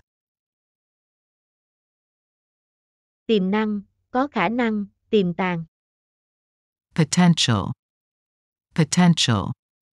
Anh ấy là một nhân viên tiềm năng. He's a potential employee. He's a potential employee. Tiềm tàng, có khả năng. Potentially. Potentially. Viêm gan là một bệnh có khả năng gây tử vong. Hepatitis is a potentially deadly disease. Hepatitis is a potentially deadly disease. Cung cấp năng lượng. Power. Power. Nhà máy cung cấp năng lượng cho cả thị trấn. The plant powers the whole town. The plant powers the whole town. Khen, ca ngợi. Praise. Praise. Cô ấy khen tài nấu nướng của tôi. She praised my cooking. She praised my cooking. Đến trước, tới trước, đứng trước. Proceed. Proceed. Những năm trước chiến tranh. The years preceding the war. The years preceding the war. Quý giá, quý báu. Precious. Precious. Đá quý. A precious stone. A precious stone. Rõ ràng, chính xác. Precise. Precise. Các số đo có chính xác không? Are the measurements precise? Are the measurements precise? Đúng, chính xác. Precisely. Precisely. Cuộc họp bắt đầu đúng 9 giờ. The meeting starts at 9 o'clock precisely. The meeting starts at 9 o'clock precisely. Có thể đoán trước được. Predictable. Predictable. Phản ứng của anh ta hoàn toàn có thể đoán trước được. His reaction was perfectly predictable. His reaction was perfectly predictable. Sở thích, sự ưa thích, sự thích hơn.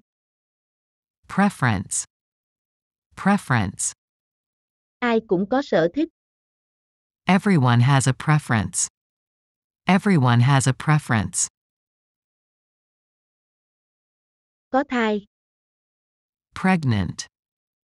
Pregnant. Cô ấy đang mang thai. She's pregnant. She's pregnant. Sự chuẩn bị. Preparation. Preparation. Sự chuẩn bị là chìa khóa của thành công. Preparation is the key to success. Preparation is the key to success. Sự hiện diện, sự có mặt. Presence. Presence. Sự hiện diện của bạn là vinh hạnh cho chúng tôi. Your presence is an honor for us. Your presence is an honor for us. Giữ gìn, bảo tồn, bảo quản. Preserve. Preserve. Hãy giữ gìn nó cho kỹ. Preserve it carefully. Preserve it carefully. Định giá, trả giá. Price. Price. Họ định giá chiếc bình cổ $500. They priced the antique vase at $500. They priced the antique vase at $500.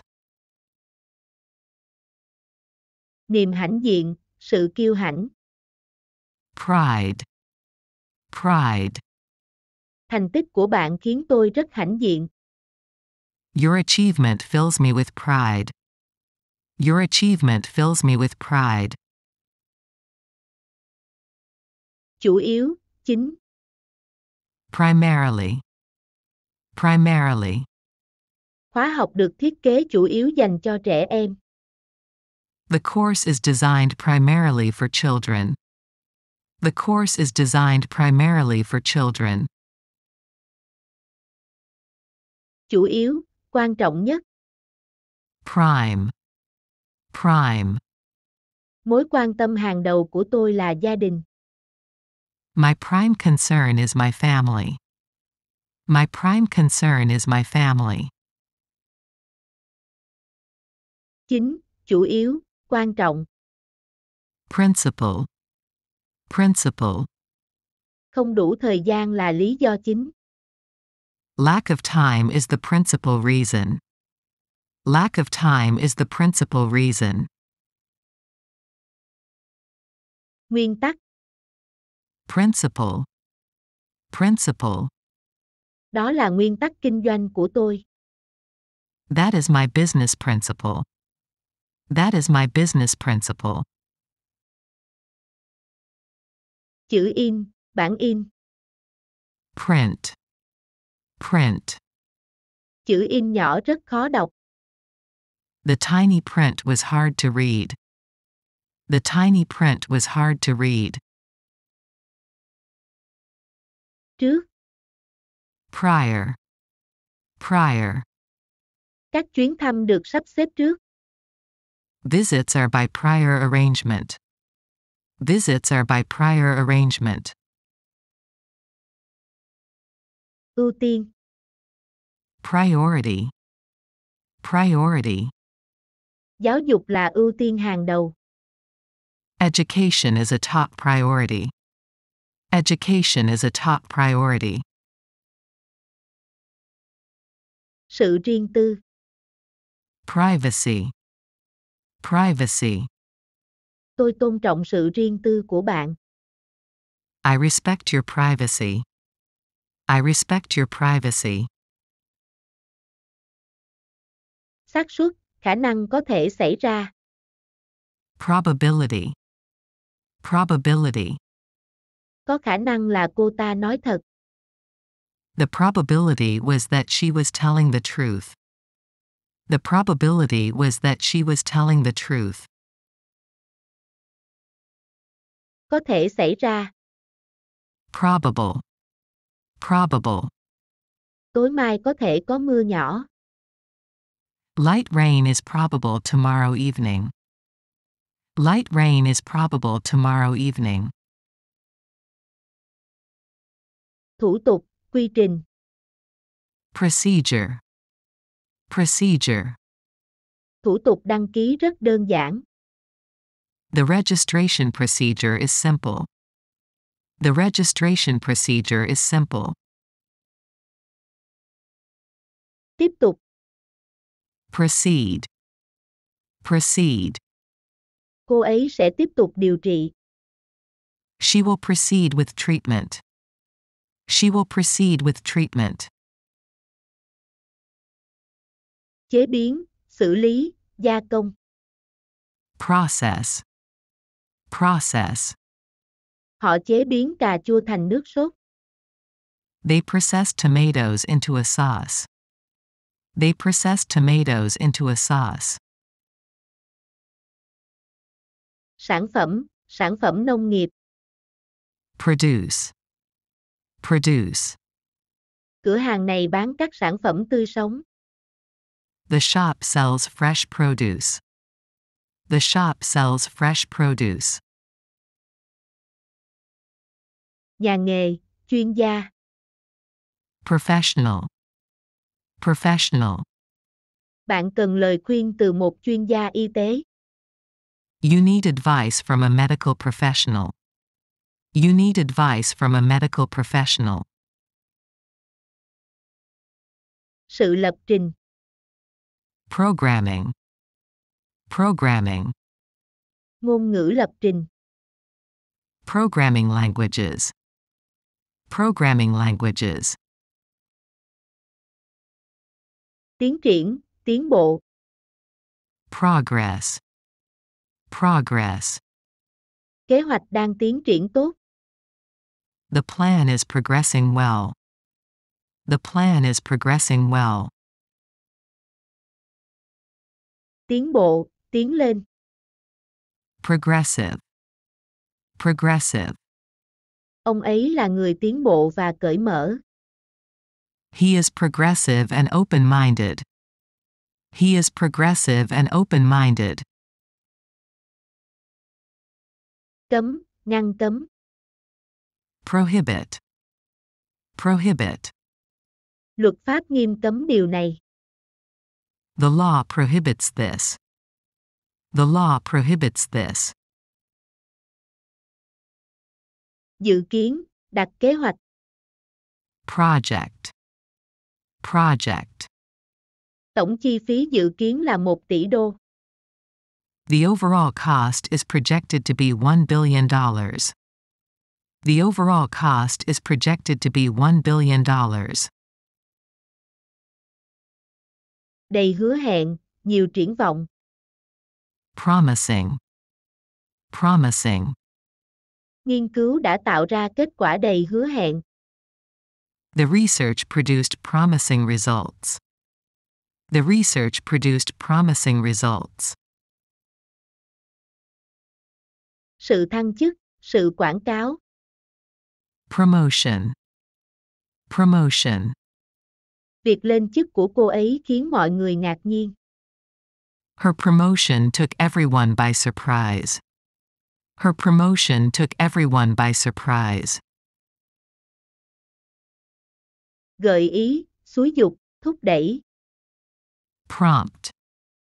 Prompt. Cảm giác phiêu lưu đã thôi thúc tôi hành động. My sense of adventure prompted me to act. My sense of adventure prompted me to act. Bằng chứng. Proof. Proof. Họ không có bằng chứng nào cả. They didn't have any proof. They didn't have any proof. Tỷ lệ. Proportion. Proportion. Tỷ lệ nam giới so với nữ giới. The proportion of men to women. The proportion of men to women. Sự đề nghị, đề xuất. Proposal. Proposal. Tôi phản đối đề nghị của bạn. I object to your proposal. I object to your proposal. Cầu hôn. Propose. Propose. Anh ấy cầu hôn tôi. He proposed to me. He proposed to me. Triển vọng, tiềm năng. Prospect. Prospect. Có rất ít triển vọng thành công. There's little prospect of success. There's little prospect of success. Sự bảo vệ. Protection. Protection. Chúng tôi yêu cầu bảo vệ dữ liệu cá nhân. We require personal data protection. We require personal data protection. Chất đạm. Protein. Protein. Đậu Hà Lan là một nguồn đạm thực vật tốt. Peas are a good source of vegetable protein. Peas are a good source of vegetable protein. Người biểu tình. Protester. Protester. Đường phố đông nghẹt người biểu tình. The streets were crowded with protesters. The streets were crowded with protesters. Thuộc tâm lý học. Psychological. Psychological. Sự phát triển tâm lý của trẻ rất quan trọng. The psychological development of children is important. The psychological development of children is important. Nhà tâm lý học. Psychologist. Psychologist. Cô ấy nên gặp bác sĩ tâm lý. She should see a psychologist. She should see a psychologist. Tâm lý học. Psychology. Psychology. Tôi có bằng thạc sĩ về tâm lý học. I have a master's degree in psychology. I have a master's degree in psychology. Sự xuất bản, ấn phẩm. Publication. Publication. Tôi là người chịu trách nhiệm xuất bản. I'm the person in charge of publication. I'm the person in charge of publication.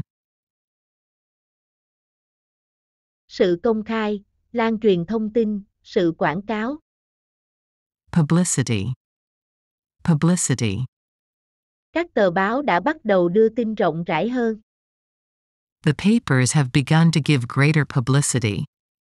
The papers have begun to give greater publicity. Nghề xuất bản, công việc xuất bản. Publishing. Publishing. Cô ấy làm việc trong lĩnh vực xuất bản âm nhạc. She works in music publishing. She works in music publishing. Học sinh, học trò. Pupil. Pupil. Ông ấy dạy học trò sáng tác nhạc. He taught pupils to compose music. He taught pupils to compose music. Mua. Purchase. Purchase. Tôi đã mua một chiếc máy tính mới. I purchased a new computer. I purchased a new computer. Nguyên chất. Pure. Pure. Tôi muốn mua cà phê nguyên chất. I'd like to buy pure coffee. I'd like to buy pure coffee. Hoàn toàn, chỉ là. Purely. Purely. Tôi nhìn thấy bức thư hoàn toàn tình cờ. I saw the letter purely by chance. I saw the letter purely by chance. Theo đuổi, đuổi theo. Pursue. Pursue. Hãy theo đuổi ước mơ của bạn. Pursue your dream. Pursue your dream. Sự theo đuổi, sự truy đuổi. Pursuit. Pursuit. Tôi đi khắp thế giới để theo đuổi ước mơ của mình. I traveled the world in pursuit of my dreams. I traveled the world in pursuit of my dreams. Trò chơi, câu đố, câu hỏi khó. Puzzle. Puzzle. Trò chơi ô chữ. A crossword puzzle. A crossword puzzle. Bảng câu hỏi. Questionnaire. Questionnaire. Tôi điền vào bảng câu hỏi. I filled out questionnaires. I filled out questionnaires.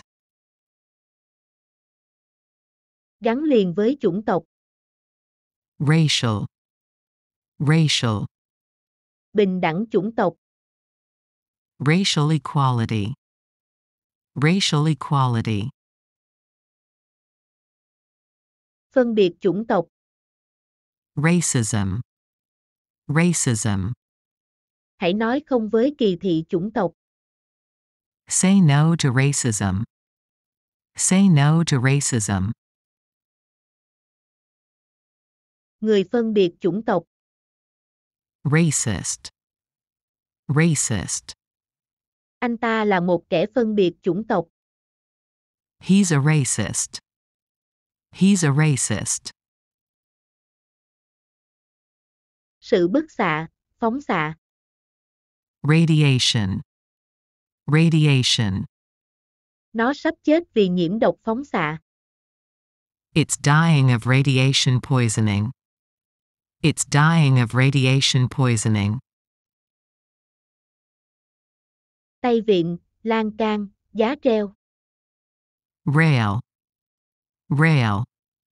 Tôi dựa vào lan can tàu. I leaned on the ship's rail. I leaned on the ship's rail. Ngẫu nhiên. Random. Random. Chúng được xử lý theo thứ tự ngẫu nhiên. They are processed in random order. They are processed in random order. Lên xuống giữa hai mức. Range.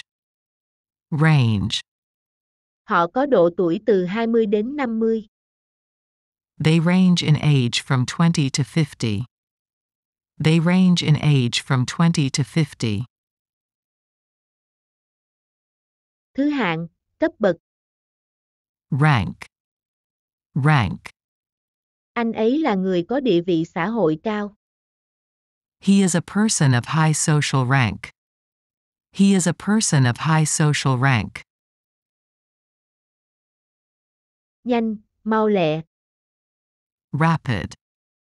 Rapid. Bệnh nhân hồi phục nhanh. The patient made a rapid recovery. The patient made a rapid recovery. Một cách nhanh chóng, mau lẹ. Rapidly. Rapidly. Công nghệ đang thay đổi nhanh chóng. Technology is rapidly changing. Technology is rapidly changing. Con chuột. Rat. Rat. Chuột đã gặm dây điện. Rats had gnawed at the wires. Rats had gnawed at the wires. Đánh giá. Rate. Rate. Nó được đánh giá là sân bay tốt nhất thế giới. It is rated as the best airport in the world. It is rated as the best airport in the world. Sự xếp hạng, sự đánh giá. Rating. Rating. Khách sạn đã đạt được xếp hạng 5 sao. The hotel achieved a 5-star rating. The hotel achieved a 5-star rating. Sống, chưa nấu chín. Raw. Raw. Loại cá này có thể ăn sống. This fish can be eaten raw. This fish can be eaten raw. Tầm tay, phạm vi vươn tới. Reach. Reach. Để xa tầm tay trẻ con. Keep out of reach of children. Keep out of reach of children. Thực tế, chân thực. Realistic. Realistic. Bức tranh rất giống thật. The painting is extremely realistic. The painting is extremely realistic. Hợp lý, có lý. Reasonable. Reasonable. Lời giải thích hoàn toàn hợp lý. The explanation is perfectly reasonable. The explanation is perfectly reasonable. Mức độ vừa, một cách hợp lý. Reasonably. Reasonably. Tôi khá hài lòng với tình hình này. I was reasonably happy with the situation. I was reasonably happy with the situation. Xây dựng lại, làm lại. Rebuild. Rebuild. Anh ấy bắt đầu làm lại cuộc đời. He began to rebuild his life. He began to rebuild his life. Nhớ lại. Recall. Recall. Tôi nhớ lại lần gặp đầu tiên đó. I recall that first meeting. I recall that first meeting. Ống nghe, máy thu, người nhận. Receiver. Receiver. Tôi nhấc ống nghe lên. I picked up the receiver. I picked up the receiver. Suy thoái kinh tế, sự rút đi. Recession. Recession. Đất nước đang trong thời kỳ suy thoái. The country is in recession. The country is in recession. Cho là, nghĩ là, coi là, tính toán. Reckon. Reckon. Tôi nghĩ tôi sẽ nhận được công việc đó. I reckon I'm going to get that job. I reckon I'm going to get that job. Sự nhận ra, sự công nhận. Recognition. Recognition. Nhận diện thương hiệu là quan trọng với doanh nghiệp. Brand recognition is crucial for a business. Brand recognition is crucial for a business. Hồi phục. Recover. Recover. Bệnh nhân đang hồi phục tốt. The patient is recovering well. The patient is recovering well. Sự bình phục, sự khỏi bệnh. Recovery. Recovery. Cô ấy đã hồi phục một cách kỳ diệu. She made a miraculous recovery. She made a miraculous recovery. Tuyển, tuyển dụng. Recruit. Recruit. Họ tuyển thêm nhân viên. They recruited more staff. They recruited more staff. Sự tuyển dụng. Recruitment. Recruitment. Tôi đã bỏ lỡ đợt tuyển dụng. I missed the recruitment round. I missed the recruitment round. Sự giảm bớt. Reduction. Reduction. Họ bị giảm doanh số nghiêm trọng. They had a severe reduction in sales. They had a severe reduction in sales. Trọng tài. Referee. Referee. Trọng tài đã thổi còi. The referee blew his whistle. The referee blew his whistle. Người tị nạn. Refugee. Refugee. Những người tị nạn đã trốn sang biên giới. The refugees have fled to the border. The refugees have fled to the border. Coi như, xem như.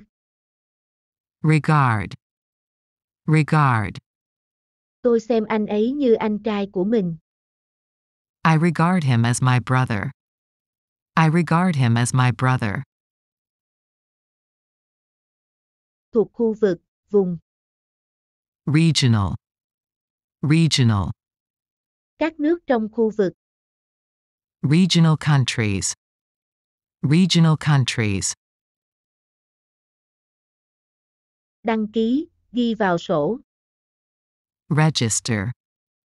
Register. Tôi đã đăng ký tham gia cuộc thi. I registered to take part in the contest. I registered to take part in the contest. Sự đăng ký, sự ghi vào sổ. Registration. Registration. Hạn chót đăng ký là ngày hôm nay. The registration deadline is today. The registration deadline is today. Hối tiếc, hối hận. Regret. Regret. Tôi vô cùng hối hận về những gì đã nói. I deeply regret what I said. I deeply regret what I said. Điều chỉnh, điều tiết. Regulate. Regulate. Van này dùng để điều chỉnh lưu lượng nước. This valve regulates the flow of water. This valve regulates the flow of water. Quy định. Regulation. Regulation. Đây là quy định của công ty. This is a company regulation. This is a company regulation. Củng cố, gia cố. Reinforce. Reinforce. Tất cả điều này giúp củng cố quan điểm của tôi. All this helps reinforce my point. All this helps reinforce my point. Tương đối. Relatively. Relatively.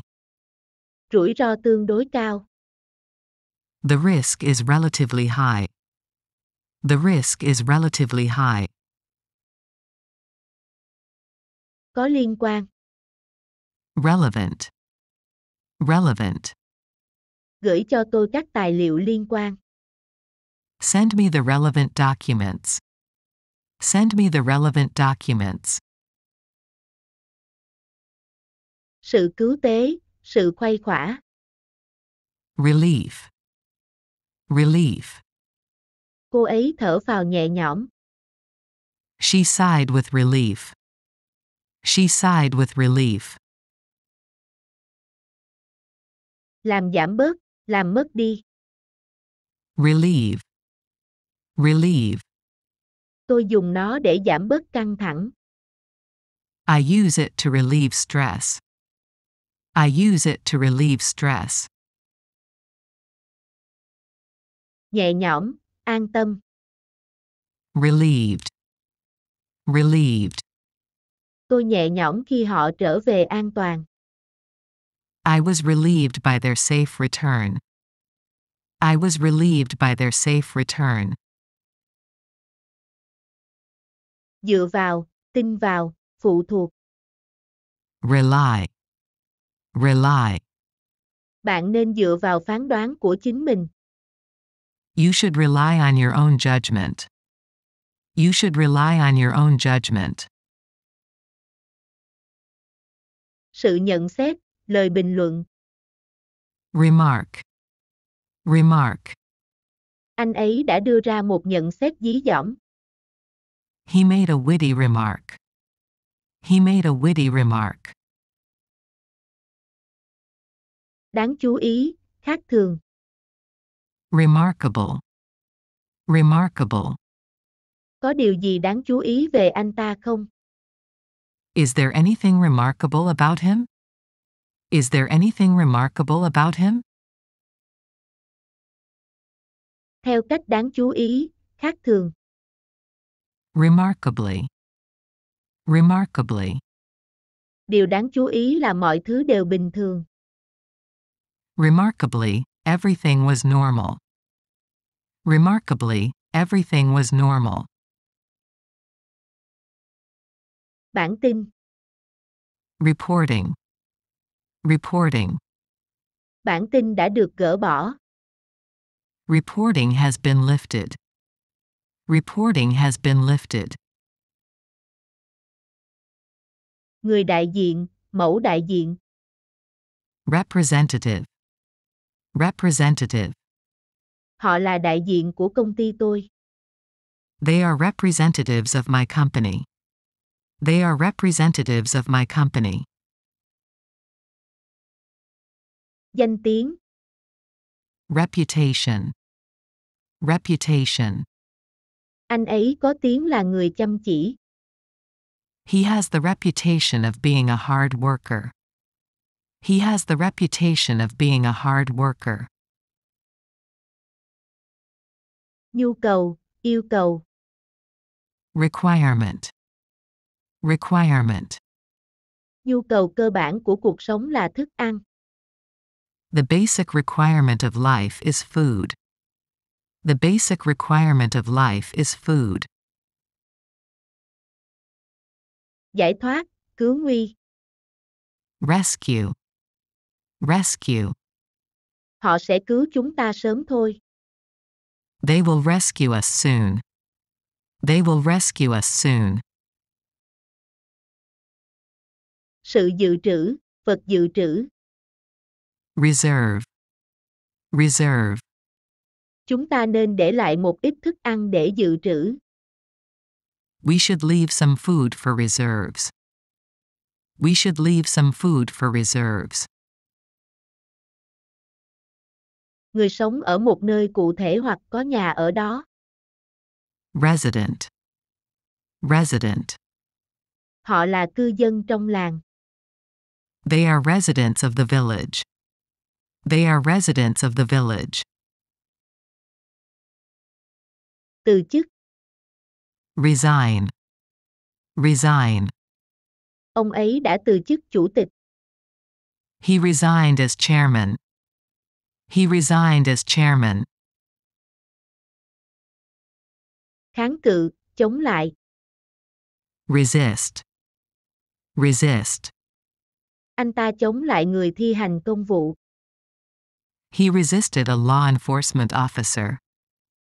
He resisted a law enforcement officer. Sự cam kết, sự quyết tâm, nghị quyết. Resolution. Resolution. Tôi đã quyết tâm bỏ thuốc lá. I made a resolution to give up smoking. I made a resolution to give up smoking. Giải quyết vấn đề hoặc khó khăn. Resolve. Resolve. Họ đang giải quyết tranh chấp. They are resolving a dispute. They are resolving a dispute. Khu nghỉ mát, khu nghỉ dưỡng. Resort. Resort. Khu nghỉ dưỡng này rất sang trọng. This resort is very luxurious. This resort is very luxurious. Khôi phục, hoàn lại, lập lại. Restore. Restore.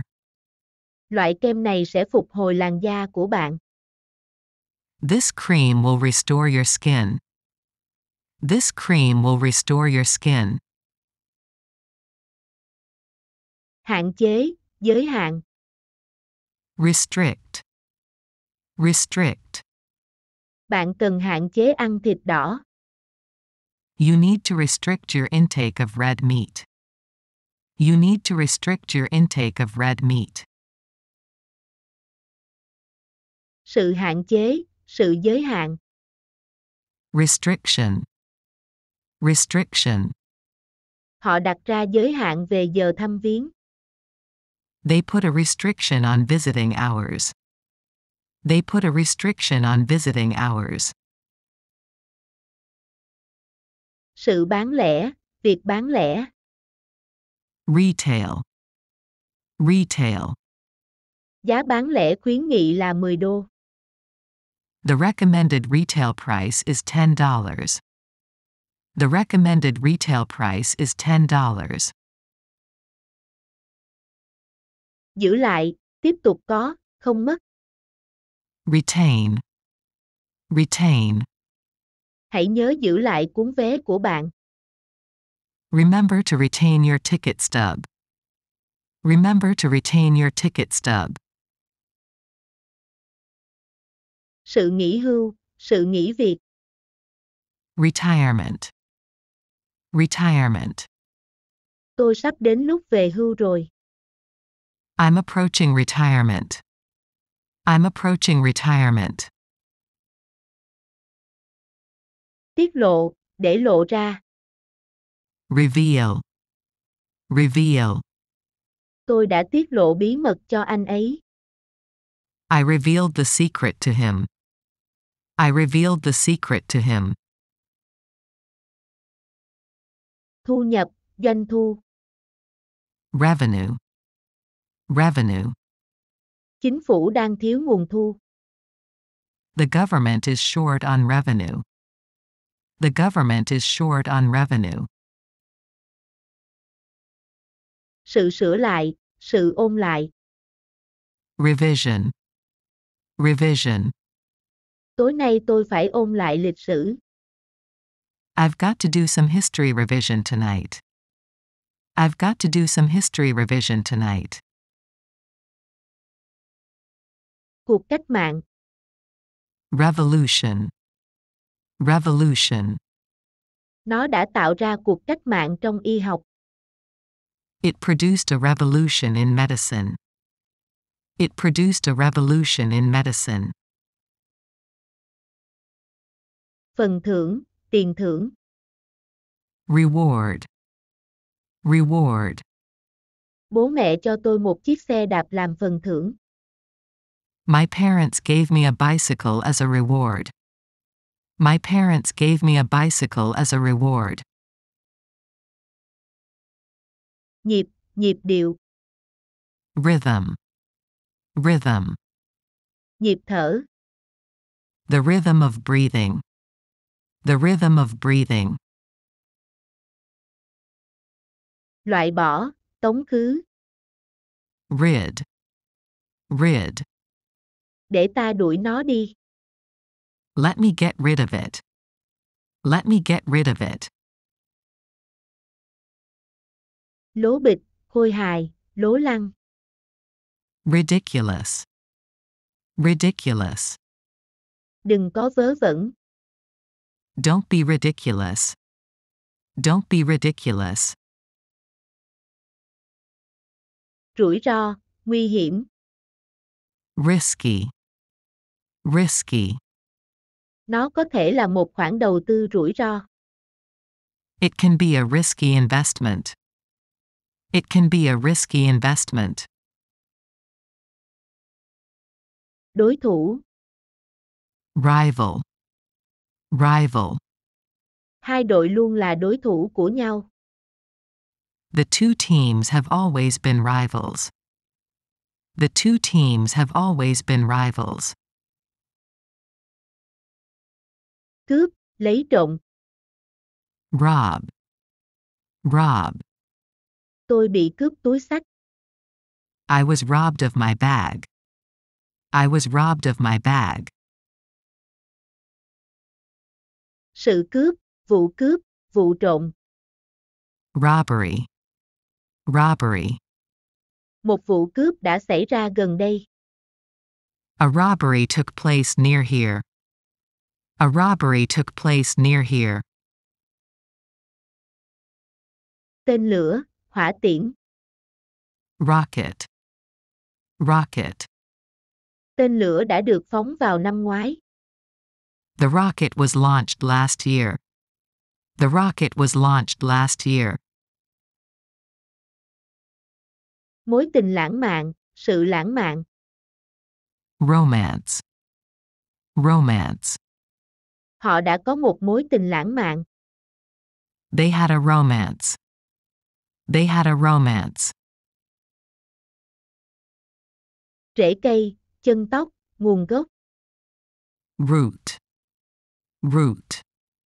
Cây đã mọc rễ mới. The tree has grown new roots. The tree has grown new roots.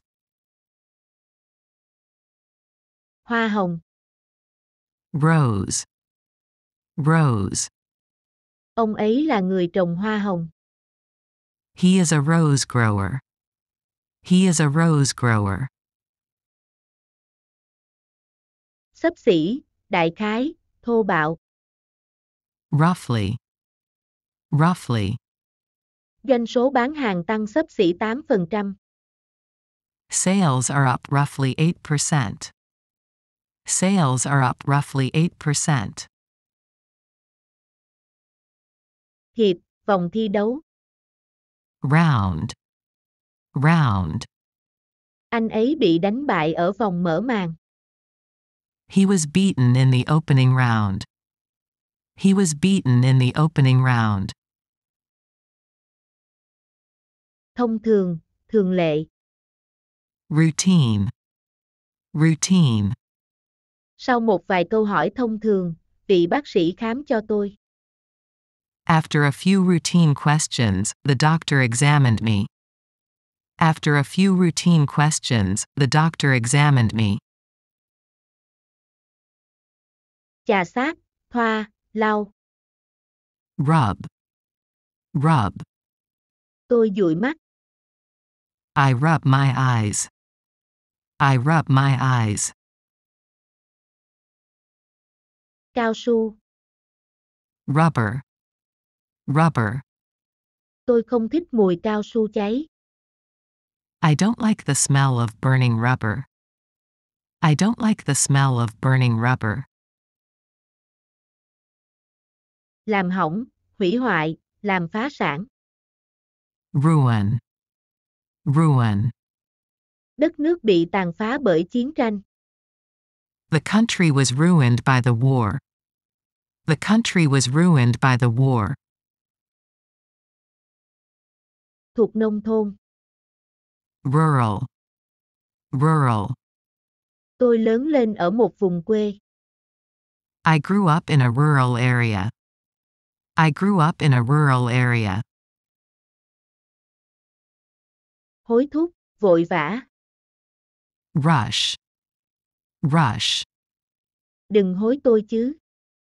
Don't rush me. Don't rush me. Thử, lấy mẫu. Sample. Sample. Tôi nếm thử một số món ăn ven đường. I sampled some roadside dishes. I sampled some roadside dishes. Vệ tinh. Satellite. Satellite. Họ đã phóng vệ tinh vào quỹ đạo. They launched satellites into orbit. They launched satellites into orbit. Sự hài lòng. Satisfaction. Satisfaction. Đảm bảo bạn sẽ hài lòng. Your satisfaction is guaranteed. Your satisfaction is guaranteed. Thỏa mãn, cảm thấy hài lòng. Satisfied. Satisfied. Tôi hài lòng với kết quả. I'm satisfied with the results. I'm satisfied with the results. Làm hài lòng, thỏa mãn. Satisfy. Satisfy. Không thể làm hài lòng tất cả mọi người. It's impossible to satisfy everyone. It's impossible to satisfy everyone. Sự tiết kiệm, tiền tiết kiệm. Saving. Saving. Tôi dùng tiền tiết kiệm để mua nhà. I used my savings to buy a home. I used my savings to buy a home. Quy mô, phạm vi, tỷ lệ. Scale. Scale. Bản đồ được vẽ theo tỷ lệ. The map is drawn to scale. The map is drawn to scale. Vụ bê bối, vụ tai tiếng. Scandal. Scandal. Anh ta vướng vào nhiều vụ bê bối. He's been involved in multiple scandals. He's been involved in multiple scandals. Làm sợ hãi. Scare. Scare. Bạn làm tôi sợ. You scared me. You scared me. Viễn cảnh, kịch bản. Scenario. Scenario. Những kịch bản này rất hiếm khi xảy ra. These scenarios are very unlikely. These scenarios are very unlikely. Sắp xếp vào thời điểm cụ thể. Schedule. Schedule. Chúng tôi đã lên lịch cuộc họp. We scheduled a meeting. We scheduled a meeting. Kế hoạch, âm mưu. Scheme. Scheme. Họ đã ấp ủ âm mưu cướp ngân hàng. They hatched a scheme to rob a bank. They hatched a scheme to rob a bank. Học giả, sinh viên có học bổng. Scholar. Scholar. Ông ấy là một học giả lỗi lạc. He is an eminent scholar. He is an eminent scholar. Học bổng, sự thông thái. Scholarship. Scholarship. Tôi đã giành được học bổng. I won a scholarship. I won a scholarship. Gãi, cào, làm xước. Scratch. Scratch. Anh ấy gãi đầu đầy suy nghĩ. He scratches his head thoughtfully. He scratches his head thoughtfully. La hét. Scream. Scream. Tránh ra không thì tôi hét lên đấy. Get out of my way, or I'll scream. Get out of my way, or I'll scream. Chiếu phim, chiếu cảnh. Screen. Screen. Tập 2 sẽ được chiếu vào ngày mai. The second episode will be screened tomorrow. The second episode will be screened tomorrow. Sự chiếu phim, sàng lọc. Screening. Screening. Họ có một suất chiếu đặc biệt cho phim này. They're having a special screening of this movie. They're having a special screening of this movie. Đặt ngồi, để ngồi. Seat. Seat. Mời ngồi. Please be seated. Please be seated. Lĩnh vực trong kinh tế, khu vực. Sector. Sector. Lĩnh vực dịch vụ đang phát triển nhanh chóng. The services sector is growing rapidly. The services sector is growing rapidly. An toàn, bảo đảm, chắc chắn. Secure. Secure. Họ đã sơ tán đến một nơi an toàn. They evacuated to a secure location. They evacuated to a secure location. Tìm kiếm, xin, yêu cầu. Seek. Seek. Không tìm thì không thấy. Nothing seek, nothing find. Nothing seek, nothing find. Người đi tìm. Seeker. Seeker. Người đi tìm vàng. A gold seeker. A gold seeker. Lựa chọn. Select. Select. Bạn chọn ai? Who do you select? Who do you select? Sự lựa chọn. Selection. Selection. Chọn lọc tự nhiên. Natural selection. Natural selection. Bản thân, bản chất. Self. Self. Cô ấy sẽ trở lại với con người thật của cô ấy. She would be back to her true self. She would be back to her true self. Hội thảo, hội nghị chuyên đề. Seminar. Seminar. Nhiều người đã tham dự buổi hội thảo đó. Many people attended the seminar. Many people attended the seminar. Lớn tuổi hơn, thâm niên hơn. Senior. Senior. Thành viên cấp cao của bộ. A senior ministry member. A senior ministry member. Cảm giác, khả năng nhận thức. Sense. Sense. Bạn có khiếu hài hước đấy. You have a sense of humor. You have a sense of humor. Nhạy cảm, nhạy, dễ bị thương. Sensitive. sensitive, Tốt hơn là nên tránh chủ đề nhạy cảm như vậy. it is better to avoid such a sensitive topic. It is better to avoid such a sensitive topic. Câu. Sentence, sentence. Bạn có thể đặt một câu tiếng Anh không? Can you make a sentence in English? Can you make a sentence in English? Sự liên tiếp, chuỗi, trình tự. Sequence, sequence. Viết số tiếp theo vào dãy số. Write the next number in the sequence. Write the next number in the sequence. Buổi, phiên họp. Session, session. Khóa học gồm 12 buổi.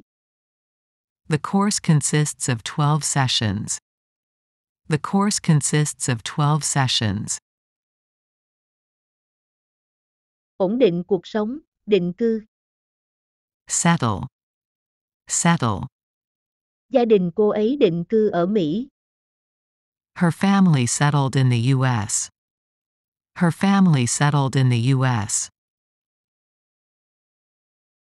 Người định cư, người khai hoang. Settler, settler. Anh ta sẽ nhận được đất như những người định cư khác. He'll receive land like other settlers. He'll receive land like other settlers. Khốc liệt, dữ dội, khắt khe. Severe, severe. Vụ cháy gây thiệt hại nặng nề. The fire caused severe damage. The fire caused severe damage. Rất tệ, tàn khốc, gay gắt. Severely, severely. Mùa màng bị thiệt hại nặng nề.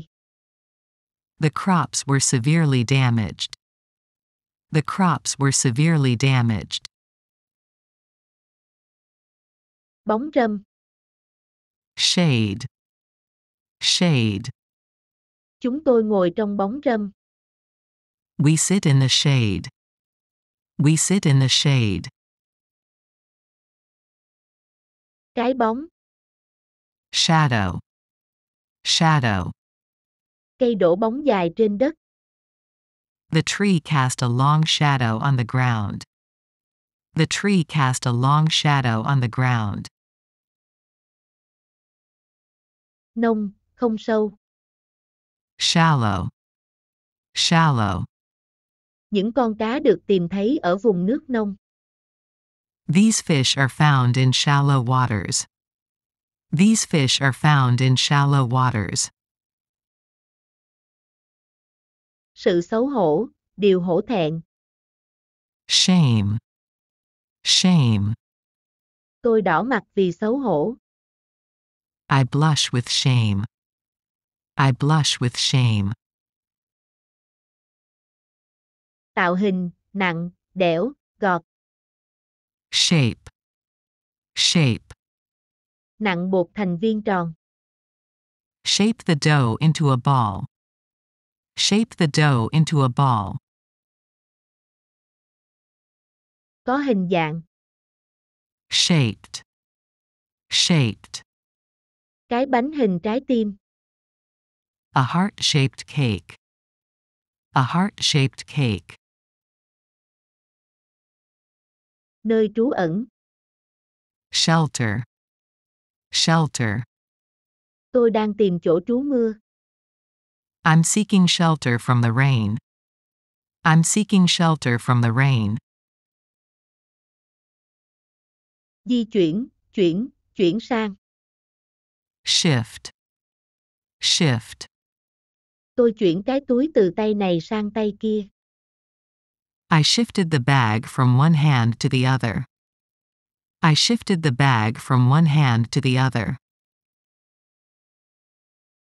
Gửi, vận chuyển, chuyên chở. Ship, ship. Chi phí vận chuyển là bao nhiêu? How much does it cost to ship? How much does it cost to ship? Gây sốc. Shock. Shock. Tin tức đó làm tôi choáng váng. The news shocked me. The news shocked me. Bị sốc. Shocked. Shocked. Tất cả chúng tôi đều bị sốc. We were all shocked. We were all shocked. Gây sốc, làm ghê tởm. Shocking. Shocking. Tôi sẽ tiết lộ sự thật chấn động. I'll reveal the shocking truth. I'll reveal the shocking truth. Bờ biển, bờ hồ. Shore. Shore. Có rất nhiều rác trôi dạt vào bờ. There was much trash washed up on the shore. There was much trash washed up on the shore. Trong thời gian ngắn, ngắn hạn. Short term. Short term. Tôi ký một hợp đồng ngắn hạn với họ. I signed a short-term contract with them. I signed a short-term contract with them.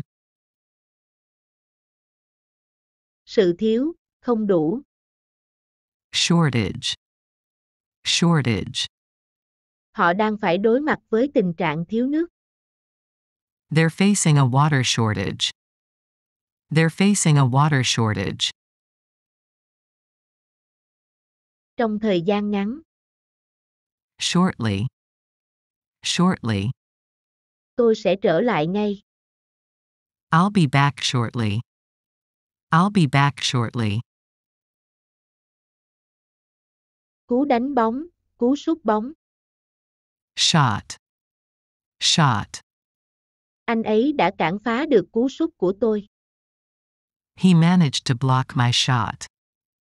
He managed to block my shot. Anh chị em ruột. Sibling. Sibling. Tụi tôi là chị em ruột. We are siblings. We are siblings.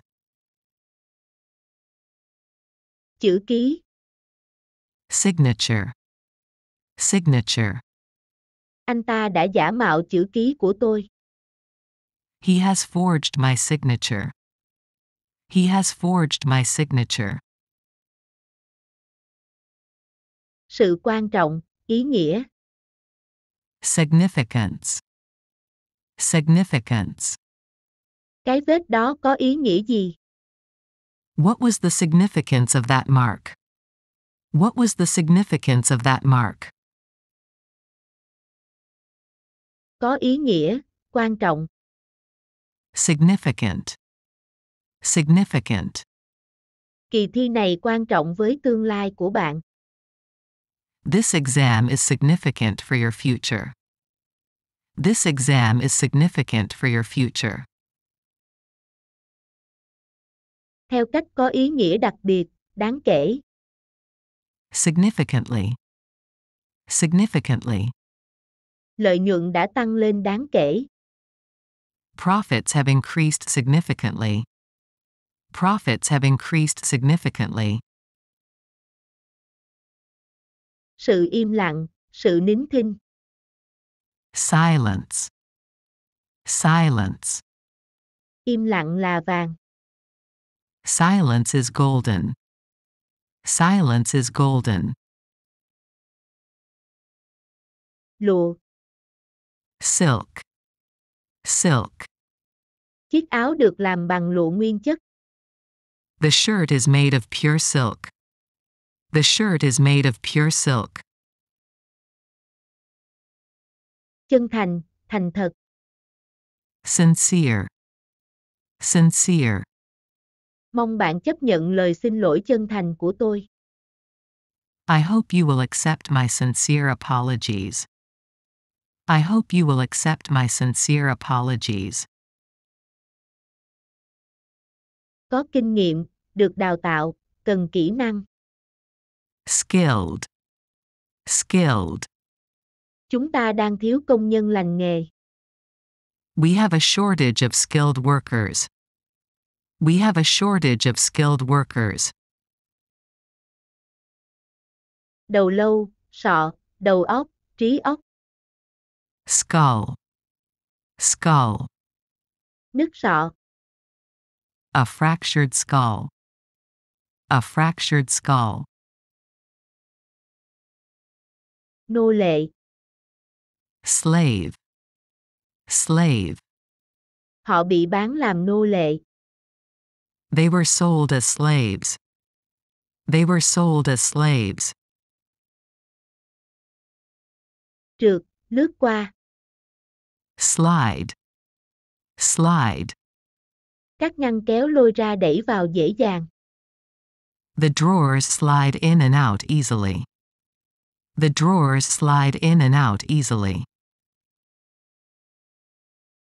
Mảnh dẻ, mức độ rất nhỏ. Slight. Slight. Bạn có cảm thấy hơi đau không? Do you feel a slight pain? Do you feel a slight pain? Bị trượt, tuột. Slip. Slip. Tôi bị trượt và ngã. I slipped and fell. I slipped and fell. Khẩu hiệu. Slogan. Slogan. Đám đông bắt đầu hô vang các khẩu hiệu. The crowd began chanting slogans. The crowd began chanting slogans. Dốc, đường dốc, chỗ dốc. Slope. Slope. Tôi chạy xuống một con dốc. I ran down a slope. I ran down a slope. Cái gọi là. So-called. So-called. Tôi không quan tâm đến cái gọi là bàn tay vàng. I don't care about so-called golden hands. I don't care about so-called golden hands. Thuộc về mặt trời. Solar. Solar. Bức xạ mặt trời. Solar radiation. Solar radiation. Bằng cách nào đó. Somehow. Somehow. Bằng cách nào đó, không một ai nghi ngờ anh ta. Somehow, no one doubted him. Somehow, no one doubted him. Một lúc nào đó, vào một thời điểm nào đó. Sometime. Sometime. Lúc nào đó tôi sẽ điều tra nó. Sometime, I will investigate it.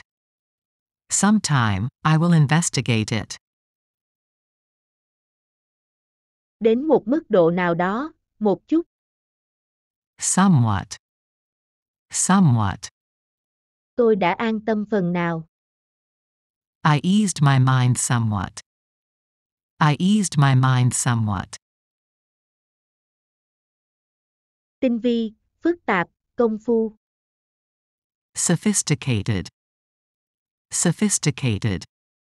Anh ta sử dụng những thủ đoạn tinh vi. He uses sophisticated tricks. He uses sophisticated tricks.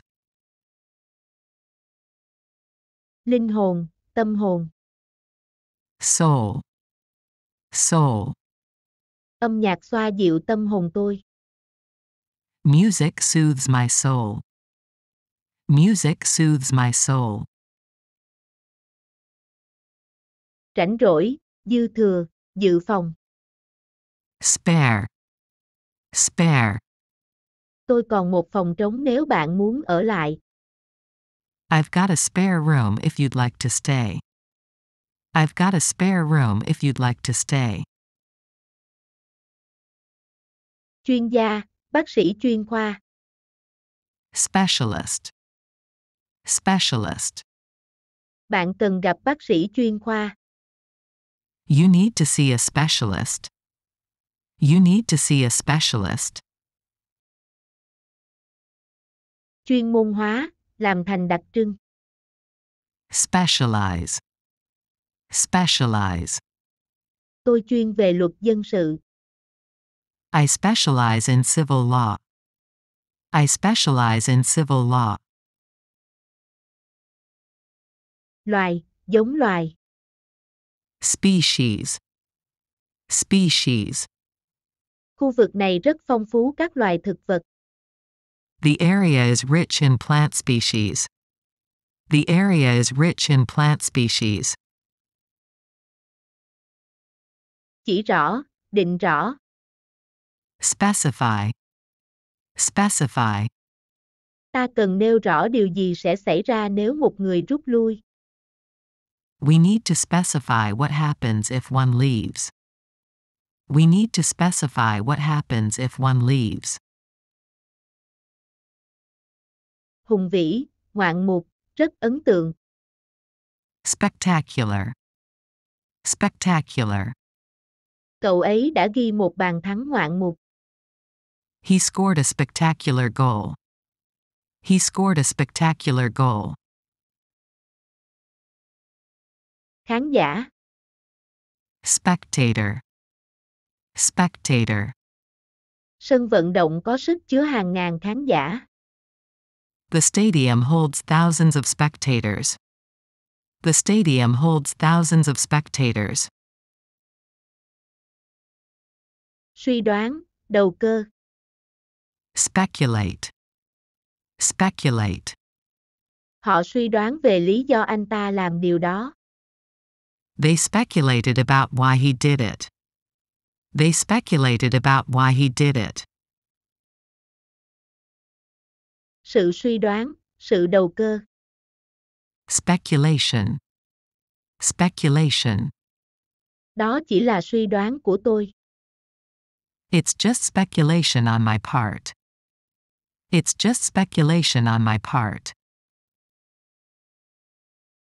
Đi nhanh. Chạy nhanh. Speed. Speed. Tôi phóng nhanh về nhà. I sped back to my house. I sped back to my house. Gia vị. Spice. Spice. Bạn có bột ngũ vị hương không? Do you have 5 spice powder? Do you have 5 spice powder? Tràn, đổ, làm đổ. Spill. Spill. Đừng có làm đổ. Don't spill any. Don't spill any. Thuộc về tinh thần, linh hồn. Spiritual. Spiritual. Nó mang lại cho tôi sự bình an về tinh thần. It brings me spiritual peace. It brings me spiritual peace. Sự thù oán, sự ác ý. Spite. Spite. Tôi không có ác ý gì với cô ấy. I have no spite for her. I have no spite for her. Tách ra, chia ra từng phần. Split. Split. Tôi bổ quả dừa làm đôi. I split the coconut in half. I split the coconut in half. Làm hư hỏng, làm đổ nát. Spoil. Spoil. Đừng làm tôi ăn mất ngon. Don't spoil my appetite. Don't spoil my appetite. Người phát ngôn. Spokesman. Spokesman. Một phát ngôn viên cảnh sát. A police spokesman. A police spokesman. Nhà tài trợ. Sponsor.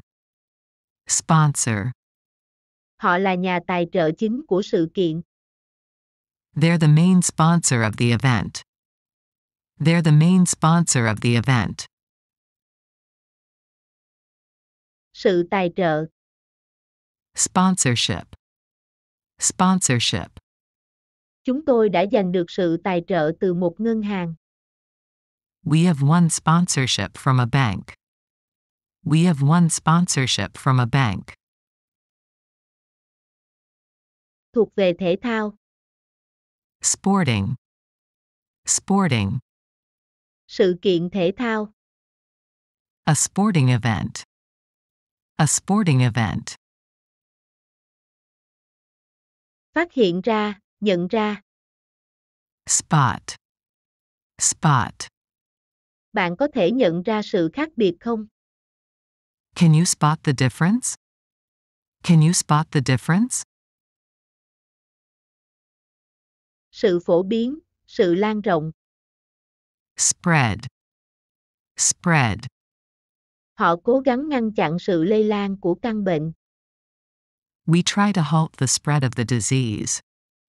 We try to halt the spread of the disease.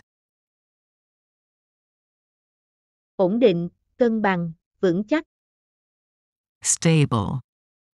Stable. Trạng thái tinh thần của cô ấy ổn định. Her mental state is stable. Her mental state is stable. Dàn dựng, trình diễn, tổ chức. Stage. Stage. Cảnh hành động được dàn dựng tốt. The action scene is well staged. The action scene is well staged.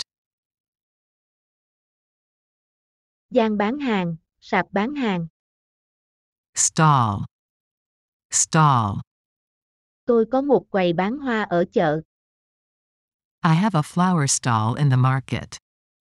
I have a flower stall in the market. Lập trường, quan điểm. Stance. Stance. Ông ấy nổi tiếng với lập trường chống phá thai. He's known for his anti-abortion stance. He's known for his anti-abortion stance. Lập trường, quan điểm. Stand. Stand. Tôi cố gắng giữ vững lập trường. I try to take a firm stand. I try to take a firm stand. Nhìn một lúc lâu. Stare. Stare. Mọi người quay lại nhìn tôi chằm chằm. Everyone turned to stare at me. Everyone turned to stare at me. Khổ sở hoặc chết vì đói, bỏ đói. Starve. Starve. Tôi đói lắm rồi. I'm starving.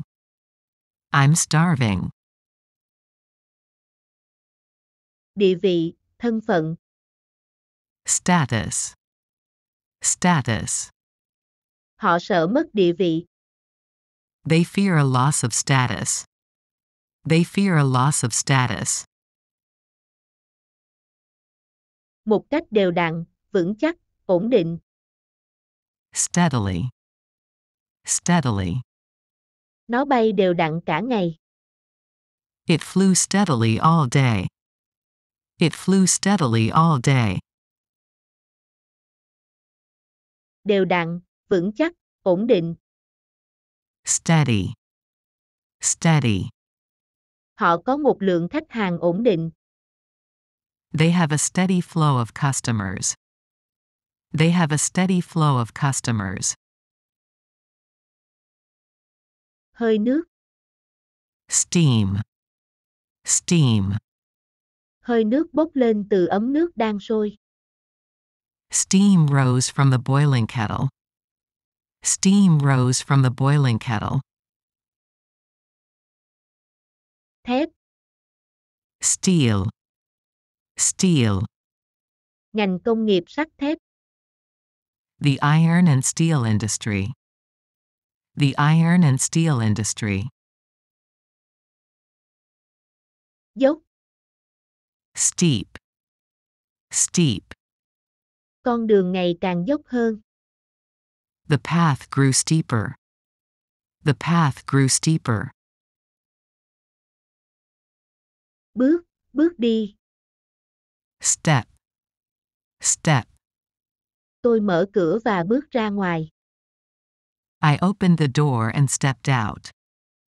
I opened the door and stepped out. Dính. Sticky. Sticky. Ghi chú có keo dán. Sticky notes. Sticky notes. Cứng, khó uốn cong.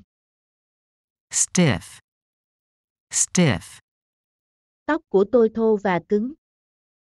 My hair is coarse and stiff. My hair is coarse and stiff. Kích thích, khuyến khích. Stimulate. Stimulate. Họ muốn kích thích tăng trưởng kinh tế.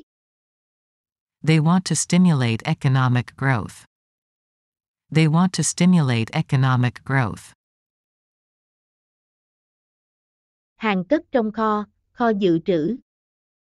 Stock. Stock. Chúng tôi tạm thời hết hàng. We're temporarily out of stock. We're temporarily out of stock. Con suối. Stream. Stream. Chúng tôi lội qua một con suối. We waded across a stream. We waded across a stream. Tăng cường, làm cho vững chắc. Strengthen. Strengthen. Anh ta muốn củng cố vị thế của mình. He wants to strengthen his position. He wants to strengthen his position. Kéo dài ra, duỗi ra. Stretch. Stretch. Tôi duỗi chân ra. I stretched my legs. I stretched my legs. Nghiêm ngặt, nghiêm khắc. Strict. Strict. Quy định ở đây rất nghiêm ngặt. The regulations here are very strict. The regulations here are very strict.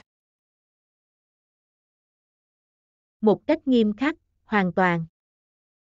Strictly. Strictly. Công việc này hoàn toàn tự nguyện. This work was strictly voluntary. This work was strictly voluntary. Đánh, đập, đâm vào, đập vào. Strike. Strike.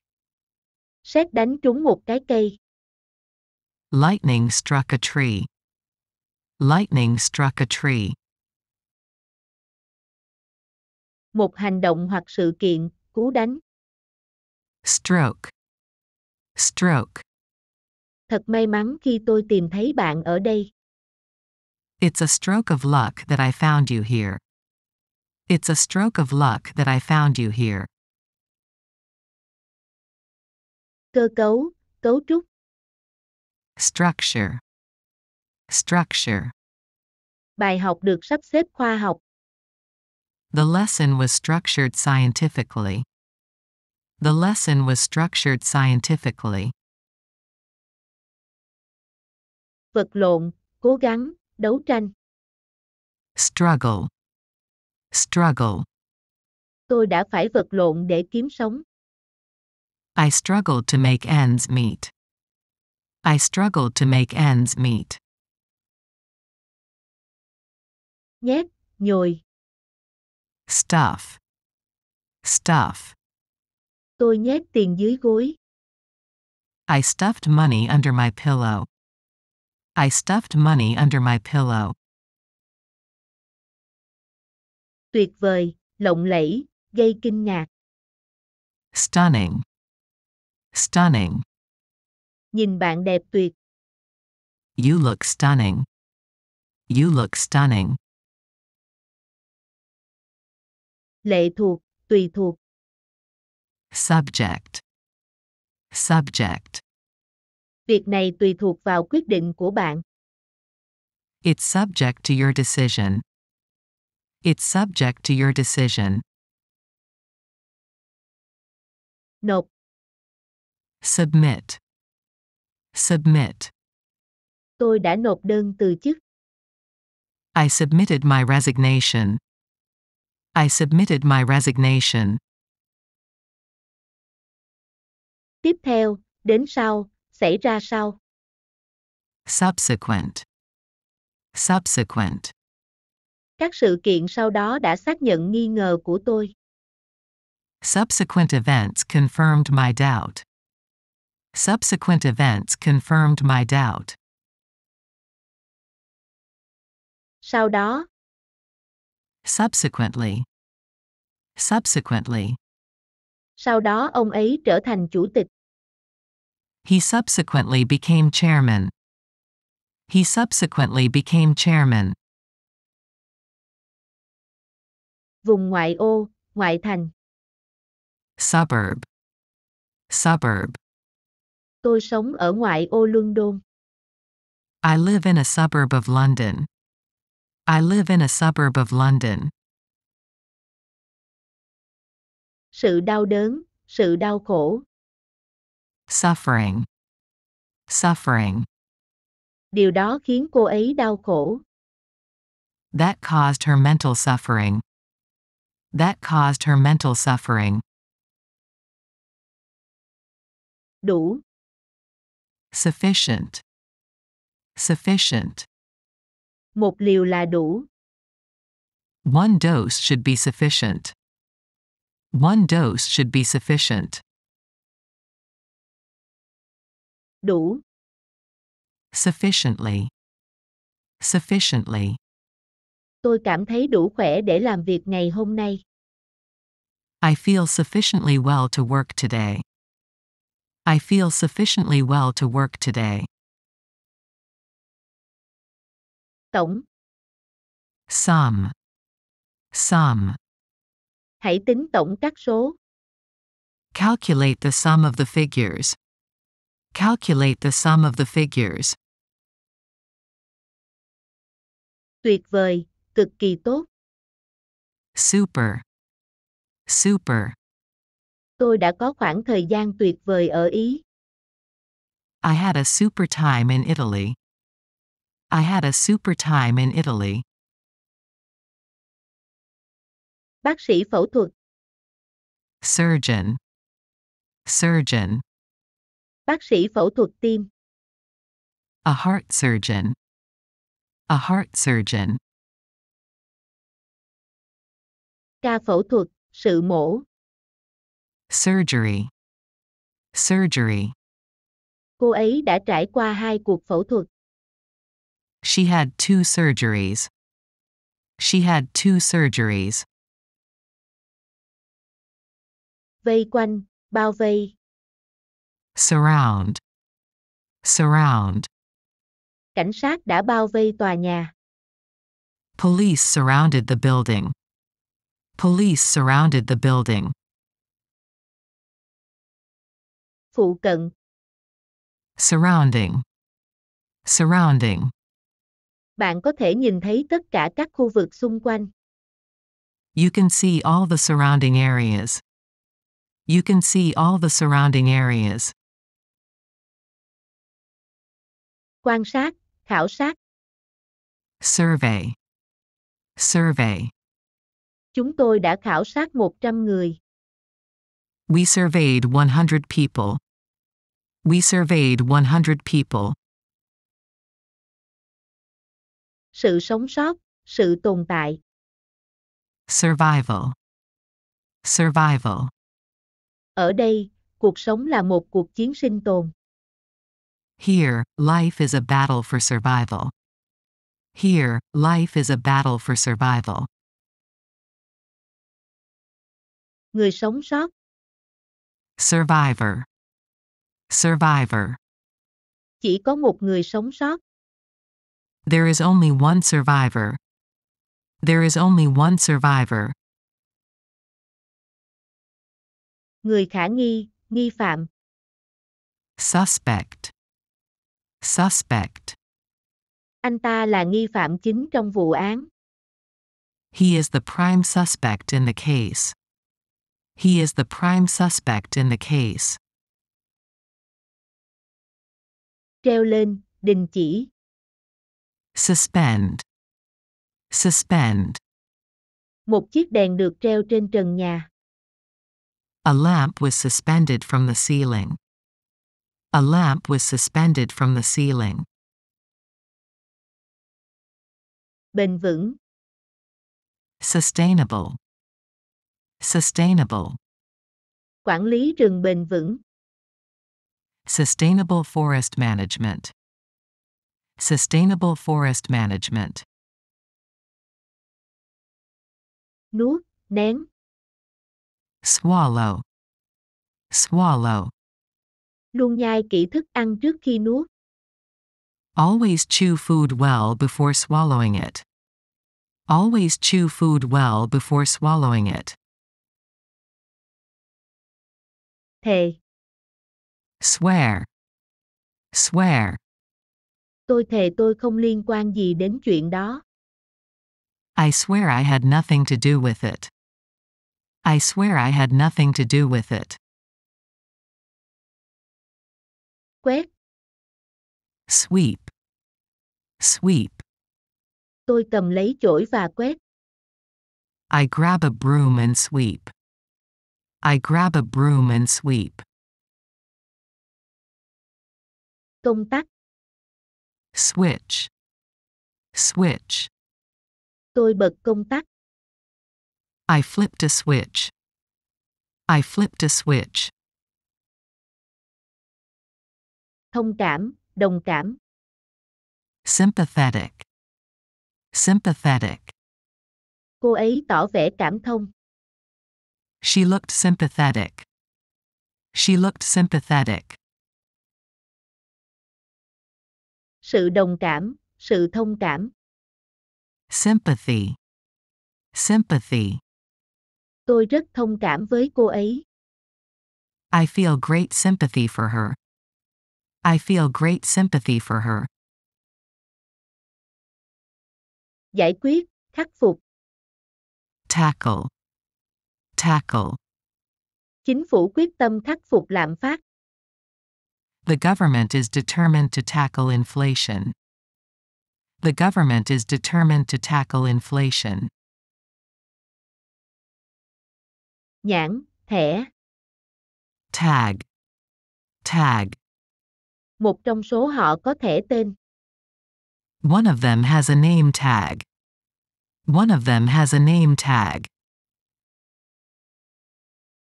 Câu chuyện. Tale. Tale. Truyện cổ tích. Fairy tale. Fairy tale. Thùng, két, bể. Tank. Tank. Bể cá. A fish tank. A fish tank. Vỗ nhẹ, gõ nhẹ, đập nhẹ. Tap. Tap. Anh ấy vỗ lên vai tôi. He tapped me on the shoulder. He tapped me on the shoulder. Nhắm vào. Target. Target. Những lời chỉ trích nhắm vào anh ta. The criticism was targeted at him. The criticism was targeted at him. Xé, làm rách. Tear. Tear. Áo của tôi bị rách. My shirt was torn. My shirt was torn. Thuộc về công nghệ. Technological. Technological. Tiến bộ công nghệ. Technological advances. Technological advances. Tuổi từ 13 đến 19.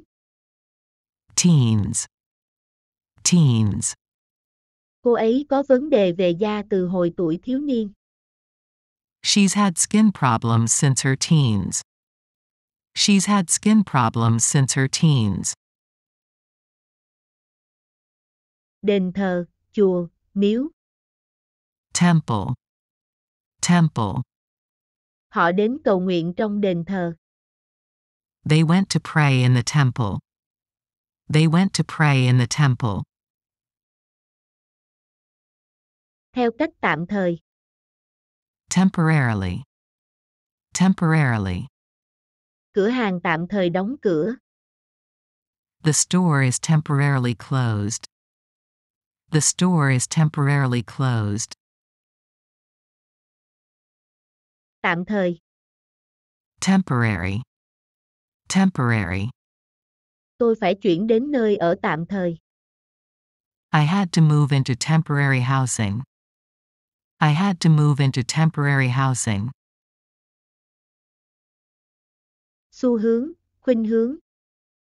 Tendency. Tendency. Bệnh này có xu hướng di truyền trong gia đình. This disease has a tendency to run in families. This disease has a tendency to run in families. Sự căng thẳng, độ căng. Tension. Tension. Anh ấy bị căng thẳng thần kinh. He suffers from nervous tension. He suffers from nervous tension.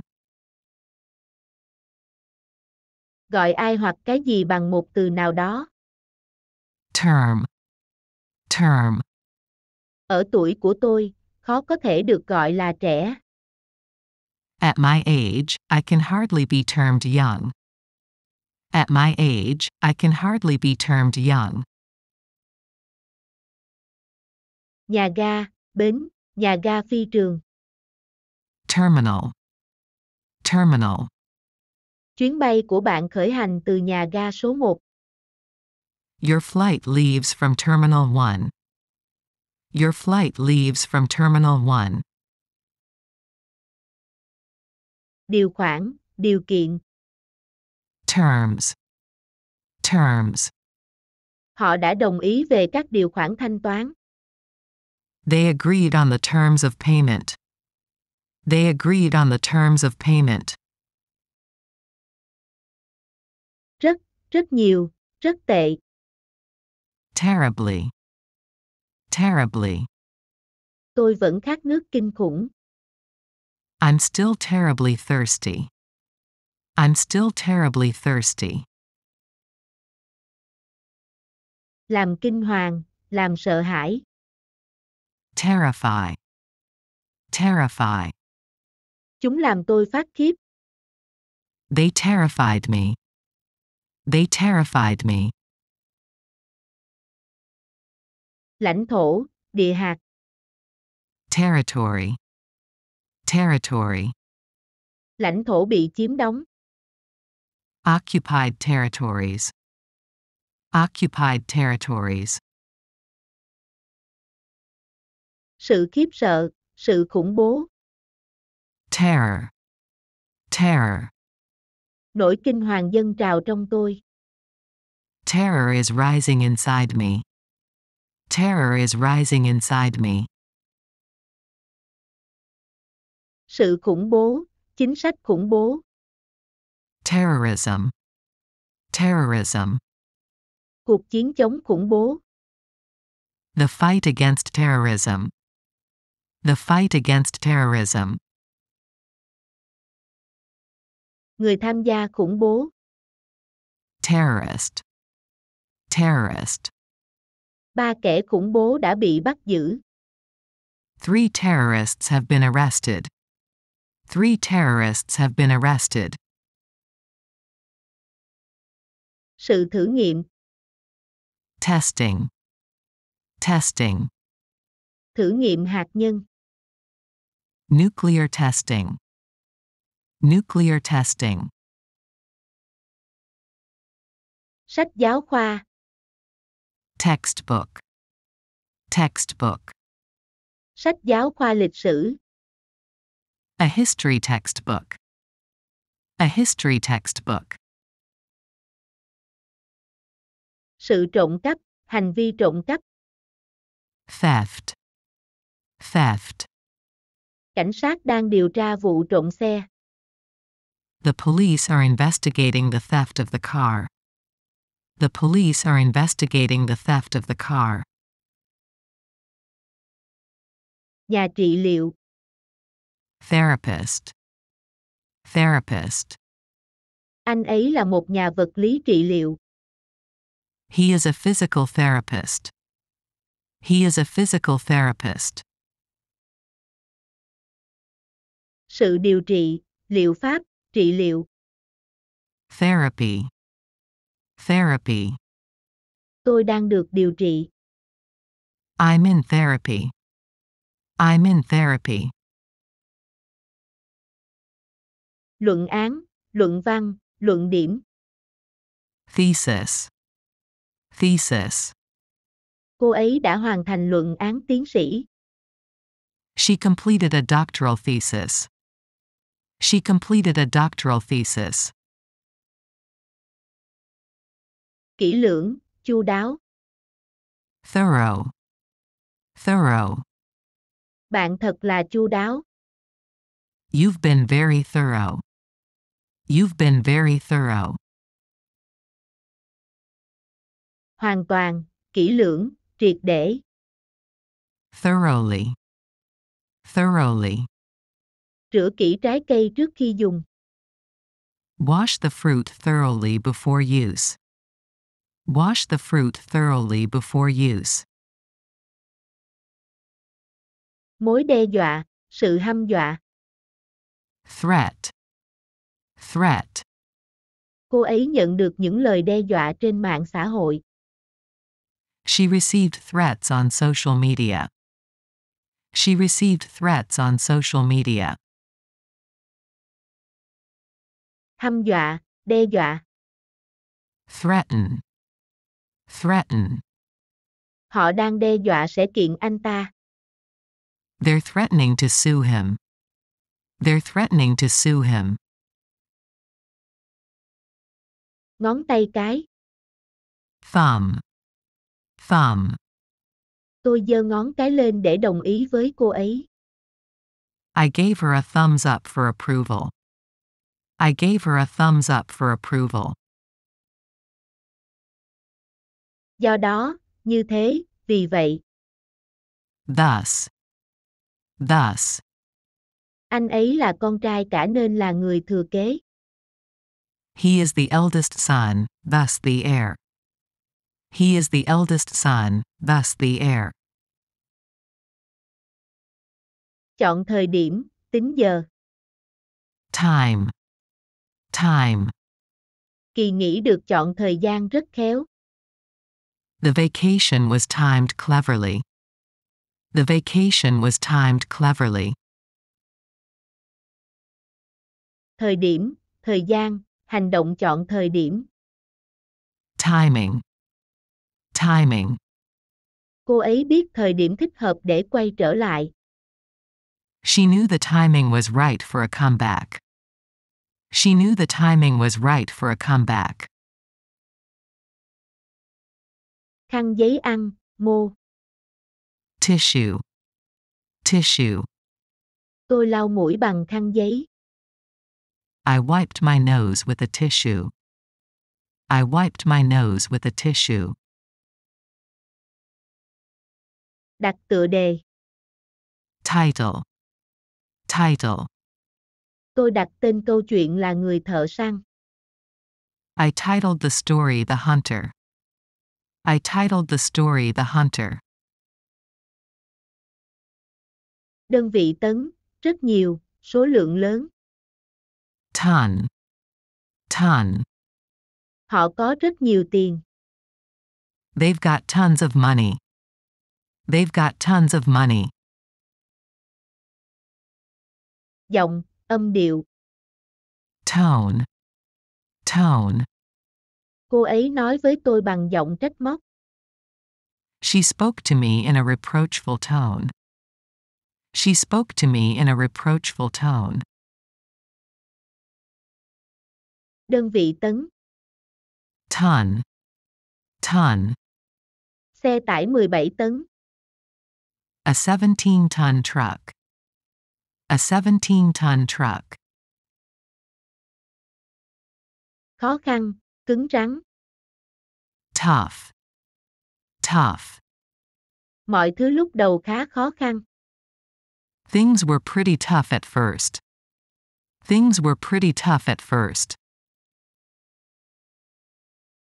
Giải đấu, vòng thi đấu. Tournament. Tournament. Họ đã đồng ý tham gia giải đấu. They have agreed to play in the tournament. They have agreed to play in the tournament.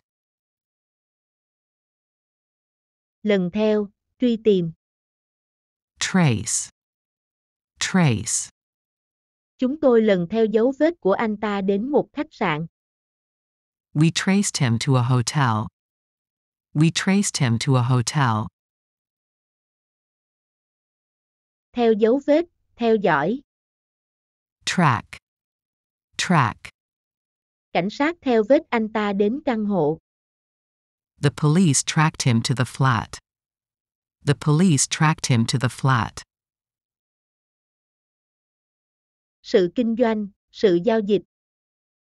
Trading. Trading. Giao dịch chứng khoán.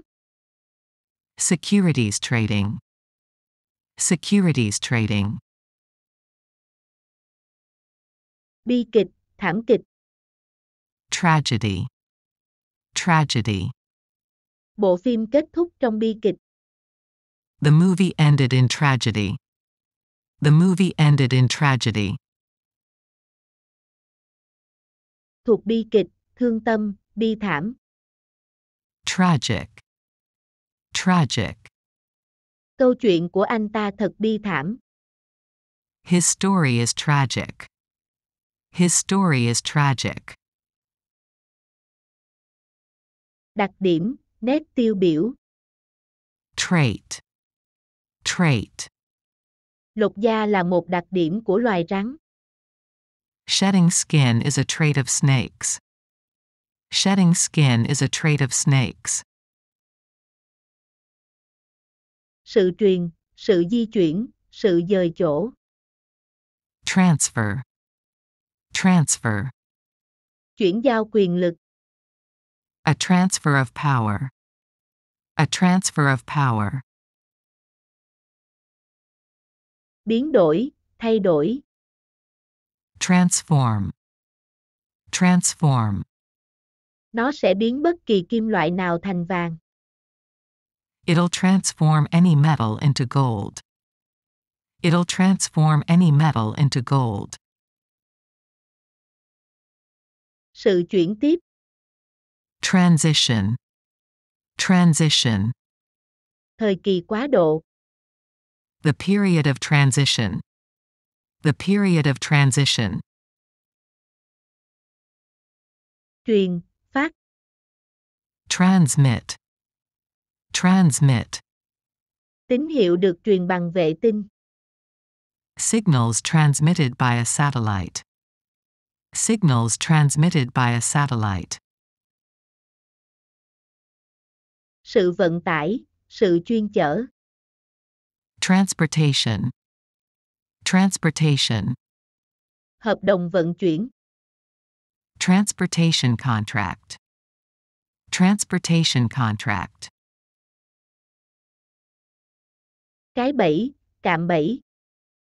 Trap. Trap. Tôi đã giăng bẫy anh ta. I laid a trap for him. I laid a trap for him. Kho báu, vật quý giá. Treasure. Treasure. Anh ta tìm thấy một trương kho báu. He found a treasure chest. He found a treasure chest. Sự thử nghiệm. Trial. Trial. Họ cho tôi dùng thử nó miễn phí. They gave me a free trial of it. They gave me a free trial of it. Bộ tộc, bộ lạc. Tribe. Tribe. Họ là một bộ tộc du mục. They are a nomadic tribe. They are a nomadic tribe. Gây ra, kích hoạt. Trigger. Trigger. Ai đó đã kích hoạt báo động. Someone triggered the alarm. Someone triggered the alarm. 1.000 tỷ. Trillion. Trillion. Có hàng nghìn tỷ vi khuẩn ở đó. There are trillions of bacteria there. There are trillions of bacteria there. Vấp, vướng chân. Trip. Trip. Tôi vấp phải một hòn đá. I trip over a stone. I trip over a stone. Lính, quân đội. Troop. Troop. Họ rút về 1.000 quân. They withdrew 1,000 troops. They withdrew 1,000 troops. Thuộc về nhiệt đới. Tropical. Tropical. Xoài là một loại trái cây nhiệt đới. Mango is a tropical fruit. Mango is a tropical fruit. Làm phiền muộn, làm lo lắng. Trouble. Trouble. Bạn lo lắng gì vậy? What's troubling you? What's troubling you? Thực sự. Truly. Truly. Cô ấy có thực sự yêu bạn không? Does she truly love you? Does she truly love you? Tin, trông cậy, tín nhiệm. Trust. Trust. Tôi tin tưởng anh ấy tuyệt đối. I trust him absolutely. I trust him absolutely. Sự thử. Try. Try. Đây là lần đầu tiên tôi thử viết. This is my first try at writing. This is my first try at writing. Sóng thần. Tsunami. Tsunami. Trận động đất đã dẫn đến sóng thần. The earthquake led to a tsunami. The earthquake led to a tsunami. Âm điệu, giai điệu, điệu nhạc. Tune. Tune. Anh ấy hát một điệu nhạc quen thuộc. He sang a familiar tune. He sang a familiar tune. Đường hầm. Tunnel. Tunnel. Họ đã đào một đường hầm bí mật. They dug a secret tunnel. They dug a secret tunnel. Cuối cùng, tột bực, tối thượng. Ultimate. Ultimate. Ông ta là chỉ huy cao nhất của con tàu này. He is the ultimate commander of this ship. He is the ultimate commander of this ship. Cuối cùng, rút cục. Ultimately. Ultimately. Cuối cùng chiến dịch đã thành công. The campaign was ultimately successful. The campaign was ultimately successful. Không thể chấp nhận được. Unacceptable. Unacceptable. Hành vi của anh ta là không thể chấp nhận được. His behavior is unacceptable. His behavior is unacceptable. Sự không chắc chắn. Uncertainty. Uncertainty. Bất ổn chính trị. Political uncertainty. Political uncertainty. Bất tỉnh, ngất đi. Unconscious. Unconscious. Anh ấy bị đánh bất tỉnh. He was knocked unconscious. He was knocked unconscious. Trải qua, chịu đựng. Undergo. Undergo. Anh ấy đã trải qua cuộc phẫu thuật lớn vào năm ngoái. He underwent major surgery last year. He underwent major surgery last year. Đảm nhận, cam kết. Undertake. Undertake. Anh ấy đảm nhận dự án một mình. He undertakes the project alone. He undertakes the project alone. Không ngờ tới, bất ngờ. Unexpected. Unexpected. Mọi chuyện diễn ra theo chiều hướng bất ngờ. Things took an unexpected turn. Things took an unexpected turn. Mở ra, trải ra.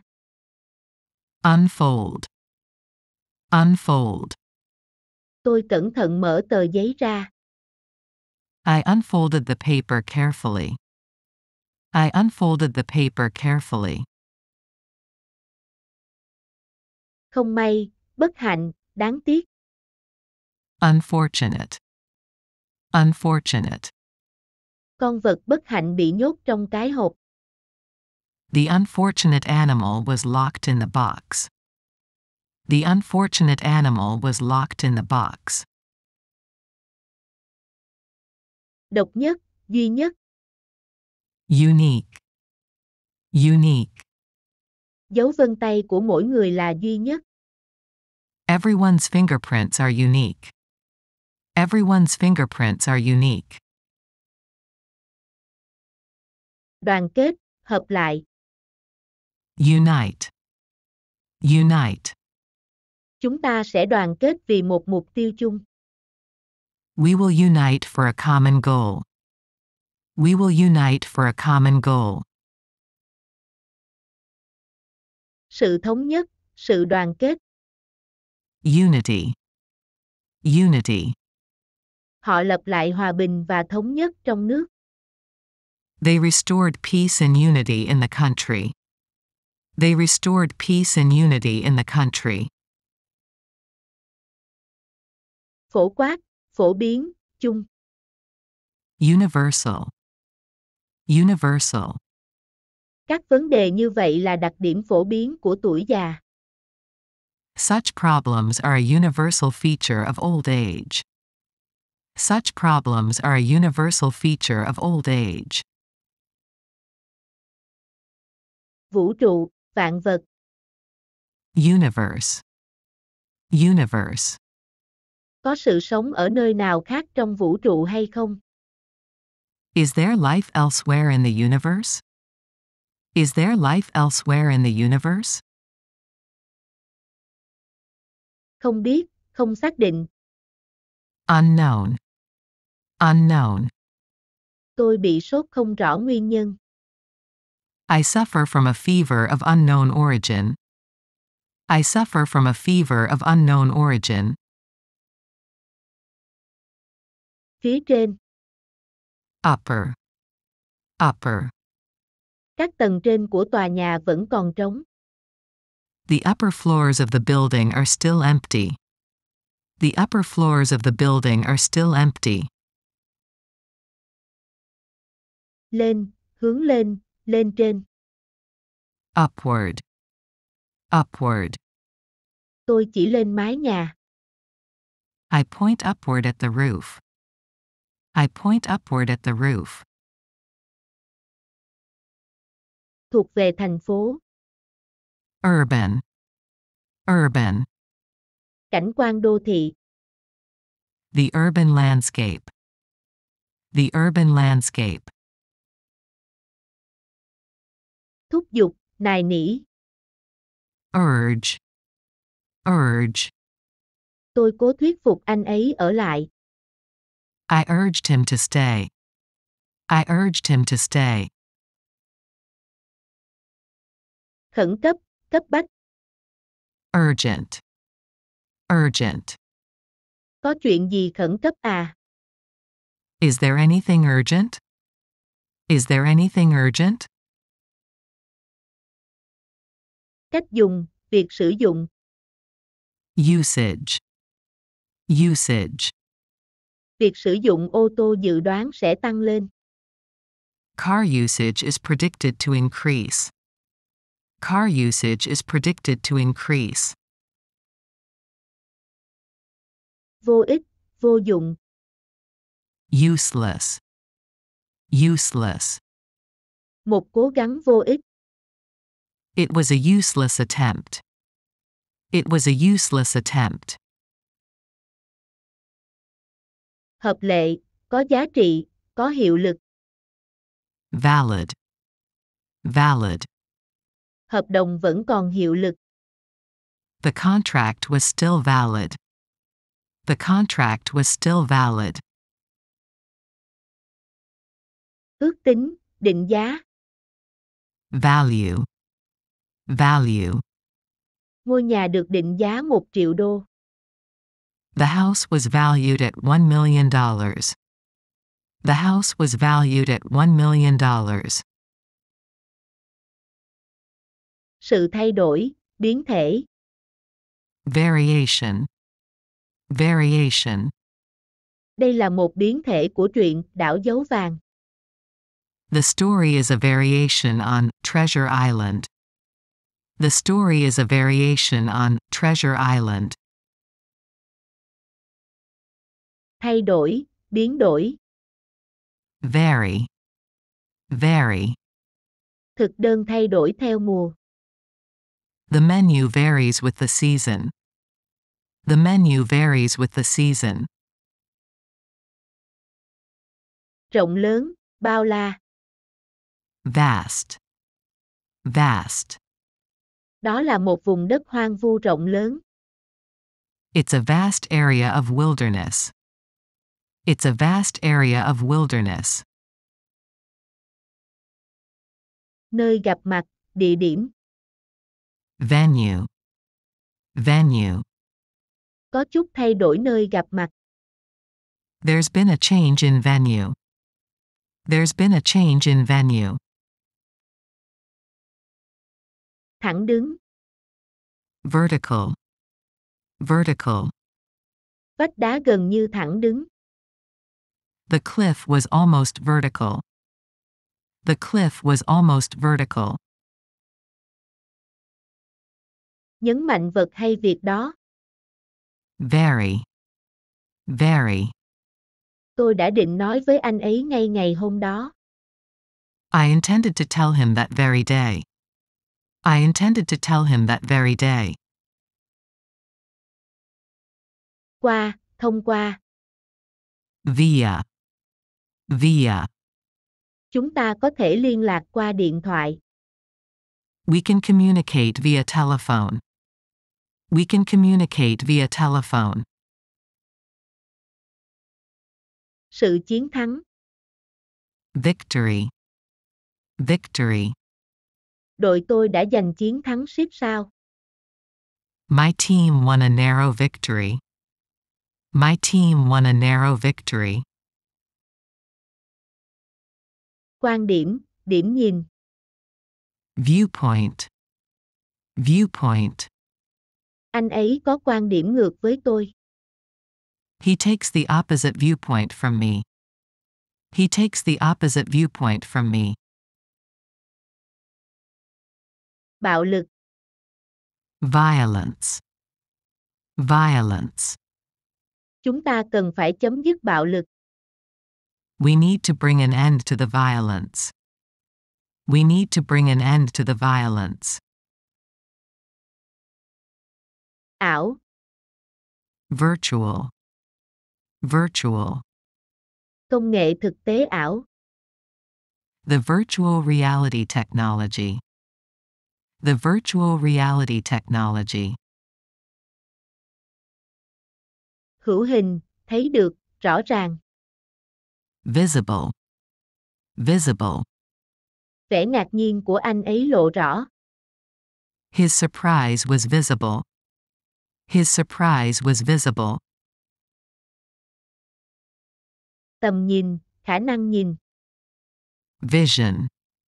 Vision. Sương làm mờ mịt tầm nhìn của tôi. Fog obscured my vision. Fog obscured my vision. Thuộc về thị giác. Visual. Visual. Dây thần kinh thị giác.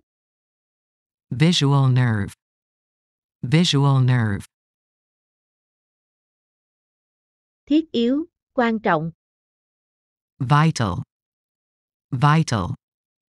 Một cái đầu lạnh là rất quan trọng với các nhà đầu tư. A cool head is vital for investors. A cool head is vital for investors. Âm lượng, khối lượng, thể tích. Volume. Volume. Vặn âm thanh to lên đi. Turn the volume up. Turn the volume up. Tự nguyện, tình nguyện. Voluntary. Voluntary. Việc tham gia khóa học là tự nguyện. Attendance at the course is voluntary. Attendance at the course is voluntary. Sự bỏ phiếu, sự bầu cử. Voting. Voting. Việc bỏ phiếu sẽ diễn ra vào ngày mai. Voting will take place tomorrow. Voting will take place tomorrow. Tiền công, tiền lương. Wage. Wage. Tiền lương được trả vào thứ Sáu. Wages were paid on Fridays. Wages were paid on Fridays. Đi lang thang, đi thơ thẩn. Wander. Wander. Tôi đi lang thang về phía thư viện. I wandered toward the library. I wandered toward the library. Sự làm ấm. Warming. Warming. Sự nóng lên toàn cầu. Global warming. Global warming. Rất xa, số lượng lớn. Way. Way. Đã quá giờ đi ngủ của tôi rồi. It's way past my bedtime. It's way past my bedtime. Yếu đuối, yếu kém, điểm yếu. Weakness. Weakness. Điều quan trọng là phải biết điểm yếu của kẻ thù. It's important to know your enemy's weaknesses. It's important to know your enemy's weaknesses. Sự giàu có. Wealth. Wealth. Họ phô trương sự giàu có của mình. They flaunted their wealth. They flaunted their wealth. Giàu có. Wealthy. Wealthy. Bây giờ anh ấy đã giàu có. He is now wealthy. He is now wealthy. Hàng tuần. Weekly. Weekly. Tôi gửi báo cáo hàng tuần. I submit a weekly report. I submit a weekly report. Kỳ quặc, khác thường. Weird. Weird. Đêm qua tôi có một giấc mơ kỳ lạ. I had a weird dream last night. I had a weird dream last night. Phúc lợi, sự an lạc. Welfare. Welfare. Chương trình phúc lợi xã hội. A social welfare program. A social welfare program. Lúa mì. Wheat. Wheat. Cánh đồng lúa mì mọc đầy cỏ dại. The wheat crop was full of weeds. The wheat crop was full of weeds. Trong khi. Whereas. Whereas. Anh ấy là người dậy sớm, trong khi tôi thì ngủ nướng. He's an early riser, whereas I sleep in. He's an early riser, whereas I sleep in. Bất cứ nơi nào. Wherever. Wherever.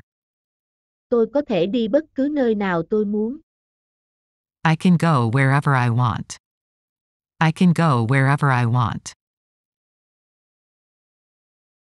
Thì thầm. Whisper. Whisper. Tôi thì thầm đáp lại. I whispered in reply. I whispered in reply. Bất cứ ai, bất cứ người nào. Whoever. Whoever. Ai tìm thấy nó phải quay lại đây. Whoever finds it must return. Whoever finds it must return. Ai, người nào. Whom. Whom. Tôi nên viết cho ai. To whom should I write? To whom should I write? Rộng rãi. Widely. Widely. Thuật ngữ này được sử dụng rộng rãi. The term is widely used. The term is widely used.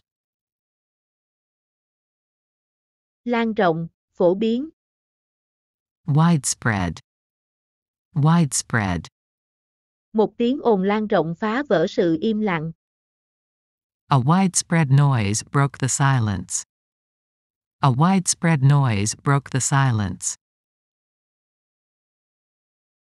Thú vật và chim muôn hoang dã. Wildlife. Wildlife. Khu bảo tồn thiên nhiên. The wildlife sanctuary. The wildlife sanctuary. Sẵn sàng, sẵn lòng. Willing. Willing. Tôi sẵn sàng chấp nhận rủi ro. I am willing to take a risk. I am willing to take a risk. Lượng, uốn khúc. Wind. Wind. Dòng sông lượng khúc hướng ra biển. The river winds its way to the sea. The river winds its way to the sea. Dây điện. Wire. Wire. Cuộn dây đồng. A coil of copper wire. A coil of copper wire. Tính khôn ngoan, trí tuệ. Wisdom. Wisdom. Chúng ta cần là sự thật và sự khôn ngoan. We need is truth and wisdom. We need is truth and wisdom. Khôn ngoan, sáng suốt, thông thái. Wise. Wise. Quyết định khôn ngoan. A wise decision. A wise decision. Rút tiền, rút lui, rút lại. Withdraw. Withdraw. Bạn có thể rút $100 một ngày. You can withdraw $100 a day. You can withdraw $100 a day. Nhân chứng. Witness. Witness. Họ có một nhân chứng quan trọng. They have a key witness. They have a key witness. Lực lượng lao động. Workforce. Workforce. 2/3 lực lượng lao động là phụ nữ. 2/3 of the workforce are women. 2/3 of the workforce are women. Nơi làm việc. Workplace. Workplace. Đó là biệt danh của tôi ở nơi làm việc. It's my nickname at my workplace. It's my nickname at my workplace. Xưởng, hội thảo. Workshop. Workshop. Họ tổ chức các buổi hội thảo cho sinh viên. They organize workshops for students.